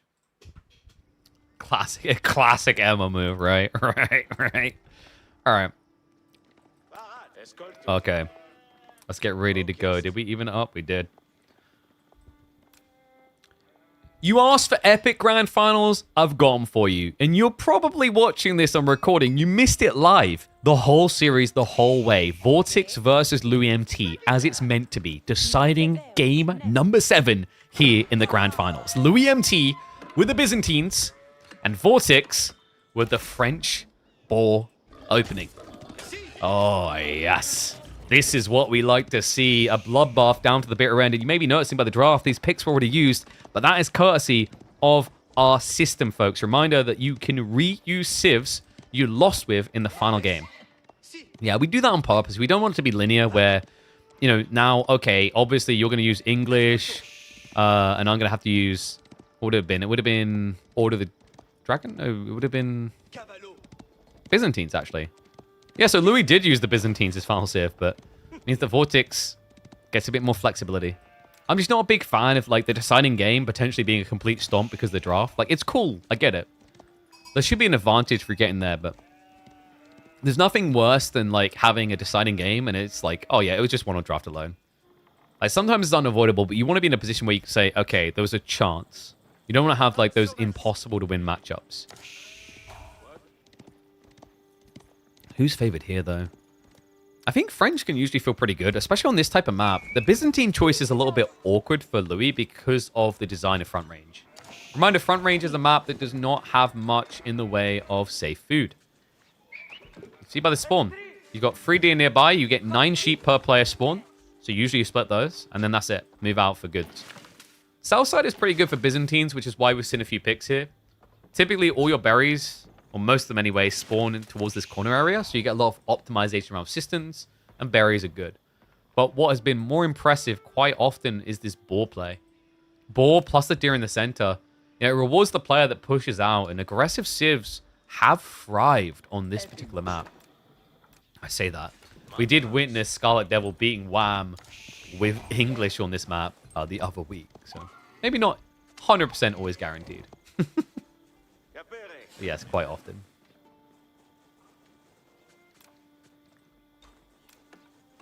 Okay, Louis. Stone gathering 3. So he's going for a rush timing here, which is interesting against French. Normally you're worried about needing to get Limitane fast. And you're definitely going to feel like you need them fast because of this play by Vortex. Remember, the boar gathering rate is incredible compared to the sheep. A huge booster, in fact.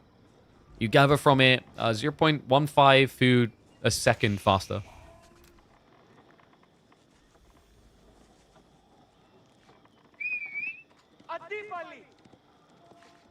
I wonder. Is he going to pro scouts? I don't think so at the board, but I have seen a few people pro scouts on this map, which is a bit unusual. It feels like it. In theory, it's a good map for it because if you get these 2 deer stacks plus the central one, you're going to be at 17 deer, which is a lot. But in reality, like, you know, these type of civs you're already playing here. Because of the design of the map, if you secure this area, it should be quite hard to raid you at the back anyway. So at that point, you're only really playing for the northern deer. I haven't yet seen a player prioritize pro scouts into the mountain to take both sides. That might make it worthwhile. Yeah, French definitely one of the civs that could. China has been picked here once or twice. It's just not your usual bread and butter. It doesn't feel like the map for them. Same with Shushi. We've seen, I think, 2 or 3 picks maximum. The last Shushi pick we got actually was a 2 TC build that led to an epic showdown. The scouting comes in. Louis now knows about it.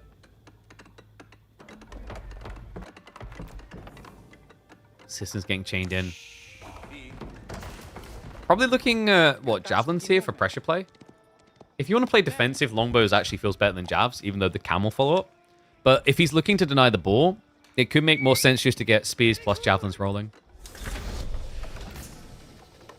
Because the problem with going for longbows is, especially on a map like this, you're going to need a lot of food because you're going to want horsemen and limitane, probably.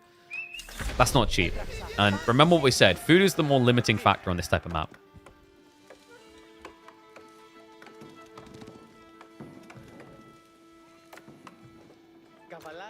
He's waiting for the call. Kind of baiting, though, from Vortex. Having 5 on gold still, it could look like you're pro scouting. But in actuality, Vortex is just gathering all the other attacks. Double broad axe, specialized picks coming in. So lean and efficient, name of the game. Louis, interesting he didn't actually hang around there. I thought he'd wait to see if it's a second knight or a scout. But maybe just instinctively knows. Archery range now getting added in. And it's going to be Limitane, so likely we're looking at Limi plus javelins.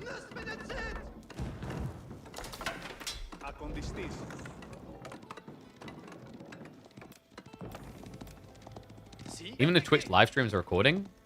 True, but it's a live recording. Unless you're subbed, in which case it can be an after live recording because you have the rewind button. You have to be subbed for that. I don't see that emote. I don't see that icon.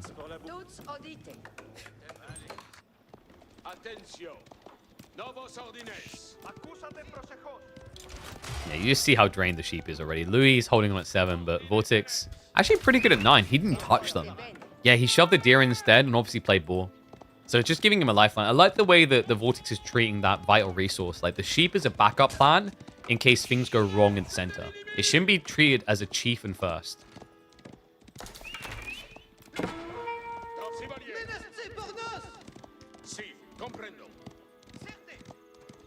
What was your predictions? Let's have a look. Ooh, close to 50. Slight advantage. 56% in favor of Vortex. I mean, we've seen what feels like everything here, right? It's a very hard one to call. These two have been back and forth throughout the series, and I mean, respects to him for it. You know, you didn't have any, like, insane comeback from, like, you know, match point down. In some ways, that's more impressive, that delicate balance back and forth. Tells you that from a drafting perspective, no one just got stomped either, is the cool thing.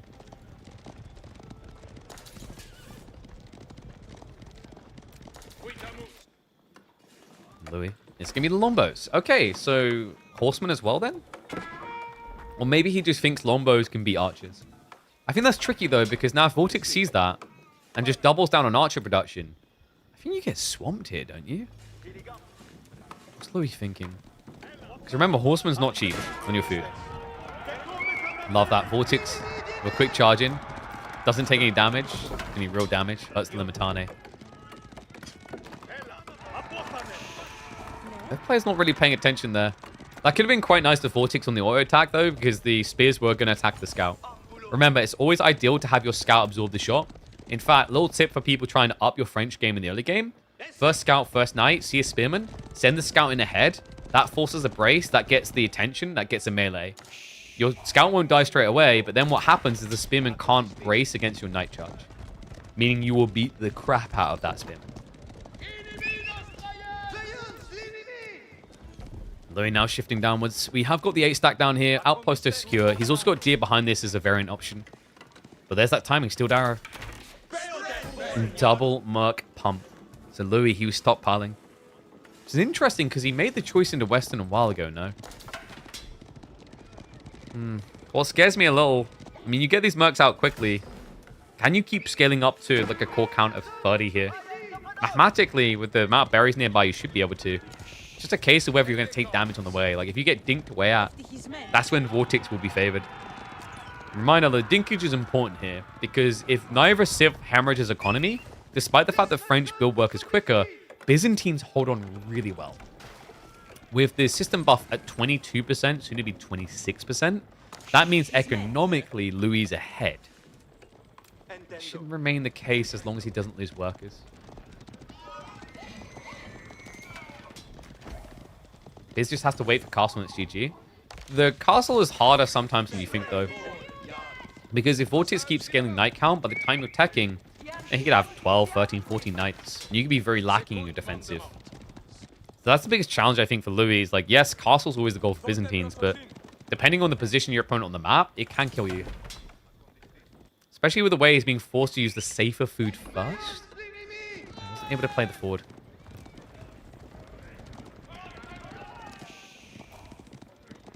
Remember what we said before, guys. If Vortex wins this, he upgraded Monster and finally upgraded PC. Probably got himself a PC Specialist PC. If he loses, he didn't upgrade it. That's the way it works. It's that simple. He probably paid full price as well instead of getting 40 quid off Pigeon 40.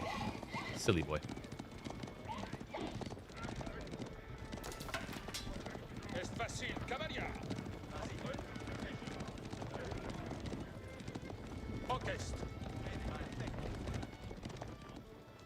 Wonder.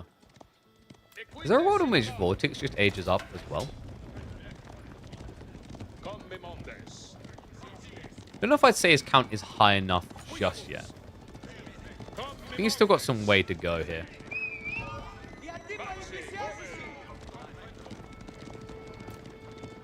Like, it's really weird these days. I feel like a lot of the time, it's a stare down to see who techs first and they die. Castle just ain't safe like it used to be. And I am all here for it. You know, I'm a big believer in, like, any greedy choice you make should feel earned.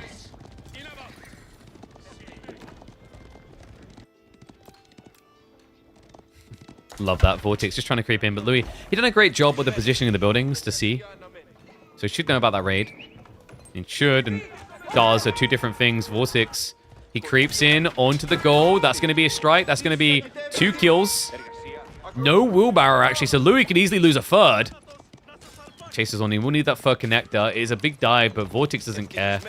Doesn't get the kill, but also can shrug off the arrow fire. I believe that is chivalry now justifiable. You've got 2 injured knights here. You've got more on the front side. Lightly dinked. Yeah, it justifies. Nicely played. Vortex now with a clearer worker lead. 8 up. Needed this as well because the Byzantine eco advantage was starting to eclipse him based on the percentage scaling. Remember, 26%. Always add in 26%. Because realistically, a Byzantine player is going to have basically everyone in range of systems at this point in the game. It is very rare that that's not the case. Wait, did we miss an opportunity for level 1, 2, 3, 4? Could he have got one here? Maybe not. I think it's like a weird... it's a really weird spot. Yeah, look. tight, but blocks him out.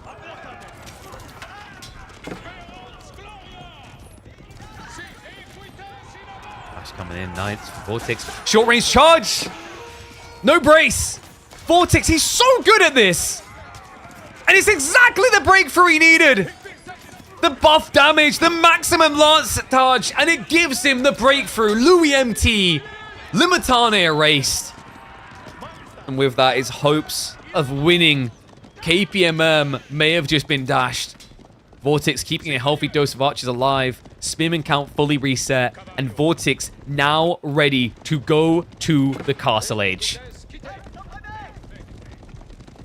Sometimes all it takes is one moment, one good strike, because now Louis, he'll know what that meant. He'll know that he's under pressure, but what do? You can't do much, and it's crazy at this level of play. Just one tiny slip up, the difference it can make in moments like that. Will he go institute? Oh no. I don't know if he really needs it this time. He might. Killing blow and all. I mean, you got to justify it. You lose a game with Royal Institute, you got to win a game. Them's the rules, baby cakes.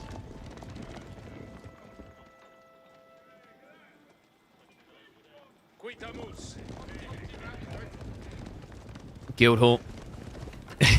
so there you go, guys. That's the difference between winning and losing with French. Build a Guildhall. Thanks for coming to my TED Talk.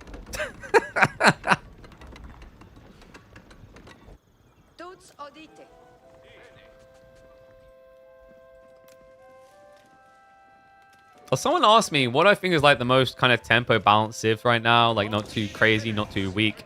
I said French.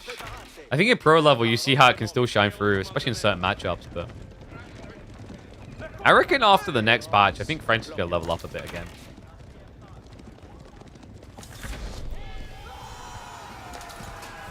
Vortex now the age up. Veterancy's on the way. Louis playing catch up. It's deja vu. It's going to happen again.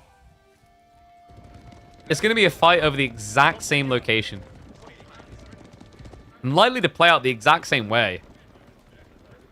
Because Louis, I mean, he's almost out of olive oil back here. The deer's not going to last much longer. He needs this food.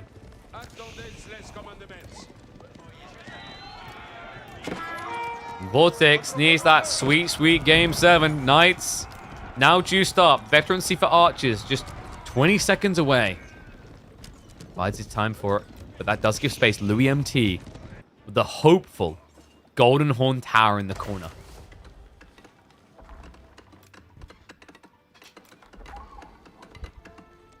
It's going to give him a big buffer in terms of longbow scaling, but he's still behind. Vortex, look at the timing on this. Ranged armor just 10 seconds out from being level 2. He dives in towards the Grand Winery. He's looking for that killing blow. He's forcing the matter. Most Knights get the charge off. Limitane just aren't going to get upgraded quick enough here. Dive reach on the longbow. Vortex, he found the timing perfectly. He knew what Louis needed. And he will deprive him, starve him of any hope, any semblance of getting back into business with the Byzantines. It's going to be a wipe. Workers hiding in the corner, but the Knights have already found the Golden Horn Tower location. Vortex is just looking to run it down. We've got a Congo line of troopers to get the GG. A Game 7 decider goes the way of the Spaniard. His return to KPMM will see him right back on top. G to the G. Well played. So Vortex able to get the 4-3 victory. But man, commiserations, but also props to Louis MT. Taking it all the way. I was impressed. After that game number 6, I thought that I thought this was over midway through that game 6. It looked like he was up Craps Creek without the paddle. But miracles occur. He found his way out. Absolutely phenomenal. By the way, in terms of what else is happening, tomorrow we will have the Dumu versus Wham matchup. I don't know if they played already. I don't know. I'll check in on that.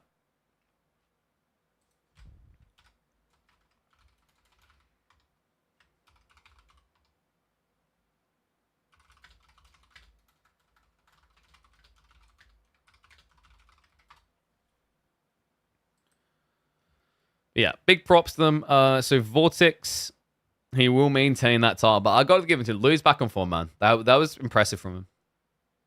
Interesting game length as well. I don't know. Maybe the meta is getting super speedy. Maybe it's time for a spin up when you get your late games again, you know? But fun's not done. Y'all ready for what's coming next? Because we got some super bougie exclusive access to a brand new game. Maybe you guys have heard it, but you guys ever heard of a game called Anno? So we actually have access to the game early. Like kind of a surprisingly early timing. I think it's like a month early. So pretty sure I'm gonna go double check to make sure I'm not actually breaching embargoes here. That would be very naughty. But it should be, yeah, 16th of October at 6 p.m. CET. So we are definitely safe to check it out.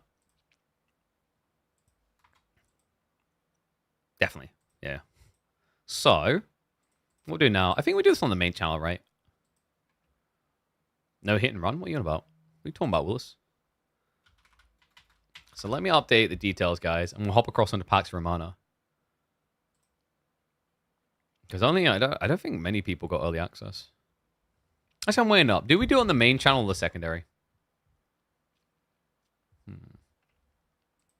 I could raid through to the secondary. Oh, I didn't have the OBS set up in the background, though. Uh-oh. Main, in my opinion. I just don't know if many people are going to hang around the main. I feel like we got a big chunk of people that like are fussy about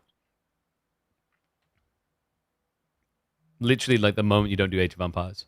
Which is unfortunate because it makes it very hard to actually make a living. Like if you can't prove a conversion of your audience to games you do. Release is November? Yeah, so we got access real early. But let me have a look here. See what I can do. So I think if I open two versions of OBS, I can set this up to be pretty much seamless.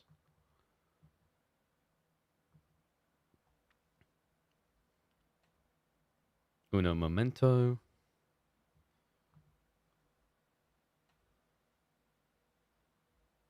Should we just do the main? This is what I mean. Like, this is the balance of like, because you're trying to get numbers up so you can get sponsors. I feel like if I do the main, a lot of people are just going to clock out. Yeah, we'll do the secondary. So guys, we're going to use our variety stream channel today. So bear with me one sec, because I need to basically just quickly set up the stream key for it. Should only take a second.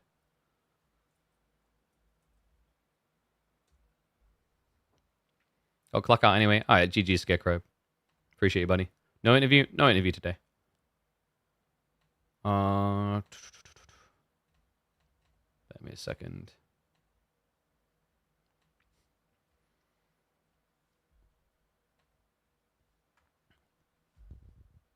Dude, part of me is just like, screw it, do the main.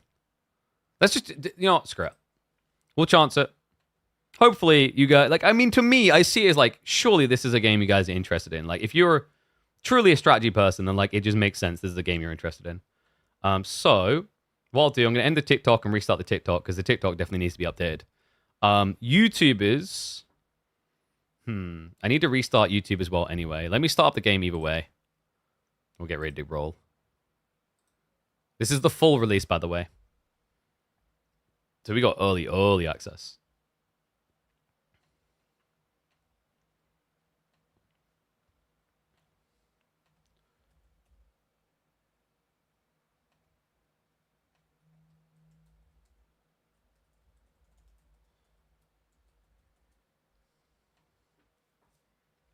Oh, dude. Why does it always do this?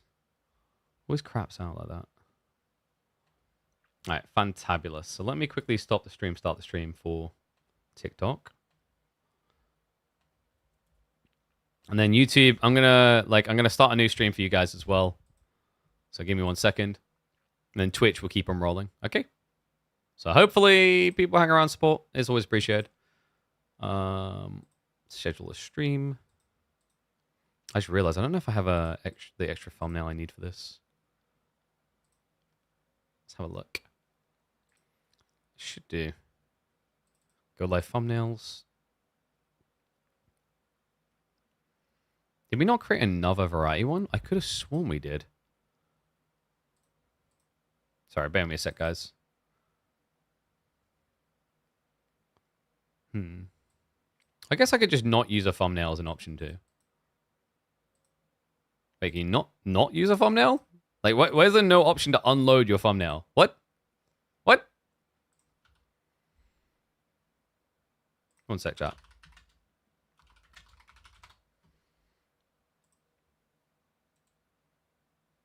I'm just going to create a very crude thumbnail so we can go live.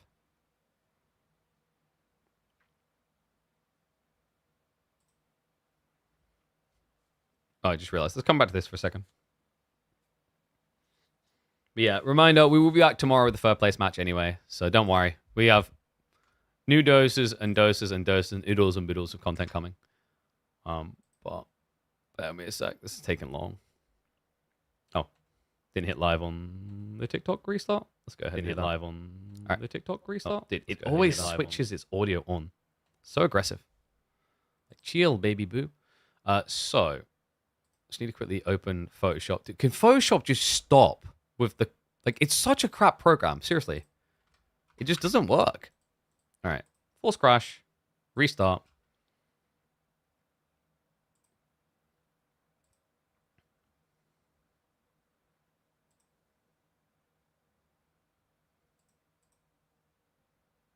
Let me get... Oh, dude, I need a picture of Pax Romana that is big, not small.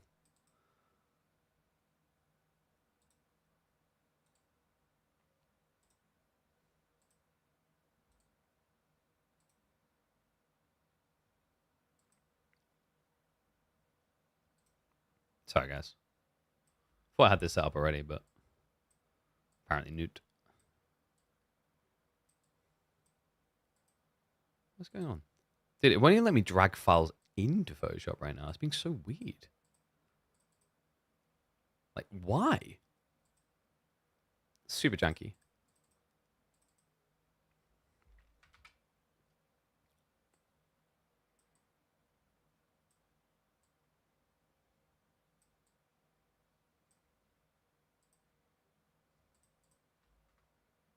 That is pretty ugly. Is there a better asset? I quite like that one, actually. Let's do that quickly. All right, one sec, guys. We're almost done.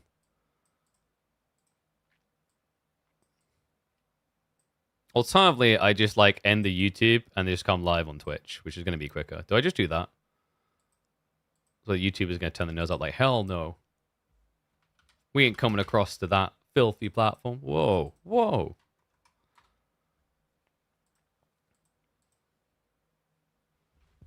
All right, I think that's good. Bear with me uno momento. So now if I just upload this, set up the stream to go.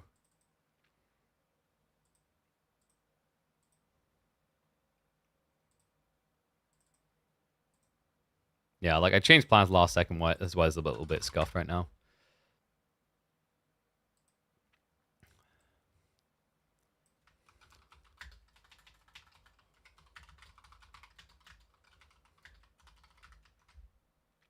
Okay, we'll go with that. We'll set that to go live in a second. All right, YouTube, I'm going to drop start the stream. So there'll be a different stream. Remember, that's the way it works. So I'm going to end this stream now. And we'll start the other one. Okay? See you in a second. I just realized I'm using the wrong. I need to switch to the other key, don't I? Where's the Battlefield 6 key?